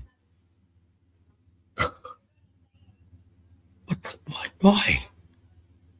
I'm telling you now, I don't care how big the chick is. She can't pull me if I get my leg blown off. She's not pulling me to no fucking vehicle, bro. I could barely do it to my diggers. And I'm doing it with with passion and adrenaline. That chick ain't doing it, bro. And that's what I worry about, the practical things. At the end of the day, you're a soldier. But when you're fighting and you're in the front lines and you're in the pits and stuff, it all matters. Hygiene matters. I need strength, and having a female there's a weak link. And you hear that chick saying to that Andrew Hasty today, that female reporter, so what are you trying to say, that women aren't strong enough? He should have just said, yeah, that's for what we're testing, yeah. That's right. I don't think a female can pull out the same, like her partner and male body weight. I just don't think so. I mean, for us to do PT straight away, I've got to jump over a 6-foot wall. Chicks have a 4-foot wall with a ramp. You know what I mean? So you're going to put this chick in with me, and we're doing the Rod Dom's jump. I'm doing a 6-foot gate vault where I've got to hurl my body and my weapon over. I look at the chick run up a ramp 2 feet, and then she just got to pop over a 4-foot wall. While all of us dudes got to jump over a 6-foot wall. It's just like that. So straight away, my training is already higher than her. Because what if we hit a 6-foot wall? She's not going to have no ramp to put in front of it. She's only practiced running up a ramp and then jumping over it. You know what I mean? We're setting ourselves up for failure. And then how many chicks would it take to drag me out? 3? But it's just going to take one dude. If it depends on the injury, but like I'll throw you on my shoulder. And I used to do that with my boys. We'd fucking get us with all our gear, our weight, full ammunition and water. And I'd fucking put our boys in the fireman carry, and I'd get us on the fucking rugby oval, and I'd just do 100-meter runs backwards and forwards until they were throwing up. But then every single body knew what it was like to carry their mate hundreds of meters under that. When you want to throw up because your lungs are fucking burning and your mate's sticking into you, and it's hard. But again, that infantry mentality, do you want to be experienced this the first time in a war zone, or do you want this to be an old experience that you're comfortable with? And that's how you want to be everything, if you can. That's what I got taught, and that's what I got passed on. And I just hope the standard doesn't drop, but putting a woman in charge at the start, it's not good, because she's going to ally her mates, the women, and then they're going to get in positions where they can write army legislation, and they're going to lower the standards. They'll lower the combat standards for women to be able to make it into combat roles. I can see it. And I don't know why we just say no. There's no role for a woman in the combat. There's none. There's plenty of other roles in the hospital, transport, SIG, intelligence. In fact, the good nurses, women, are the best in hospitals, bro, because they have that nurturing, fucking caring DNA in them, where they want to nurture and care, because that motherly instinct, it comes out in them. And putting a woman into a frontline or a combat environment, I'm telling you right now, you're going to take some of those guys head off their mission and what their role is in that particular section now, because they're going to be looking over at her. Because we all know she can't do the 6-foot gate. All the standards are different for her. They're all the same for us, but for her. See, I don't know how she gets a female feel comfortable coming into that, knowing that she's got to physically know,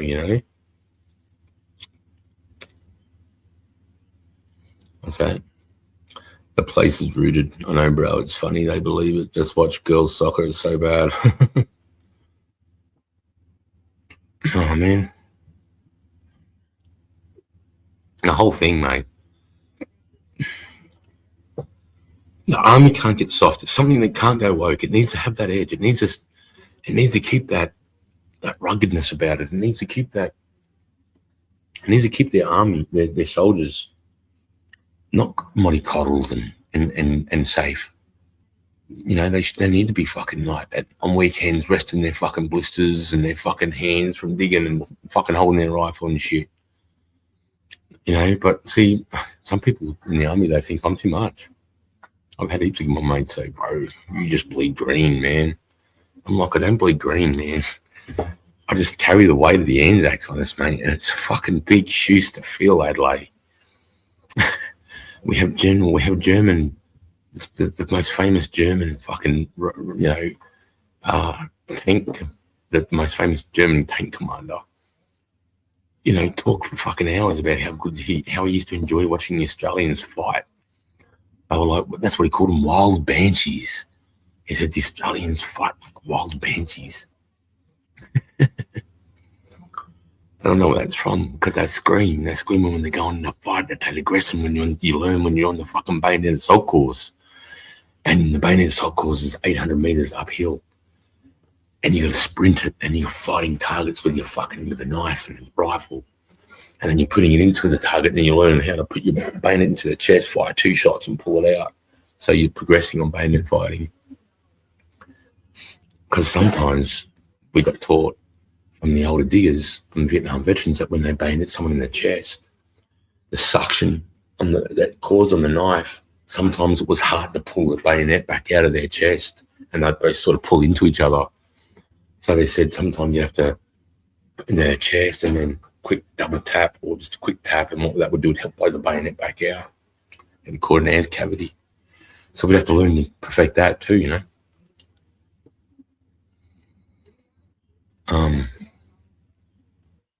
Yeah, fuck.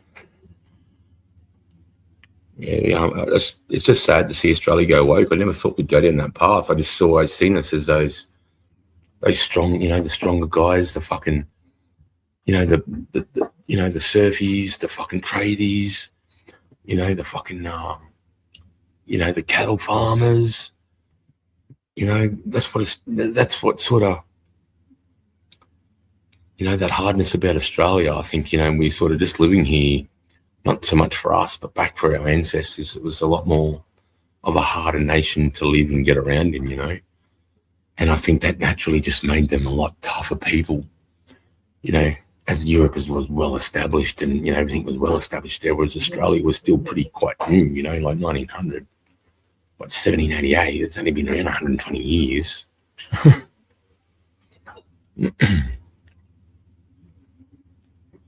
And then when we go into battle, we pull the tides. There's one thing that we have that I'd say, which other armies will find it offensive because it's a big thing, is that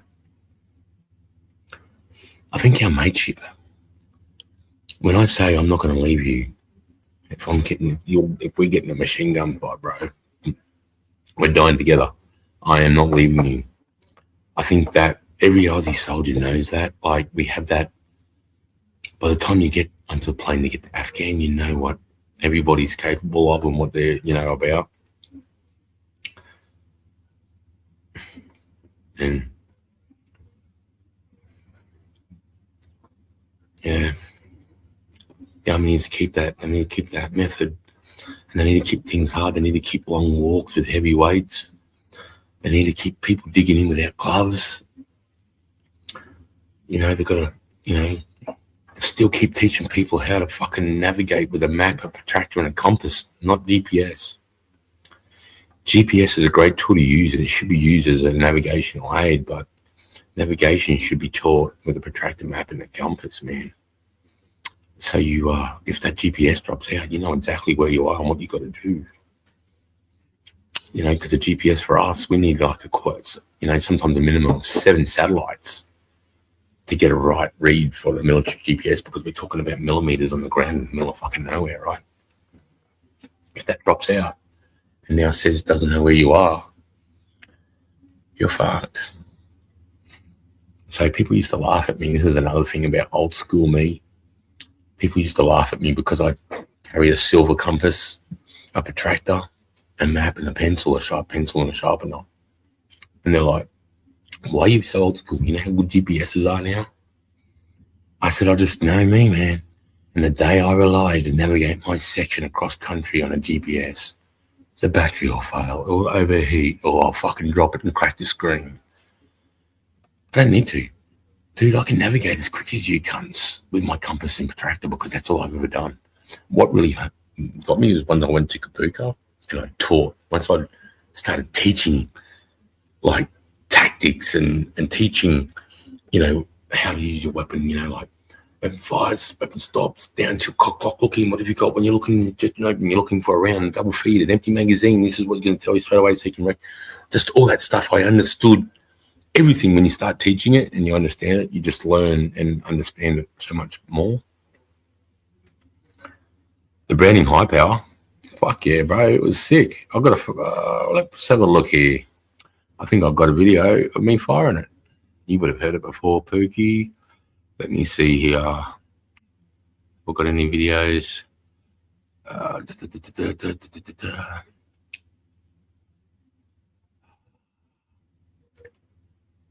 No, they're overlays. Where the video clips? Here we go.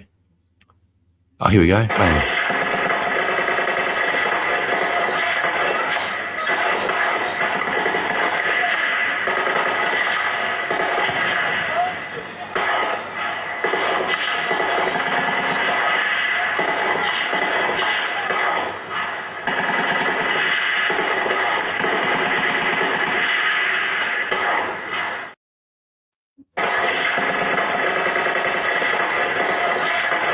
So let me just how do I pause it? Oh, that doesn't pause it, it just takes it away. So what I'm actually doing there is we're test firing our weapons before we leave the fob. So what you want to do is, this is just another thing that we do as Australians. Some people say it's over the top, but for me, I think it, you know, for me, it proves my weapon, and I like that, and it's what I was taught. So we're going to leave Tarrant out, whether we're going on a chopper vehicle, we're just leaving the fob and we're going to another fob. We've got to test fire our weapons so that I know now that when I go to pull that trigger, it's all good to go because I've test fired it, right? And that's what we're doing there. I was just test firing my 9mm, just putting some rounds through it, just fucking making sure it's all good. And I was firing at a red bucket at 100 meters. I was hitting there. It was 100 meters I'm firing at there.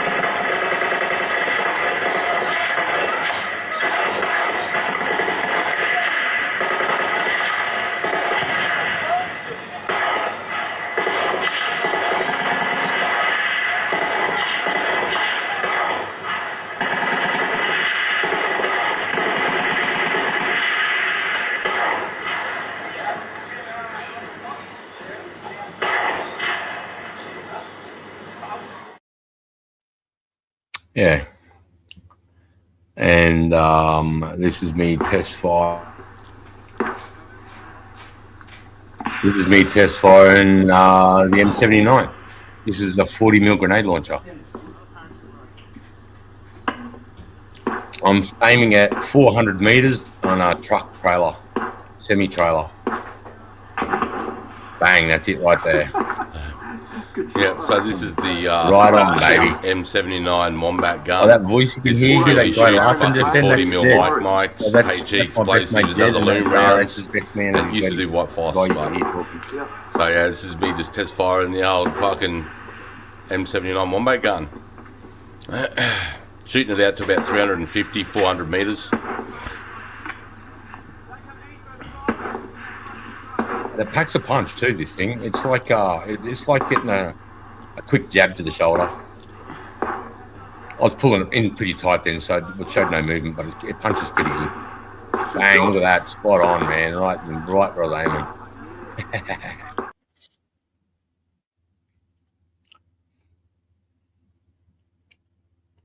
What other videos are there?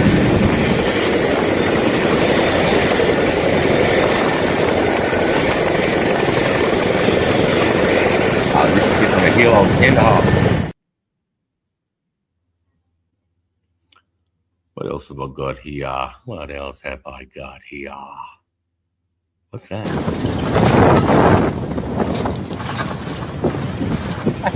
This is how javelin, boys. Watch javelin. Yeah. Fucking dogs. Yeah, that wiped the fucking smile off your face, didn't it, cunt?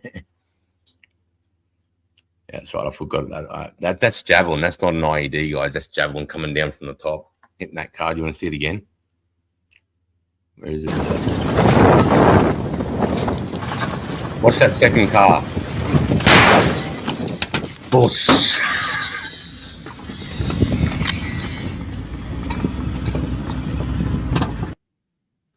You're like, oh fuck! I just loved fucking Ahmed. What's this? that. What's this? This is Mel out the back with a bow.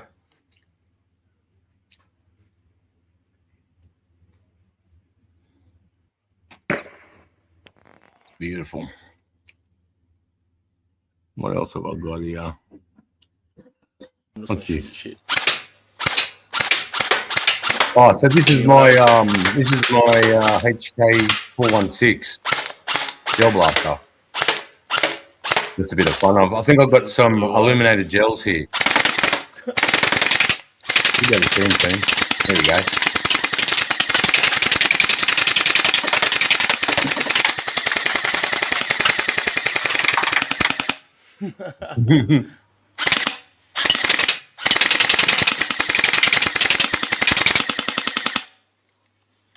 That worked pretty well, I think. Yeah, that's cool. What else have we got down here? That's it. And I've just got a bunch of cool photos. Oh, that's a rare one. This is the Dutch guys going out before they pulled out. These dudes died, those guys in that front car, man. They died that day. But, yeah. What else we got here? There you go. That's me transferring from Kandahar to one of the fobs.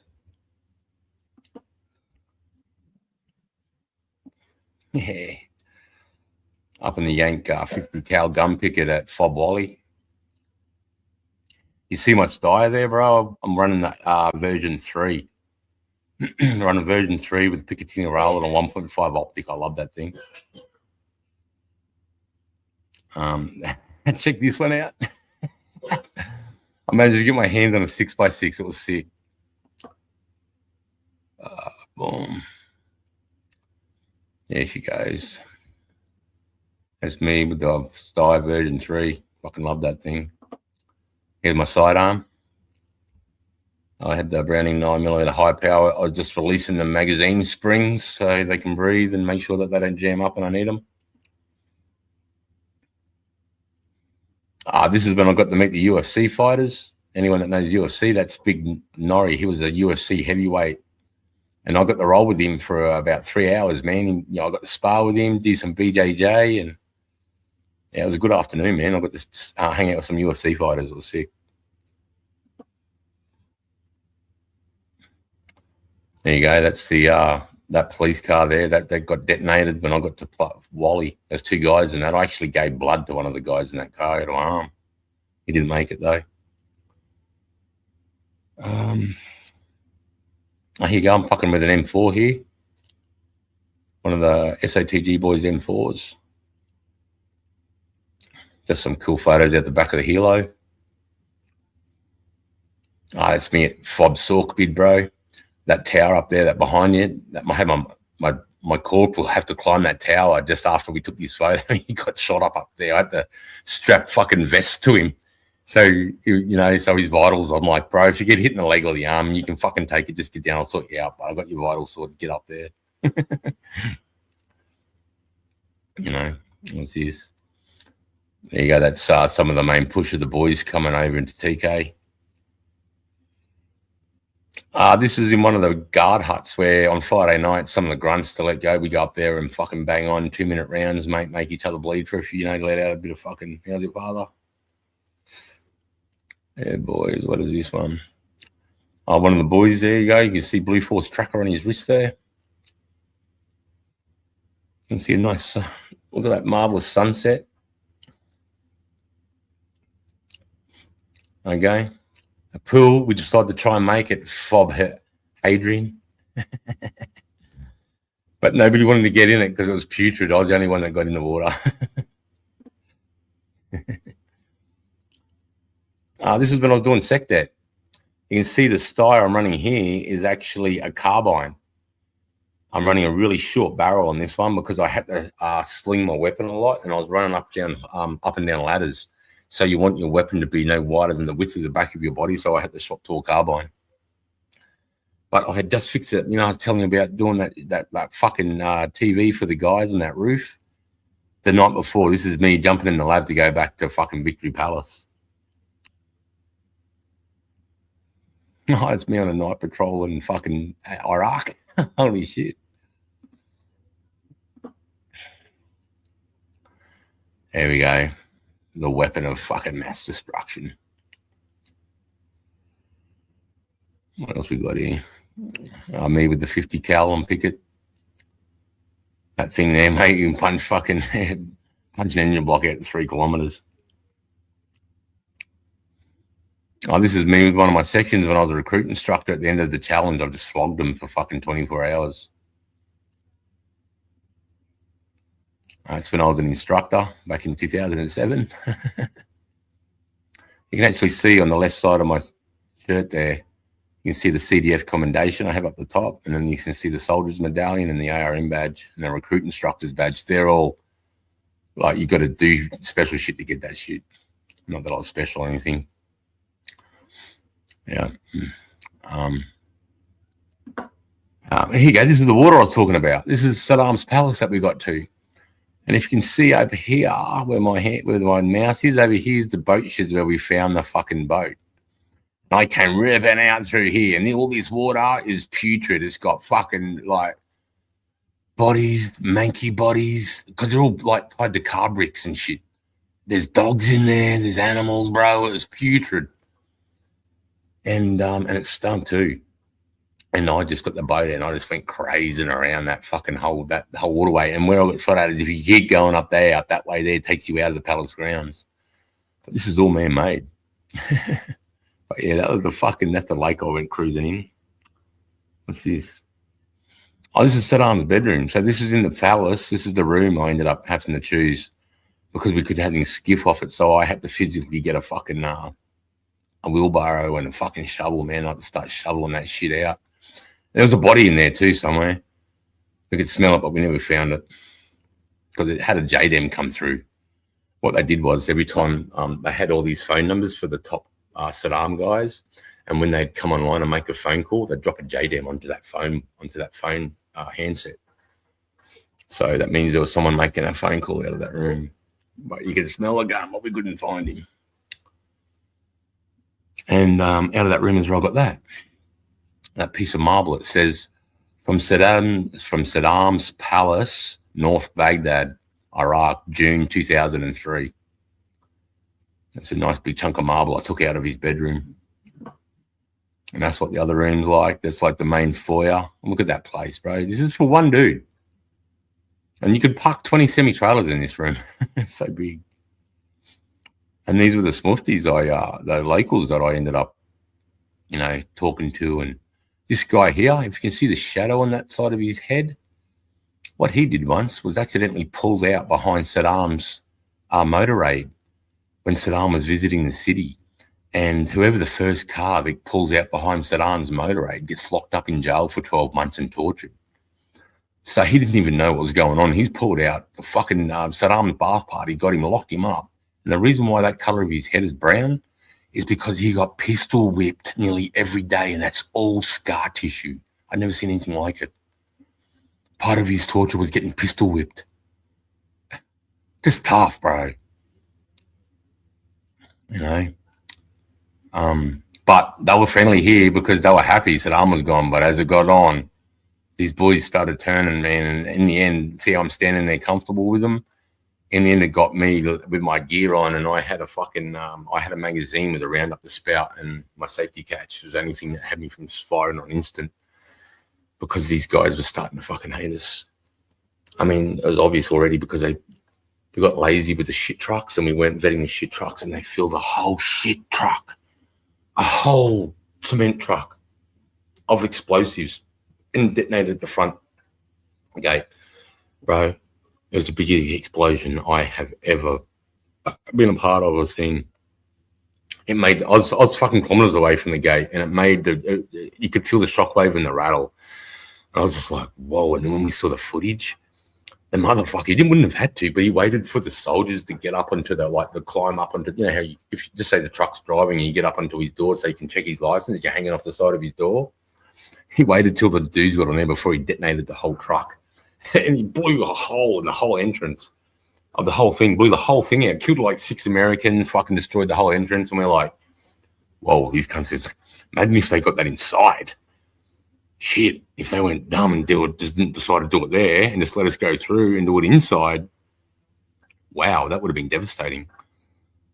And then the very next day, engineers came in, built these 2 gut huts, put fucking 50 cals with armor-piercing rounds, and then they put 2 Abrams tanks at the front gate, and then made this fucking concrete thing in front of the tanks, and concrete tilt walls. It was a massive, big tilt wall. Hang on. It was a massive, big concrete tilt wall, and in red writing in Arabic, it was "Stop or die." Stop here or die. 2 Abrams tanks. Yeah, I remember that day. That was crazy. And I remember a chick getting hit in the mess, eating from celebration fire. Like North Baghdad was playing South Baghdad out in the suburbs, and fucking North Baghdad run. And we got told by intelligence, there's a soccer match on this afternoon, expect a celebration fire. Everybody should be inside or underneath a metre of concrete by 6:30 tonight. And nearly on the dot, 7 o'clock, you hear in town. You just see the red trace just flying up everywhere, man. Just cunts just fucking because their team won. And then a couple of minutes, and the rounds are coming down, landing on the roof in our general direction. And one of them went through the mess. Actually went because it was a soft roof. One of the rounds went through this chick's eating, went through the roof and hit her in her collarbone. And the impact hitting in her collarbone just like made her pass out into a meal, and she was just bleeding out into her meal through her collarbone. It was pretty weird, actually. Yeah, so that happened too. Yeah, I forgot about that. Yeah, I've got a few photos here.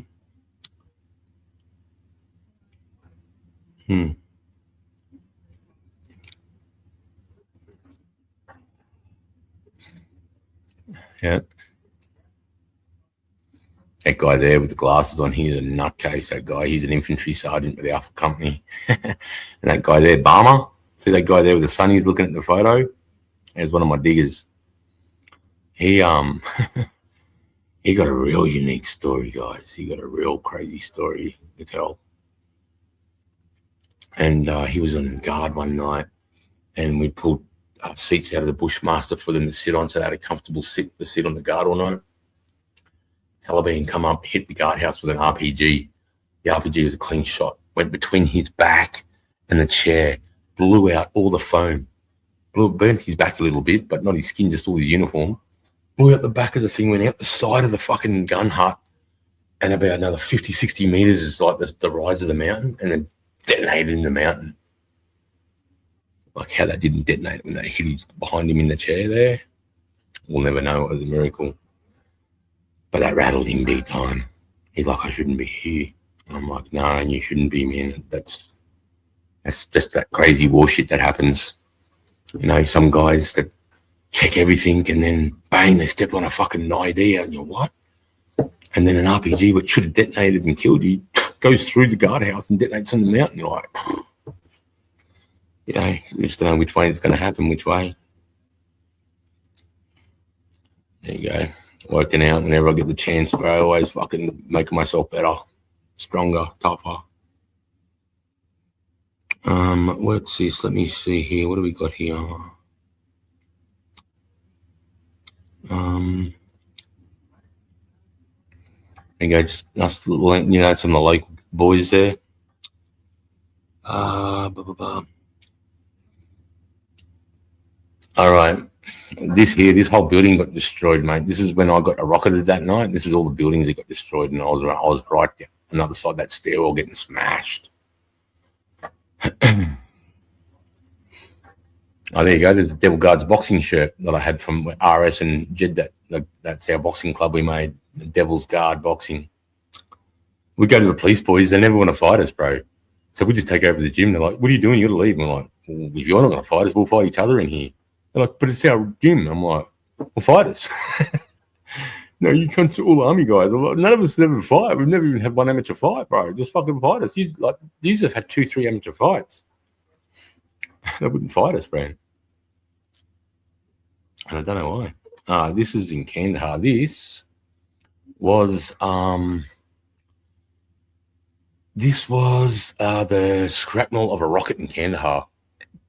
So that's pieces of the 107mm rocket. What that does, that brick wall is, it doesn't look it, but it's hundreds, if not thousands of years old, right? This is part of the Kandahar fucking airport that was built fucking way back in the day. And you can tell by the brick in it's old school. And so to take the big chunks out of there, that gives you an idea of the shrapnel coming out of those 107mm rockets. That's the back wall in Kandahar. That's me getting into the pool. That's me driving with riding with my cuz. That's me with my cuz. My cuz is the tattooed dude on the left.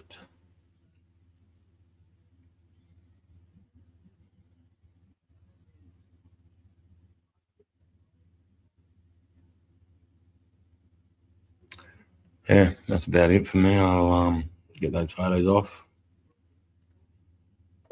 Oh, now, how do I fucking pack that up again? Like that. Because I lost the comments. Oh.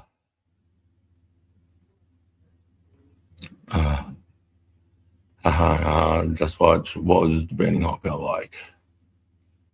Yo, Sarge Trent, how are you?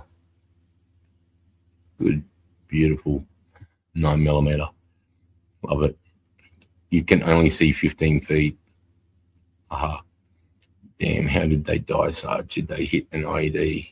Yeah, mate. Yeah, these guys. Yeah, mate, Dutch. These guys here.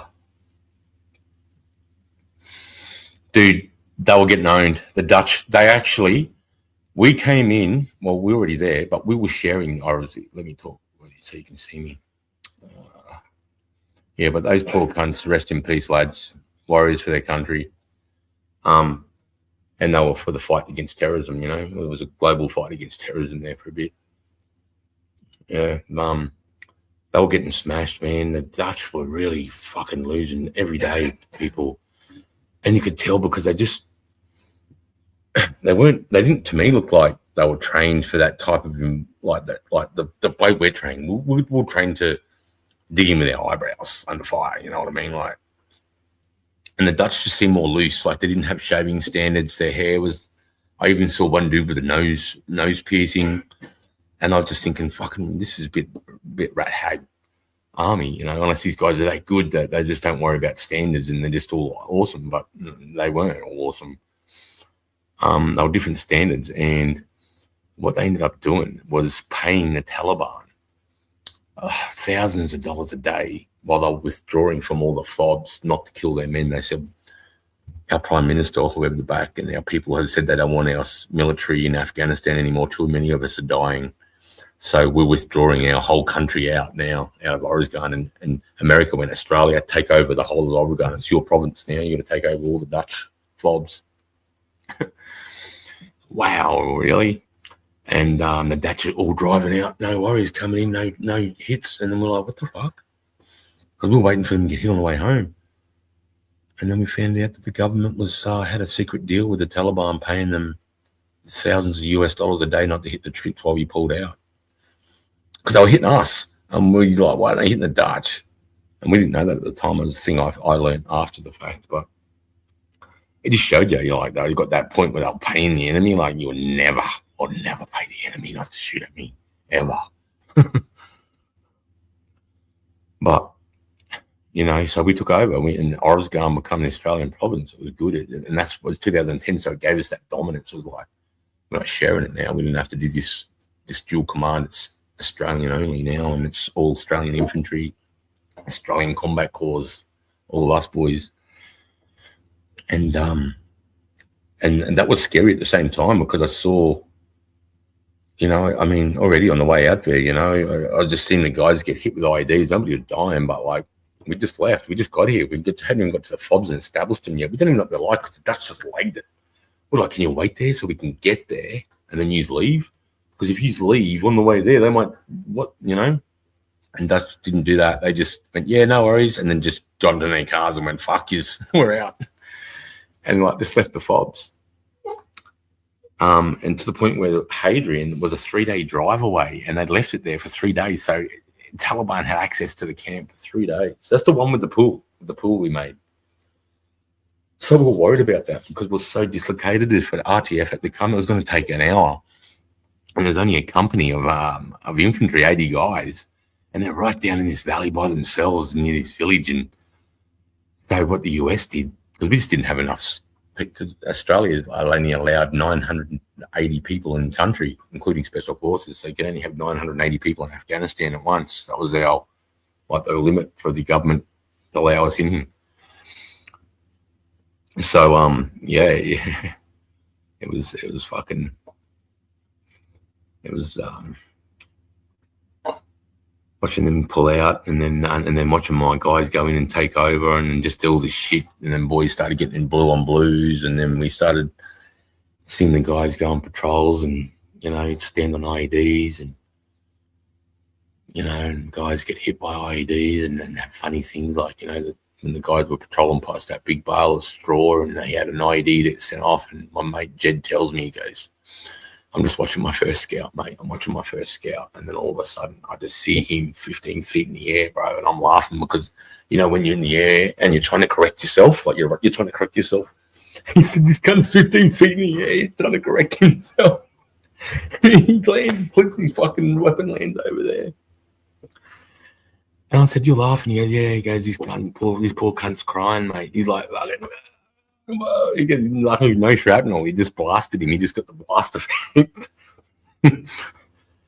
But yeah, when he tells me, he goes, bro, we're patrolling, man. And he goes, I'm trying to change my patrol routes too, because they watch everything. That's what they always told us. They said, you have the weapons, we have the time. We'll outwait you. We can sit here and watch, because we know that if we watch, we can do whatever we want. You can't shoot us. You can't even come and grab us and interrogate us, because I'm just sitting here. And they just sit in mutes, mate, all around and just watch you. And we'd go like that to them, like, you fucking put a weapon in your hand, you fucking dogs. No, but that was their way of learning recon, They'd fire rockets in and then watch the Apaches, and they'd watch from afar, and just watch how we'd all, and then fuck with us and see how they could fuck with us. It's fucking crazy. Yeah, so I think in the first deployment, 2010, it was at least 12 guys died. At least 12. It was a fucking lot, man. I used to have all the guys on here, but it was so many. Because it's 41. 41 died all up. I think it was like 10 or 12 my first trip, and then in 2012 was like another 9 or 10. Like the 2 years I went, 10 and 12 was our bloodiest, worst fucking years. Most people died. Most normal people, like, up until 2010, it was a lot of special forces guys. It wasn't really, like clandestine forces, normal forces, infantry forces and that, because remember I told you it was an RTF, it wasn't an MTF. So they were rebuilding, so they weren't really fighting. So they have, the infantry guys weren't really getting that many casualties as such, because they weren't in the environment out and about in the AO and fucking living and breathing and sniffing it, they were fixing things and then pulling back, pulling back, doing that type of thing. And I think,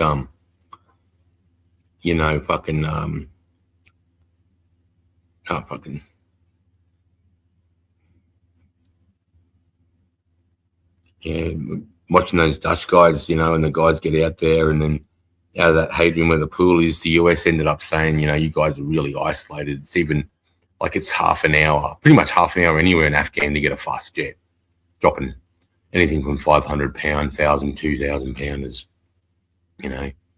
stuff that will like light up a mountain, 2,000 pounder, mate, will light up a mountain. And, but if in the caves, no. So yeah, it was cool just fucking watching that. So then the US said, right, out of Hadrian, you guys are pretty isolated and out here, and it's hard to, it's hard to get an RTF here. So we're going to leave a company of marine mortars and a company of marine artillery. So that was like 180 Marines just added to FOB Hadrian. and they were indirect fire, so they're firing mortars and artillery, which is great because you can do illume rounds for night. You can light up this, you can light up your killing fields at night time. It's fucking great if you got up mortars and with the artillery, because they're US, they're on different ROE and LOR. So for us, you got to ask request just to fire an illume round. It's got to request a permission. With the US, they're just like, what do you want to do? You want to make this place daylight? You got 65 seconds of daylight.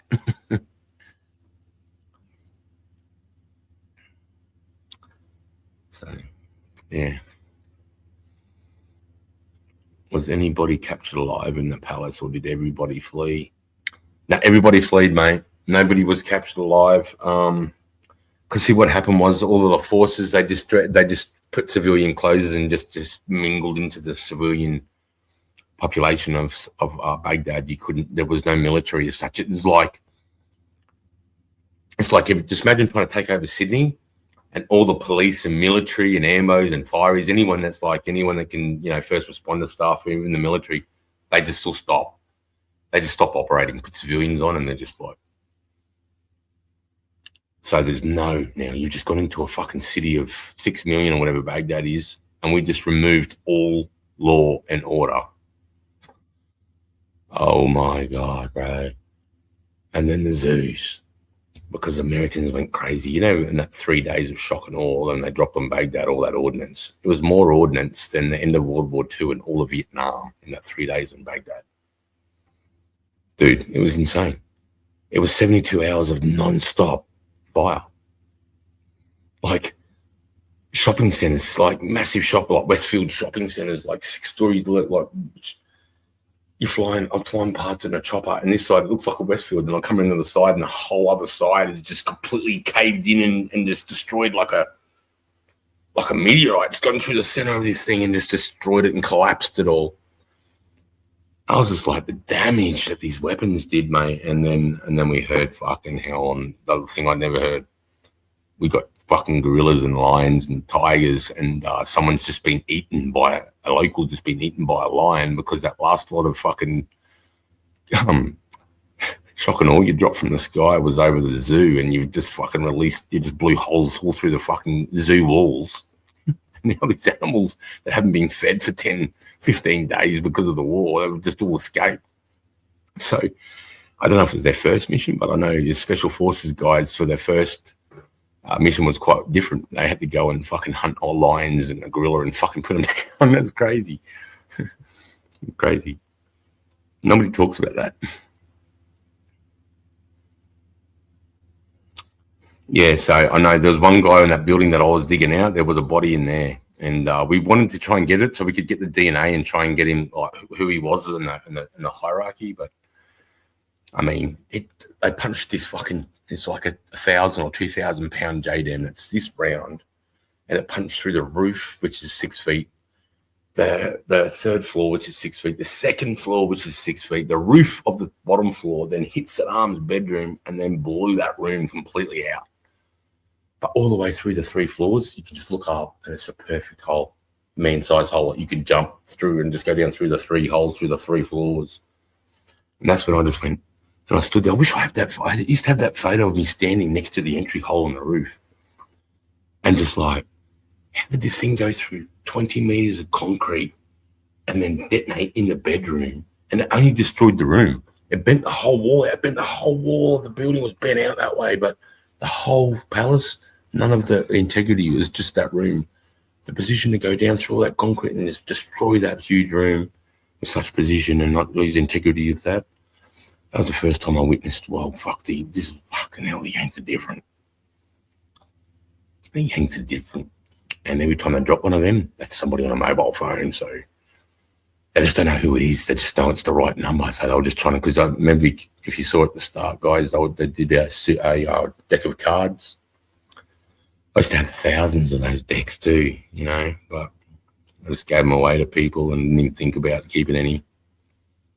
And that's how we would look for. That's how we know what our target numbers, and obviously the highest ones were the ace and the king and the queen, and then you had all their like their lieutenants going down to the third and 2 and 4th of, hearts or whatever. But it was a good way to keep a deck of playing cards on you, and you could always keep you familiarised with faces that you need to be looking for, Not too bad, mate. How you been? Good to see you back on live. Are you? Yeah, Trent, I haven't been the best, mate, but I'm here. Did you get to experience any winters there, Sarge? I didn't, Jamal. I like it this way because winter starts, nothing happens. I was there in the fighting season in Iraq, summer. I was there in Afghan 2010 in the fighting season, summer. It was funny because I went from summer training to summer in Afghan to summer back into Australia to winter to back into summer. So like I had 3 years of summer with only one winter from 2010 to 2012, bro. It was crazy.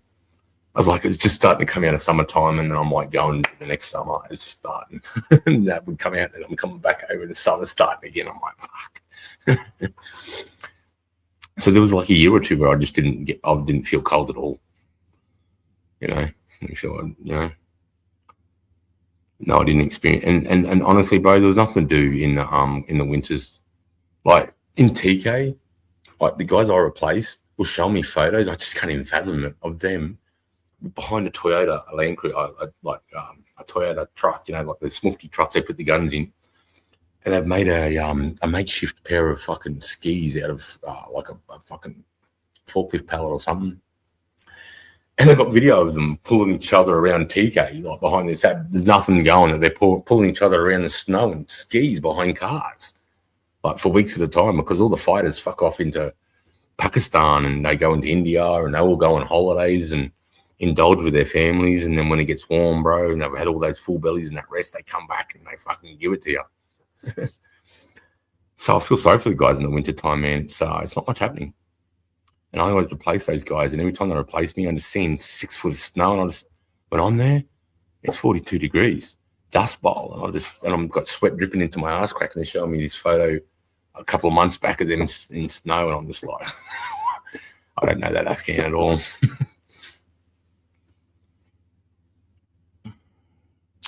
Because that's what I was thinking. In winter time, shit's a lot harder.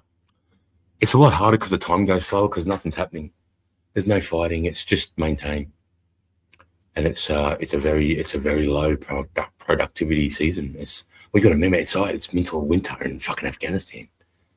It's fucking freezing. You're at 6,000 feet or 4,000 feet or something at TK, in Kabul's at 8,000 feet constantly. It's like. So it's not just like a snow, it's fucking 6 foot of snow, it's ice, it's fucking freezing, locked in for months. But you'd never guess that when I went there.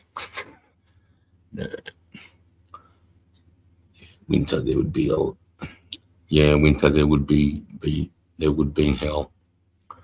Yeah, and just nothing, the boys were just bored most of the time, Some guys liked it because they got to go to Afghan, get their Afghan trip, and there was not too much danger, man. It was a fucking pretty, like a bush trip pretty much, and they got the money and the medals, and they were happy with that, and fucking rightly so. But no way, bro. I'm going in the summertime, you know what I mean?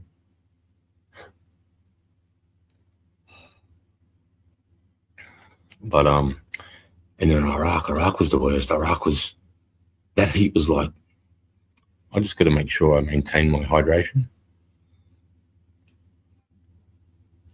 What's the matter? What? Just these batteries. It's doing that, just these batteries.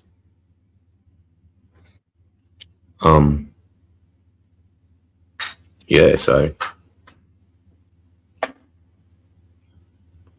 Yeah, I never went in the wintertime. And yeah, Iraq was hot, only because there's a lot of concrete buildings, a lot of concrete roads, and it was just radiating the heat, where Afghan was dirt. Tell the story of the sound of what? So I tell the story of the sound of a PF M777. What the fuck? Sounds like a truck. I don't know what you're talking about. The story of the hashtag 777. Oh, you're talking about Spooky? You're talking about Spooky when that guy was running? you talking about that? Are you talking about the startup Zija on the Abrams? Because it doesn't sound like a truck. They sound like helicopters, like Caterpillar, like that. A truck starting. Yeah, it's fucking like it's like I think they use on the tanks and that they use the same starter as they use in the Black Hawks. Because the US, everything is run on aviation gas, even their fucking bikes, even their dirt bikes and quads run on AWO gas. They've had it all swapped over because aviation gas in a war zone is everywhere. Diesel not, or petrol. But you can pull up anywhere and get AWO gas because there's choppers, aircraft, and fucking shit everywhere. So there's aviation gas everywhere. So they were smart. They put all their vehicles into AWO gas so that they could just fill up anywhere. Whereas we didn't have that. We had to still deal with diesel and our Bushmasters. Oh, okay. If you're thinking if I told this story, I was actually in a hide with my platoon, and I was forward in enemy. This is training, so I'm not in Afghan. This is a training situation, but a real life it was called Talisman Thrust, and we're talking 3 or 4 militaries involved. We're talking about the US. We got New Zealanders over here. We got fucking Malays. We got a bunch of people. Shoalwater Bay is the biggest training area in the world. And it's beautiful because you can do naval fire, artillery, air. You can do whatever you want in Shoalwater Bay. It has a little bit of jungle, close ground, open ground. It's got everything. Rangers. You can shoot it's the best training ground, and everyone from the world comes to it. It's great. And I was forward in a hide with my guys. I'm hiding. I'm literally got my vehicles fucking covered over and scream, and I'm literally lying head to toe with my guys side by side like this in between the vehicles with this head toe. But I didn't know about fucking 50 meters to my left was also hiding a whole company of Abram tanks, like fucking 10 of them or something. I didn't even know they were there because they didn't know we were there because we're both forward. We're in a hide. Maybe, we don't want to put ourselves on the map because if anyone gets captured with it, they're going to know they've got vulnerable people. Because what I'm doing is I'm waiting for the front line to catch up to me, and then I'm going to go bang, and then the dudes that were back here will go into a hide forward, and then the front line catches up to them, bang, and then I'll go forward into a hide, and we keep doing that, man.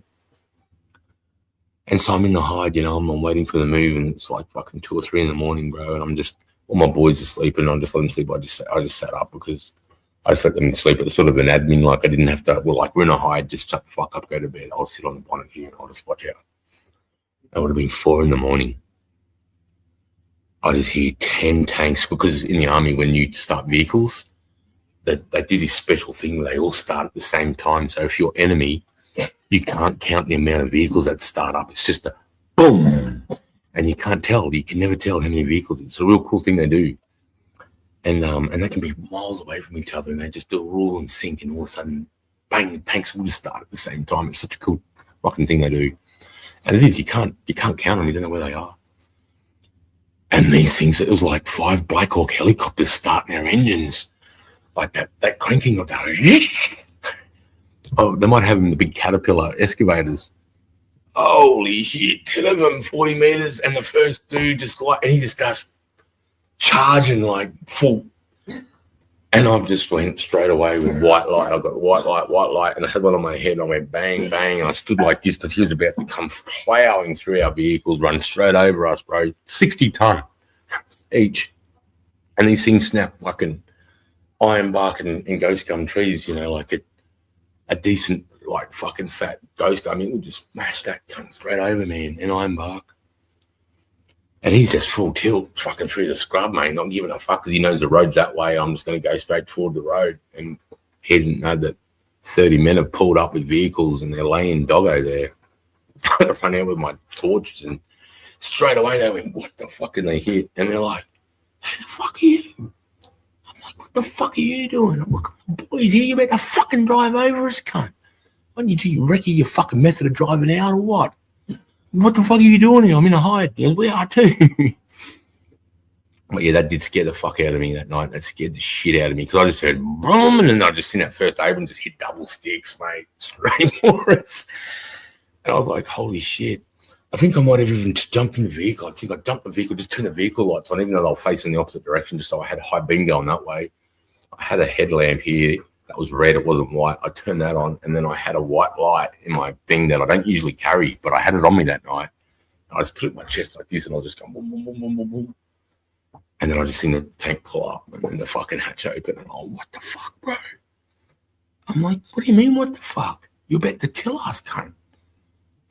Here's what are you doing? And I had that little thing, and it's just a misunderstanding. So then out of that, you know, in our after action report, we said, right, if people are going forward into hides, somebody needs to have control over who's forward and communicate to us, because if I was asleep, if I decided to just sleep with the boys and dog it and not have anyone up,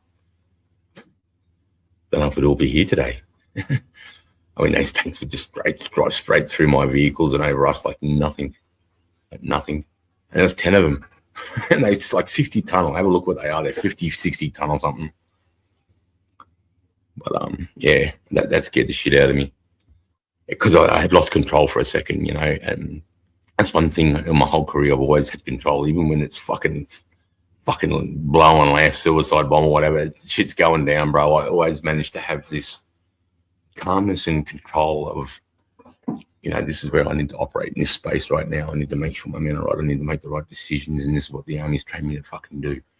And I need to be methodical and deliberate and anything like that.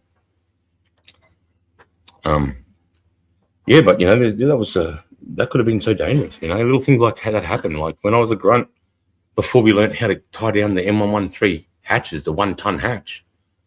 I mean, I was 2 cars behind my captain when he was at the front standing up, and we went down through this creek, and like 6 or 7 APCs had already been through it. But to the left, the one that guy was in, he went a bit too far to the left, and to the left was a 4-foot boulder in the sand that your driver couldn't see.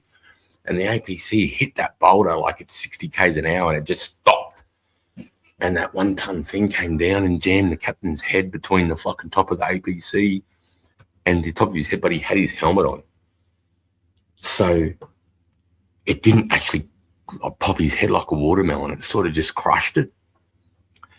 And they dragged him out. And this is the first time I'd fully seen somebody fucked up. Like, no, actually, at the School of Infantry, when we were throwing grenades, we had a guy that fucking dropped a grenade and he fragged himself in the back of the leg. He got himself in the liver and the back of his thigh. And he did exactly what I thought you could never do, because they were like, if this happens, you're going to throw it and it does fall out the back of your hand. This is the drill we're going to do. And when they're telling you, like, who the fuck is going to do that? You're going to fucking hold that bitch and I'm going to fucking, you know. And it happened. And he dived. He did the right thing, but he got a bit of frag. It went through his water bottle, through his cups canteen, through the other side of the water bottle, through the cups canteen, his webbing belt, and into his liver. And he had a piece that went about 1 inch into the back of his calf. He was only out for 2 weeks and he was back training with us. That was the first time I saw blood. You know, it wasn't that bad. I was just like, whoa, okay, this is real. And then I saw the roo get blown up and I was like, whoa, okay. And then when I got to,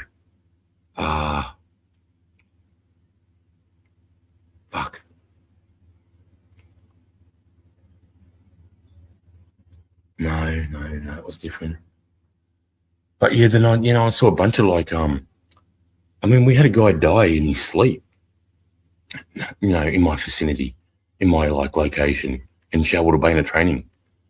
And it was really bad because his mates went over there and was kicking him in the sleeping bag going, you fucking dog, you slept through stand 2.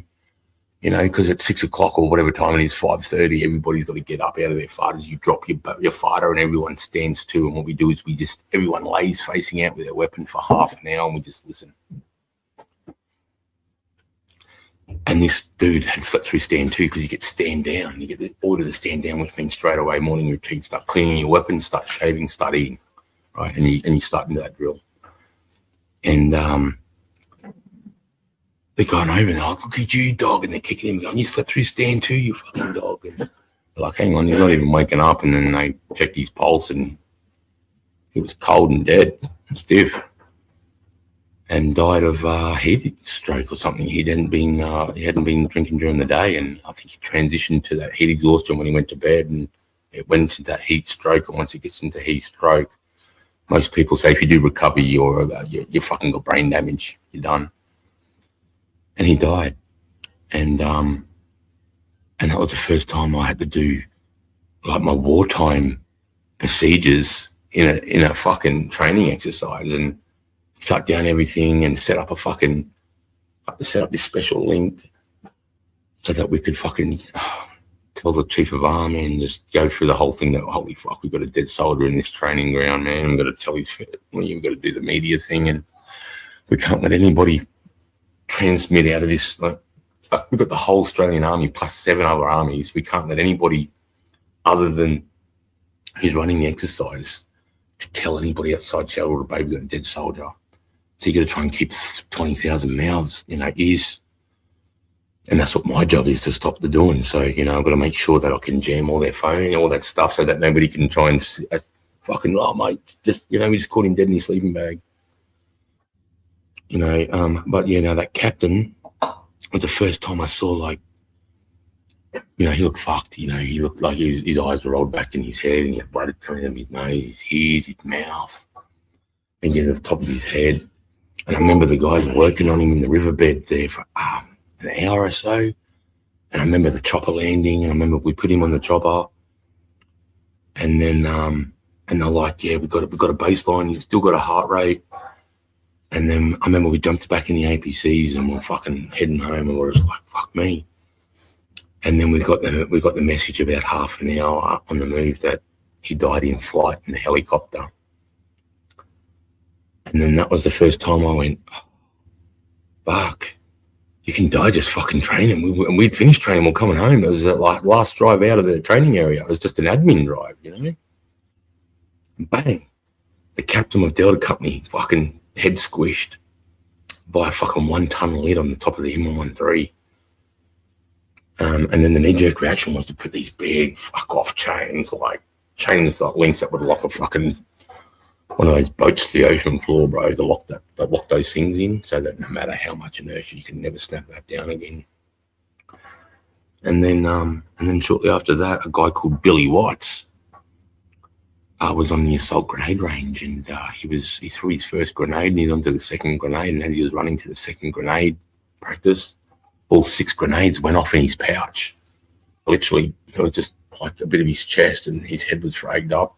His whole middle section was gone, and it was like his bottom of his knees and his boots. It was like the whole middle section was just completely destroyed. And then fuck me, my grenades can go off in my pouch. But then you go, why does that happen? And with a grenade, the pin, you have a splayed pin, right? And you've got to pull it through this tiny hole. It's really for good reason. You don't want it to be able to just pull out and have accidents like that. So it's a splayed pin. And you got a ring, and you got to pull those splayed pins through a tight hole. It's the first time you do it, you go, you get some fucking cunt about you. And then you get it, and then once you pull the ring out, it's primed now, because anything stopping it from going off is a lever, and that ring stops the lever from flicking off. But now I've got the ring off, and my hand stopping the ring. So what some guys did, and I got told never to do, so I never did it, was that some guys will bend the splay on those pins. They'll push them in a bit, so when they get to the pouch, they can pull them out nice, quick, just making things quicker, right? And so we think Billy Watts must have done that with a few of his grenades. He might have just squeezed those pins, and he did it a bit too much, and one of them fell out in the middle of the transition to the second course, and then when that detonated, we set the other 6 off. And 6 grenades going off in your hip, holy fucking shit. And some of my mates actually witnessed him. Like, I wasn't there to actually witness that. I was off, and I was getting the report and that, and seeing the guys that were coming over. They were throwing up, and they were fucking. Like, I was talking to one of my mates, actually just moved in. I wouldn't believe this. Not that big. Have you ever been to the Australian Armour and Artillery Museum, Sarge? It's in Cairns. I haven't, Jamal. I haven't been to that one. I've been to the Vietnam Museum. The best one in the country is actually on Phillip Island. It's one of the first buildings when you drive across the bridge on the Phillip Island. You turn left, you pay $20, bro. It's the best Vietnam museum you'll ever see. They've even got like the size of my house. They've done a cutout of what the VC's tunneling system looks like, and they've built it like a full, so you could see what it looks like. And they've got a Huey's hanging from the roof, and they've got M113s. It's all shit. Probably the most Vietnam shit you could ever fucking see, bro. And it's in Phillip Island. And obviously I've been to the War Memorial fucking shitloads. Shitloads. My favourite place in Australia.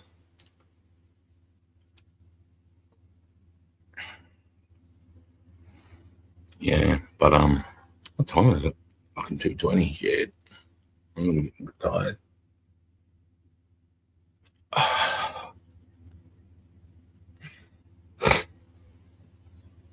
Sweet as, when did you go there? What's that? Oh, when did I go down there? It was 2013. I got back from Afghan and I had to go down to Melbourne to do I had to do my advanced diploma of electrical engineering with Box Hill TAFE, because I was going to Warrant Officer Class 2, so I had to start learning about engineering. Well, I already had my diploma of electrical engineering. I was going for my advanced diploma, and it was another 7 months down in Melbourne. And while I was down there, we just, I had weekends off, mate. When I go down to Melbourne for a course, it's just pretty much 7:30 to 4, Monday to Friday, weekends off, and I live in the Sergeant's Mess in Melbourne. And my mate had a car, so we'd do different things on the weekend. And one of the things was I wanted to check out Phillip Island because I love racing, I love my bikes, and I wanted to go and see the track. And by accident, we just went, what the fuck is this? Vietnam Museum down all the way down to Melbourne in the middle of Phillip Island? What the fuck? So we pulled in, and it was like, it said it opens at 9, so we knocked on the door, and there's 2 old blokes in there with big bellies and, drinking beer. And they're like, oh, it's $20. And I said, yeah, I'll pay whatever, bro. I said, we've just come from fucking Watsonia. And he goes, oh, you're a military. I said, we're both sergeants, mate, in the military, in the sergeant. He goes, fucking, you aren't paying. Get in here, lads. Come on, we'll show you. And I was fucking mad. And the funny thing was, they had a warehouse at the back where they could rotate shit in too, that they had that much shit. They couldn't fill this. And it was a massive, like, it was crazy. It was crazy.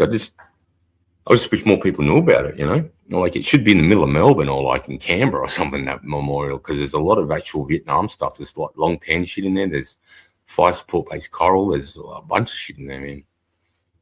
I did see the penguins, brother. I did go and see the penguins. Yeah. And there's actually car racing on there too. So I didn't go in, but if you know Phillip Island, you can turn left and you can go down that road that runs down against the racetrack, and you can look through the fence. And I was watching car racing for a bit. But no. Heat stroke. Yeah, heat stroke's a killer, bro. And I learned from that cunt that did that to me when I passed out, because then when I became a corporal, I thought, that's never happening to my soldier, bro. There's no in the world I'm going to run my soldier into the ground that bad that he's going to nearly die of heat stroke because of me. So I come up with a method, and some of my boys, they hated it. They thought I'd treating them like kids, but I didn't give a fuck, bro. This is my method. And I would just say, when I drink, you drink. And if I don't see you drink, I'm going to fucking headbutt you. When I get my water bottle and that lips in my mouth, I want you to mimic me, guys. And they're like, what? And can't we just fucking drink when we want? I said, you fucking can't. And they're like, why? And I said, because I fucking said, okay? Now drink when I fucking drink, and that's all I'm going to fucking say about it. I didn't want them to learn the lesson yet. I didn't want to tell them why I was doing it. I wanted them to go through it. And then at the end, I was going to explain the situation, and then they'd have hindsight, right? I didn't want them to have hindsight first. I wanted them to go through of me being a cunt too, because I don't like, sometimes I'm because we're mates, sometimes I feel like they've got to question me. And then straight away I've got to say, I'm the sergeant, you're the digger, shut the fuck up and just pipe down, cunt. I'll just remove you from here, The museum in Cairns has a YouTube channel. It's pretty good. Oh, true. I can't believe that the War Memorial is closing Ben Roberts-Smith's fucking section while this is going on. I think that's disgraceful. What happened to innocent until proven guilty, hey? How about that? How about we presume he's innocent and we can still see his fucking record of service in the War Memorial, hey? Before we get a bit judgy, you fucks. Like, why would you do this to a guy? Why would you get the most decorated soldier and then fucking do this shit. Like, I don't. What do they get out of it? What do they get out of it? Like, do they really feel like they're going to be sitting on some high horse and they got justice for 5 innocent fucking people in Afghanistan? Is that they're going to do all this for that? For 5 people that, I mean, they're people, dude. But I've been there, man. It comes down to what people decide is innocent, you know, because after the time.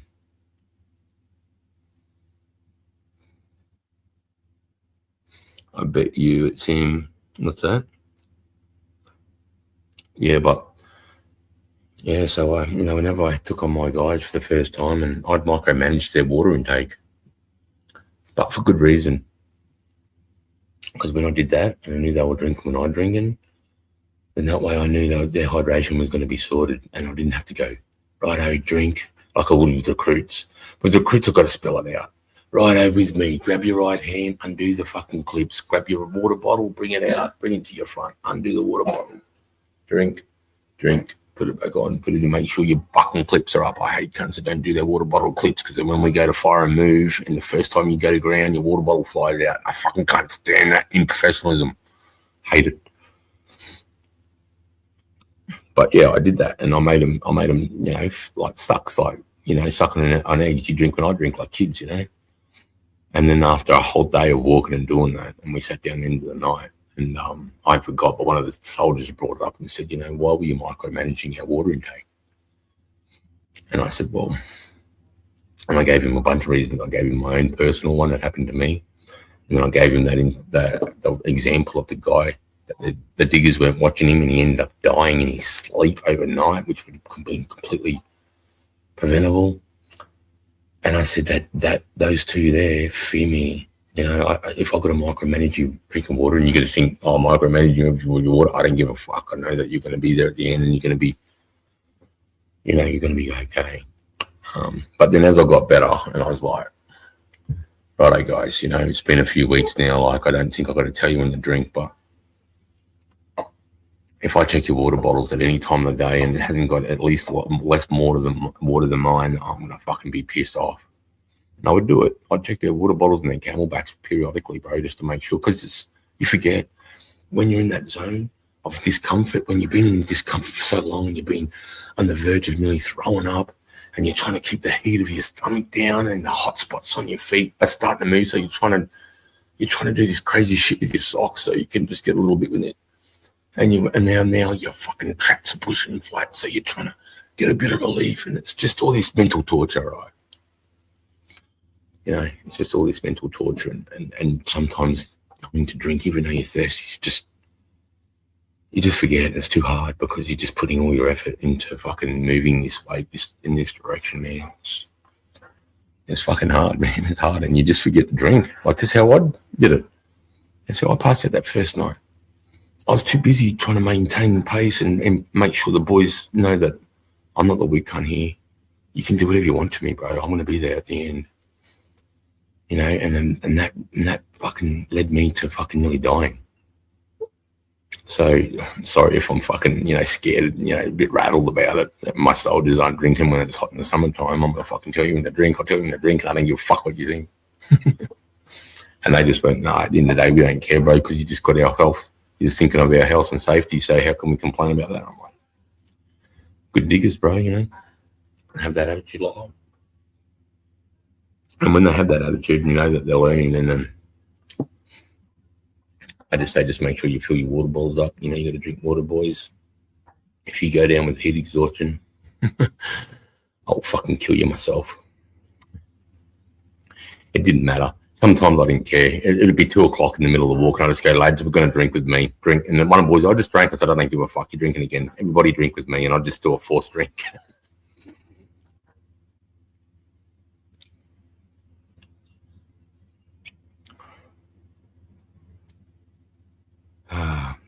Well, I think that's me, guys. I might pull up stumps 5 hours. Wow. I might have a hot chocolate and start to slow down, back off to bed or something. I appreciate you guys hanging out here, staying with me this long and listening, and Poochie, you know, the fact that, you know, you remember my stories and you can say that, talk about this bit and that bit. That's cool, man. I appreciate that, and it makes me feel like I've got some worth, dude. I mean, it's all I ever did from when I was 18 till this age is just fucking problem, fight, and fucking navigate and fucking do just my whole life, you know, and then it just got taken away from me, and you lose your purpose, man. You lose who you are, you know, because you go from someone that was, you know, relied on a heaps, you know, for everything, you know. I'm managing 30 dudes and their careers and my career, and fucking going bush and teaching them how to fight and keeping the custodians and nutritionists alive of what it means. That means, and all it means is fucking love your country and never leave your man. You know, never leave your mate behind. Don't even leave him. In fact, fucking die with him. Even if you can get away. It's just, I'm not going to do it, you know. Even if they're being overwhelmed, bro, I'm not staying there. Well, if you're dead, I'm going to put you on my shoulder, and we're going to run as far as my lungs are going to let me run. So, yeah, if you just have a look at that guy I told you, Tristan Ryan. He's the guy, he's one of the diggers that I took over to Afghani, so I get him charged for threatening to cut Albanese's head off. So, you know, the two guys in the news right now I know really well. Yeah.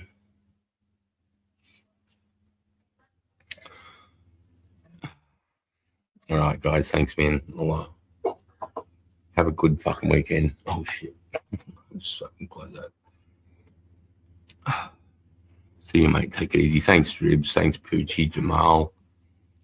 I mean, it's just you guys here at the moment, but I appreciate you guys heaps, Trent.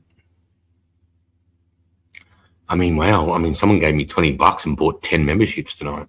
Wow. That's crazy.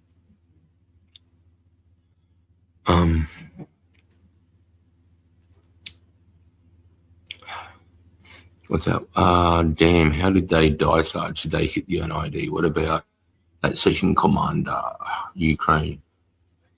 What? What's that? Sorry, Pooh? What about the session commander? Are you talking about the Aussie guy that was in the Ukraine Foreign Legion part? And he was doing those trench attacks, and he's like, get that fucking gun going.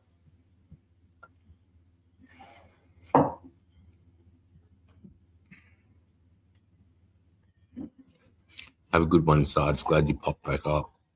Cheers. Take care, Sarge. No worries, friend. Appreciate you guys, eh?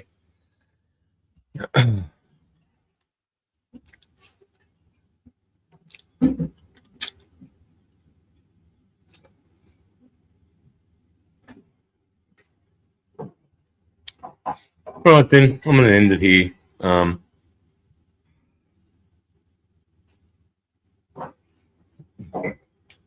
Cheers, guys. Have a fucking good Sunday, guys. I appreciate you. I appreciate you being here, man. There it is. The Anzac. I'm out. Sarge out.